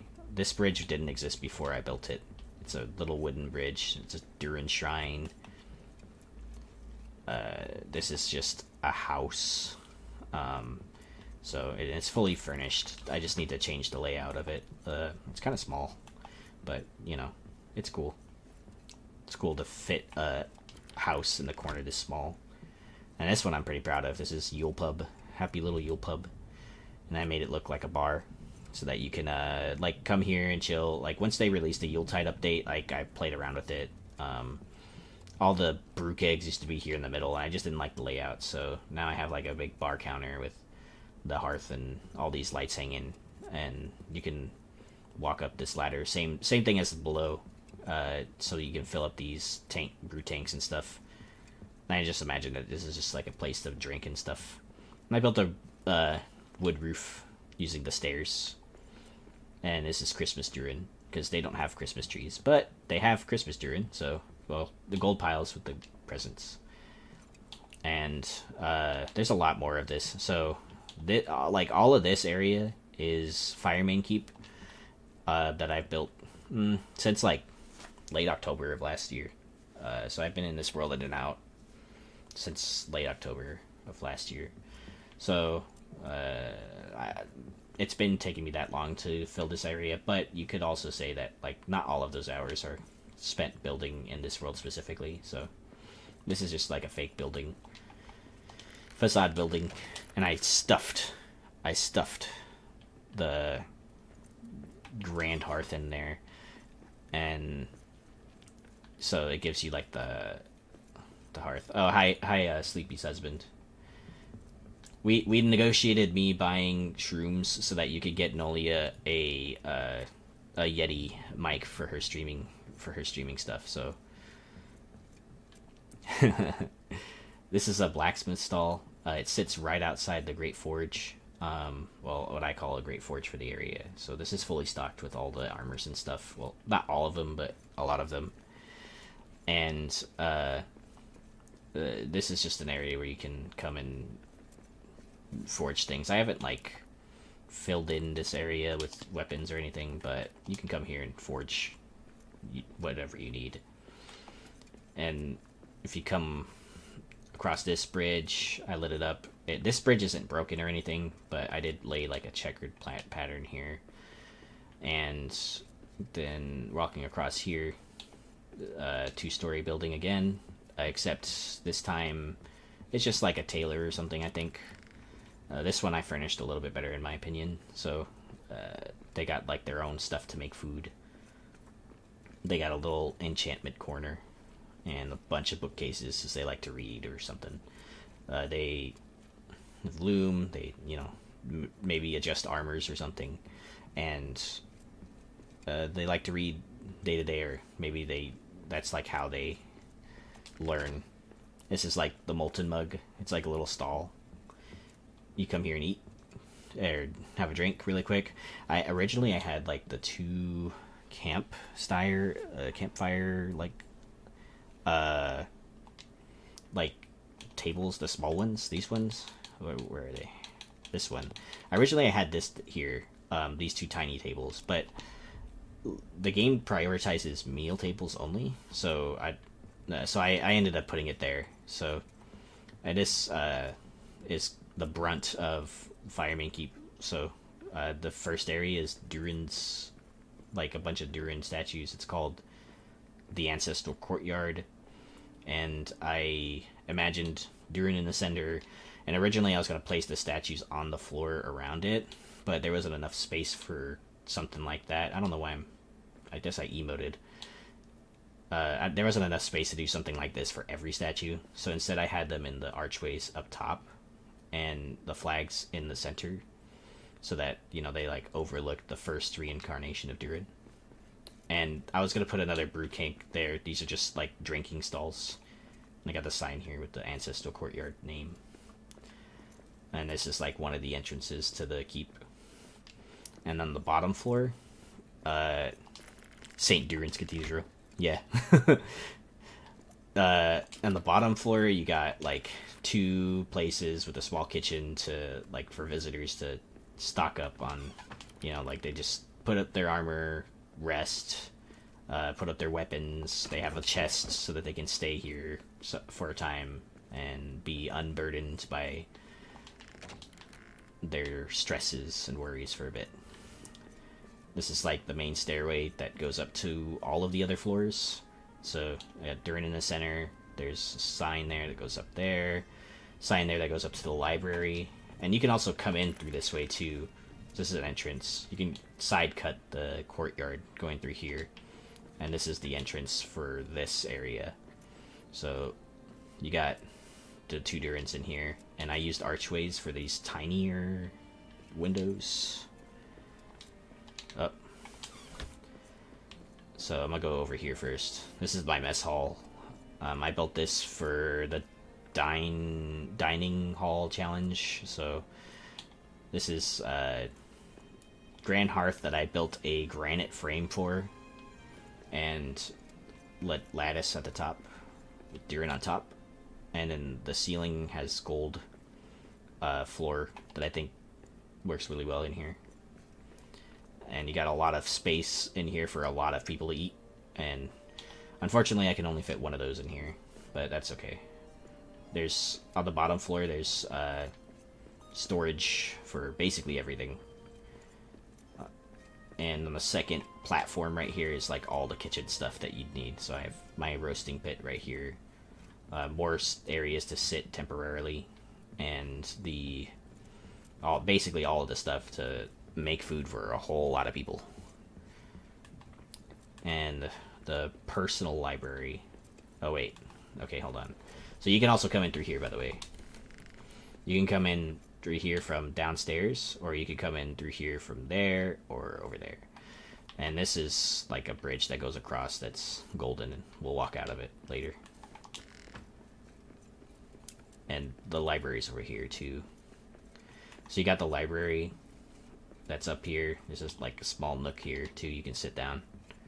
And I use the game's lore shelves and bookcases, the build lore ones, in here because they're pretty big. They fit the area. You just come here and eat, chill and relax and read. And you can get to the courtyard from here, and you can even get up from these two stairways too. So you can look at this courtyard from this view too. Up over here is a treasury, a forge, and a throne, and a balcony. So this is my personal, the keep's personal forge. So I was able to fit two of these in here, just barely. And then you have all the materials and such. Just repair really quick. To forge all your items, repair and stuff. And there's another balcony right here that you can, look out and see most of the stuff. And you can kind of see where I'm building. So, there's the railway to the Deep Stone Bazaar. And then there's the courtyard. And there's the bridge. And then I have a personal treasury, which is in here, which has a bunch of archways and a bunch of gold. Because why not? And this is the throne room, and I really hope that they add the ability to sit in chairs soon, because I really like the way that this is set up, and I want to sit in some chairs. So I have some poetry here. It just says, this is the throne where, Davy Firebeard sits, and Khazad-dûm will be restored with hammer and axe. Fire of Dwarves burns on. And the view from the throne is pretty nice. When, my pickaxe isn't, in the way or anything. But, yeah, I like this view. And then, there's a couple archways that all lead to the same, balcony. This is just the bigger balcony. So you can see more stuff from here. You can see the Yule pub with Durin on top, and I have a statue where I placed a camp hearth in the bowl, so that it looks like she's holding a fire. And I'm pretty proud of that, but it's kind of hard to see unless I point it out, because it's so high up there. And then the top floor is my personal quarters. And I got a lot of lattice in here to separate areas. Got my own personal bar, personal cooking area, countertops, storage, and I think in here right now is all the Christmas light stuff. It's my bed, and then I have my own personal armory as well. So if you go in here, I got all the shields up there mounted, and then I got Durin overlooking the forge. Blessings of Durin upon the weapons that I forge.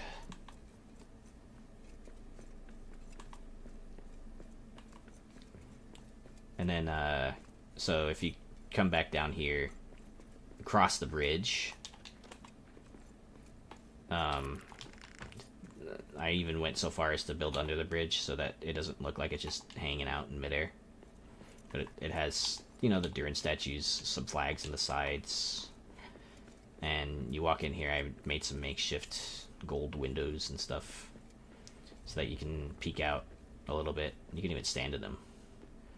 And you can see the bazaar, the roof of the bazaar from here, which is neat. And other than, like, the other way to come down, that's basically the brunt of it. That's, like, all that I built. And this whole floor is restored. You can come down through this way, too, to get up here. And you got Durin holding a lamp. And I just added railings on the way down this way. Nothing too fancy. Just, you know, made it safe. I got statues right here. And archways. I added some of the gold in here. Not all of it, but some of it. I've brought out this facade. I added that gold right there, too. And I added those braziers there. Here's more of the facade. And this bridge is also fixed. I didn't, like, fix it, you know. This bridge is also just here in the game. But I just, you know, laid it out. So, yeah, that's, like, the whole area. And then I'm working on that, too. So from here you can see the Durin statues going all the way up, and then you can see the house that I've been working on. I'm going to bring it up another roof block. And then you can see the bazaar too from down here. So you can see, like, the bridge, you can see the main building with the meat hall, and lagging. You see all the flags, and you can see the second building over there. So yeah, that's basically, like, everything I've built in this area up to this point. On and off since... I've been building in this world, like I said, on and off since late October. So, like, since they dropped a patch or something for building stability. That was, like, breaking some people's stuff, and ever since then I've been building. My little hideout got disappeared in Senior City. Yeah, you know what? I only started with, like, a little bit of a cove here too. I built in one of the buildings, one of the, you know, like, the randomly generated ones. And yeah, I'm just working on this one too. I don't know what this is gonna be, but the things that are on my list, and I'm, like, working on that too, are, like, a bank, a library, like a formal library for everyone, some houses, an inn, and I'm still thinking of other, the greenhouse for, like you can grow stuff in the game, you know, farm stuff. So I figured that there would be some kind of plant or flower shop or something like that. And I got plenty of room, so I know I can build one right there, and one right there, and then one in this little cove right here that we just passed by. And then I think that will be it for the second floor, because there's not much more you can do, because those are walkways over there. And then that is, like, that's fine by itself, honestly. I don't know if you guys ever walked through that room, but it's fine usually. I got a lot of room down there, though. So, for sure, maybe the inn will go right there. And there's, like, a lot more room down there to build. So, I'm pretty hyped for when I get to the bottom floor. And I might even build another mead hall. Because if you can have a mead hall right here on the second floor and up on the top with the pub, then you also need one at the bottom floor. You need to be able to drink wherever you are. So, you know, that's just the Dwarven way. It's just... how things are. Dwarves. You're not a true dwarf if you don't have a drink in your hand at all times. And a pickaxe. But more so the ale.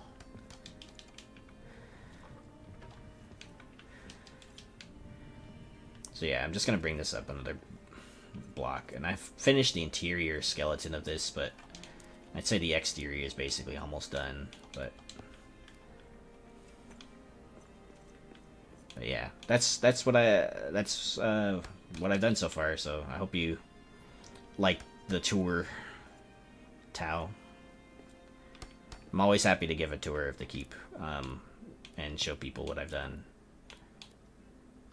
But, you know, it does take at least a minimum of 20 minutes. Minimum 20 minutes for the tour. Oh, that's not working. Okay.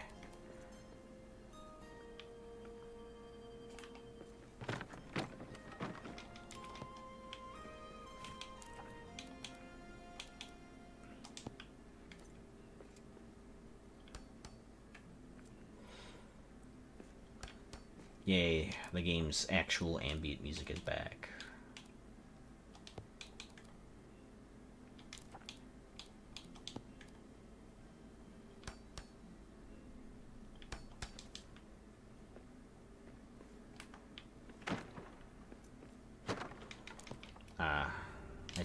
I see why I don't use these more often, though. Basically have to go with the tall roof at this point, because that's the only way that I can do this.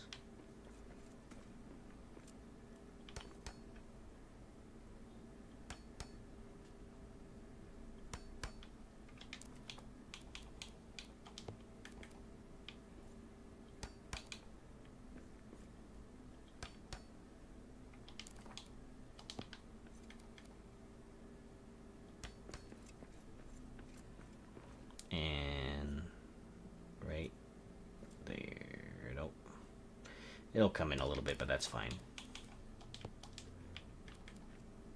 St. Durin's Cathedral. Maybe that's what I'll call the actual dwarf cathedral that I end up building.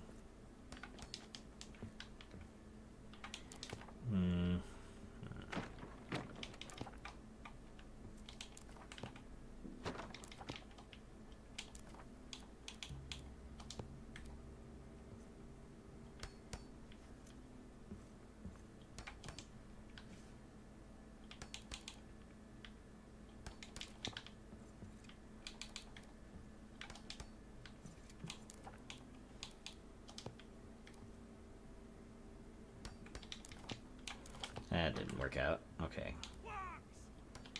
Oh.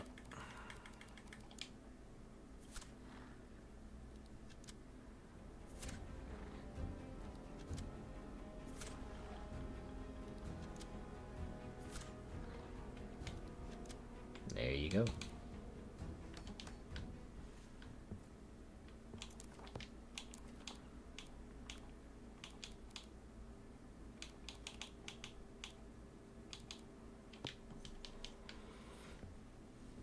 Maybe that's how I have to do it.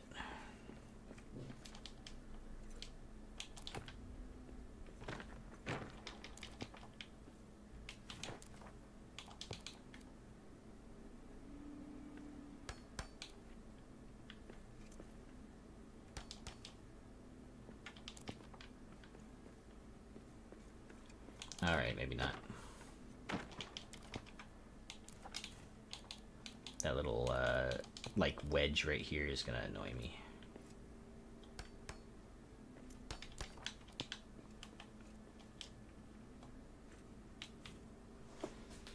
Okay, I got a text message. What did it say?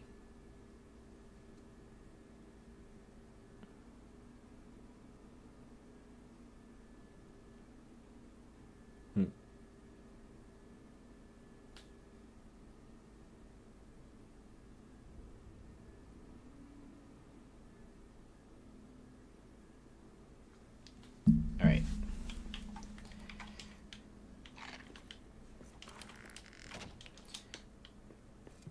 Oop. No. Ow.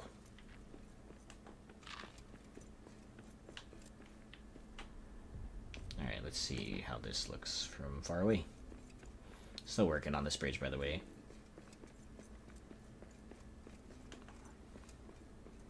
That looks good.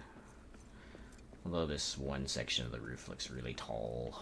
And that's fine, I guess, but damn. Kind of wish I didn't use those corner pieces now, though.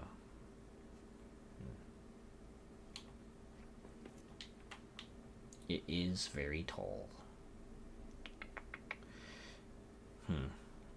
I might even just blow up the whole roof and redo it.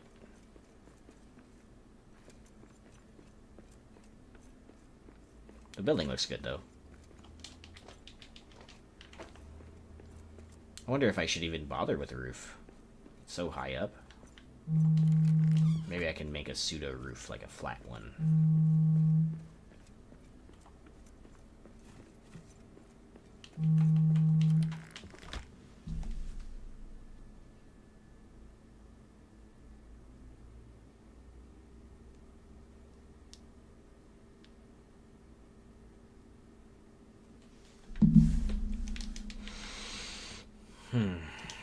What say you, chat? Blow up the roof or keep the roof? I might blow up the roof either way, just keep in mind. But I just want to know your opinion.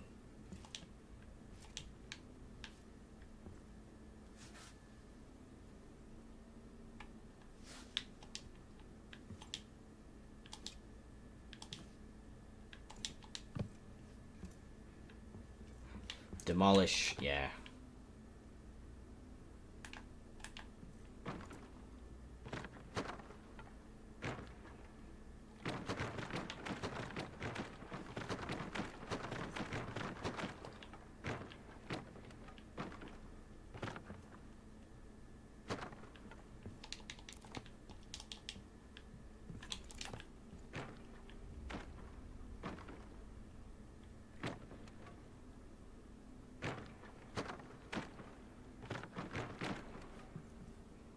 Gotta be careful up here. I don't want to break stuff that I don't want to break.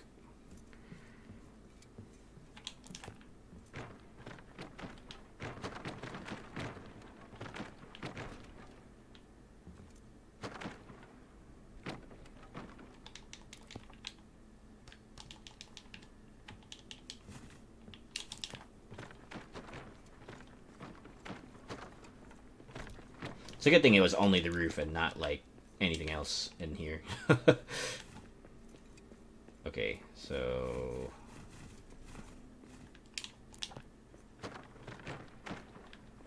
gotta destroy this part too.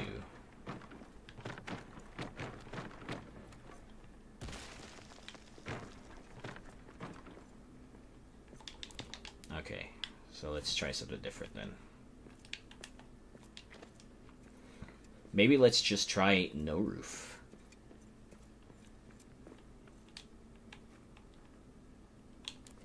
What if I just like brought it out a stout block like this? Like, I'd say even 2 stout blocks. Maybe not. Roofs on these kinds of structures that I build with like the large granite columns always end up being like very I don't know what the word is. It just ends up being like a chore almost, in a sense, to put them up. It is a endeavor. Let's try.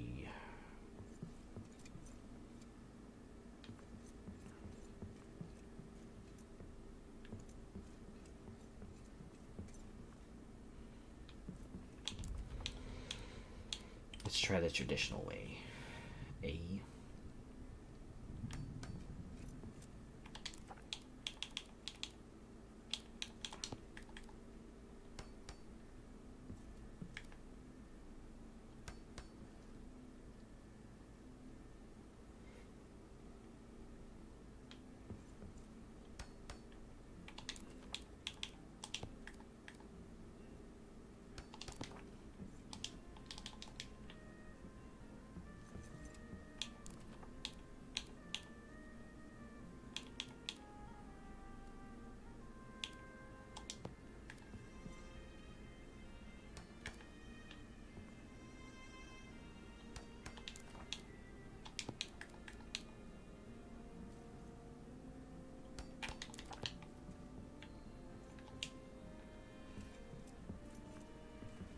Okay, I think that looks better than before.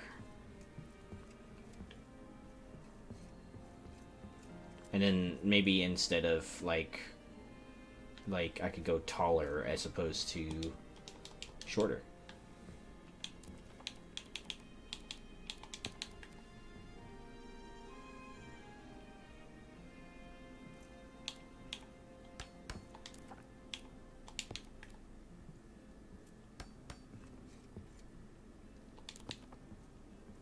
Are you back from your break already? Nah, I haven't even went to break.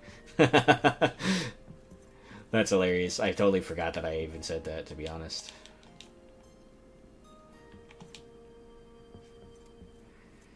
Alright, so... There. I got sidetracked giving a tour to Tao here of everything, and then I think I just completely forgot.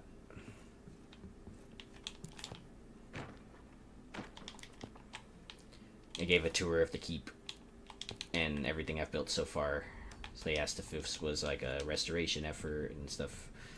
And I was like, yeah, basically. And then I showed them.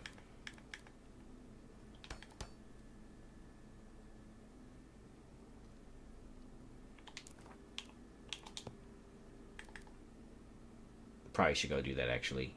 Because I need to go vacuum. And if I don't vacuum, there's going to be a lot of hair everywhere. So once I finish this, it is break time for at least a couple hours. And my ear is ringing. Let's see.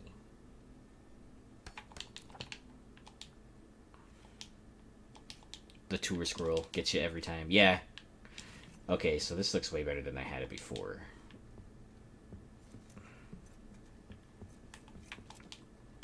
Eh. You think I could make it from here to over there if I platform one more time?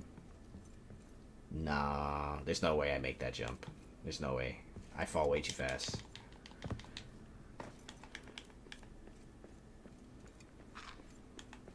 Do it. I was for sure gonna die if I did it. Okay, anyway. So this is what it looks like now. And when I get back on, I had the roof with those like corner pieces earlier, Xbeard. I'm not sure if you saw that. It kind of looked funky the way it was. It was a little bit too tall, and those corner pieces, like the wide corner pieces, I'm talking about this one is like way too like tall to do like any kind of like sloped roof action like that. So I'm going with that, and I'm going to bring it up another block, and I'll probably use the tall one instead for the taller piece. So yeah, but this exterior more or less is finished, I'd say, with maybe, you know, like a little bit of touch up here and there, and then I gotta work on the interior when I come back. So I'm gonna take like an hour or two break from streaming, guys. So thank you for watching. I gotta go and vacuum and stuff, and get some other things done around the house, and also eat something, because all I've eaten today is an empanada, and I probably should eat something else. Oh, and you know what, I ate some Denny's this morning too. So human stuff. Yeah. Alright guys, thank you for tuning in. I'll see you later, and I'll be on in, I'd say, let's shoot for 7 o'clock PST. Alright, bye.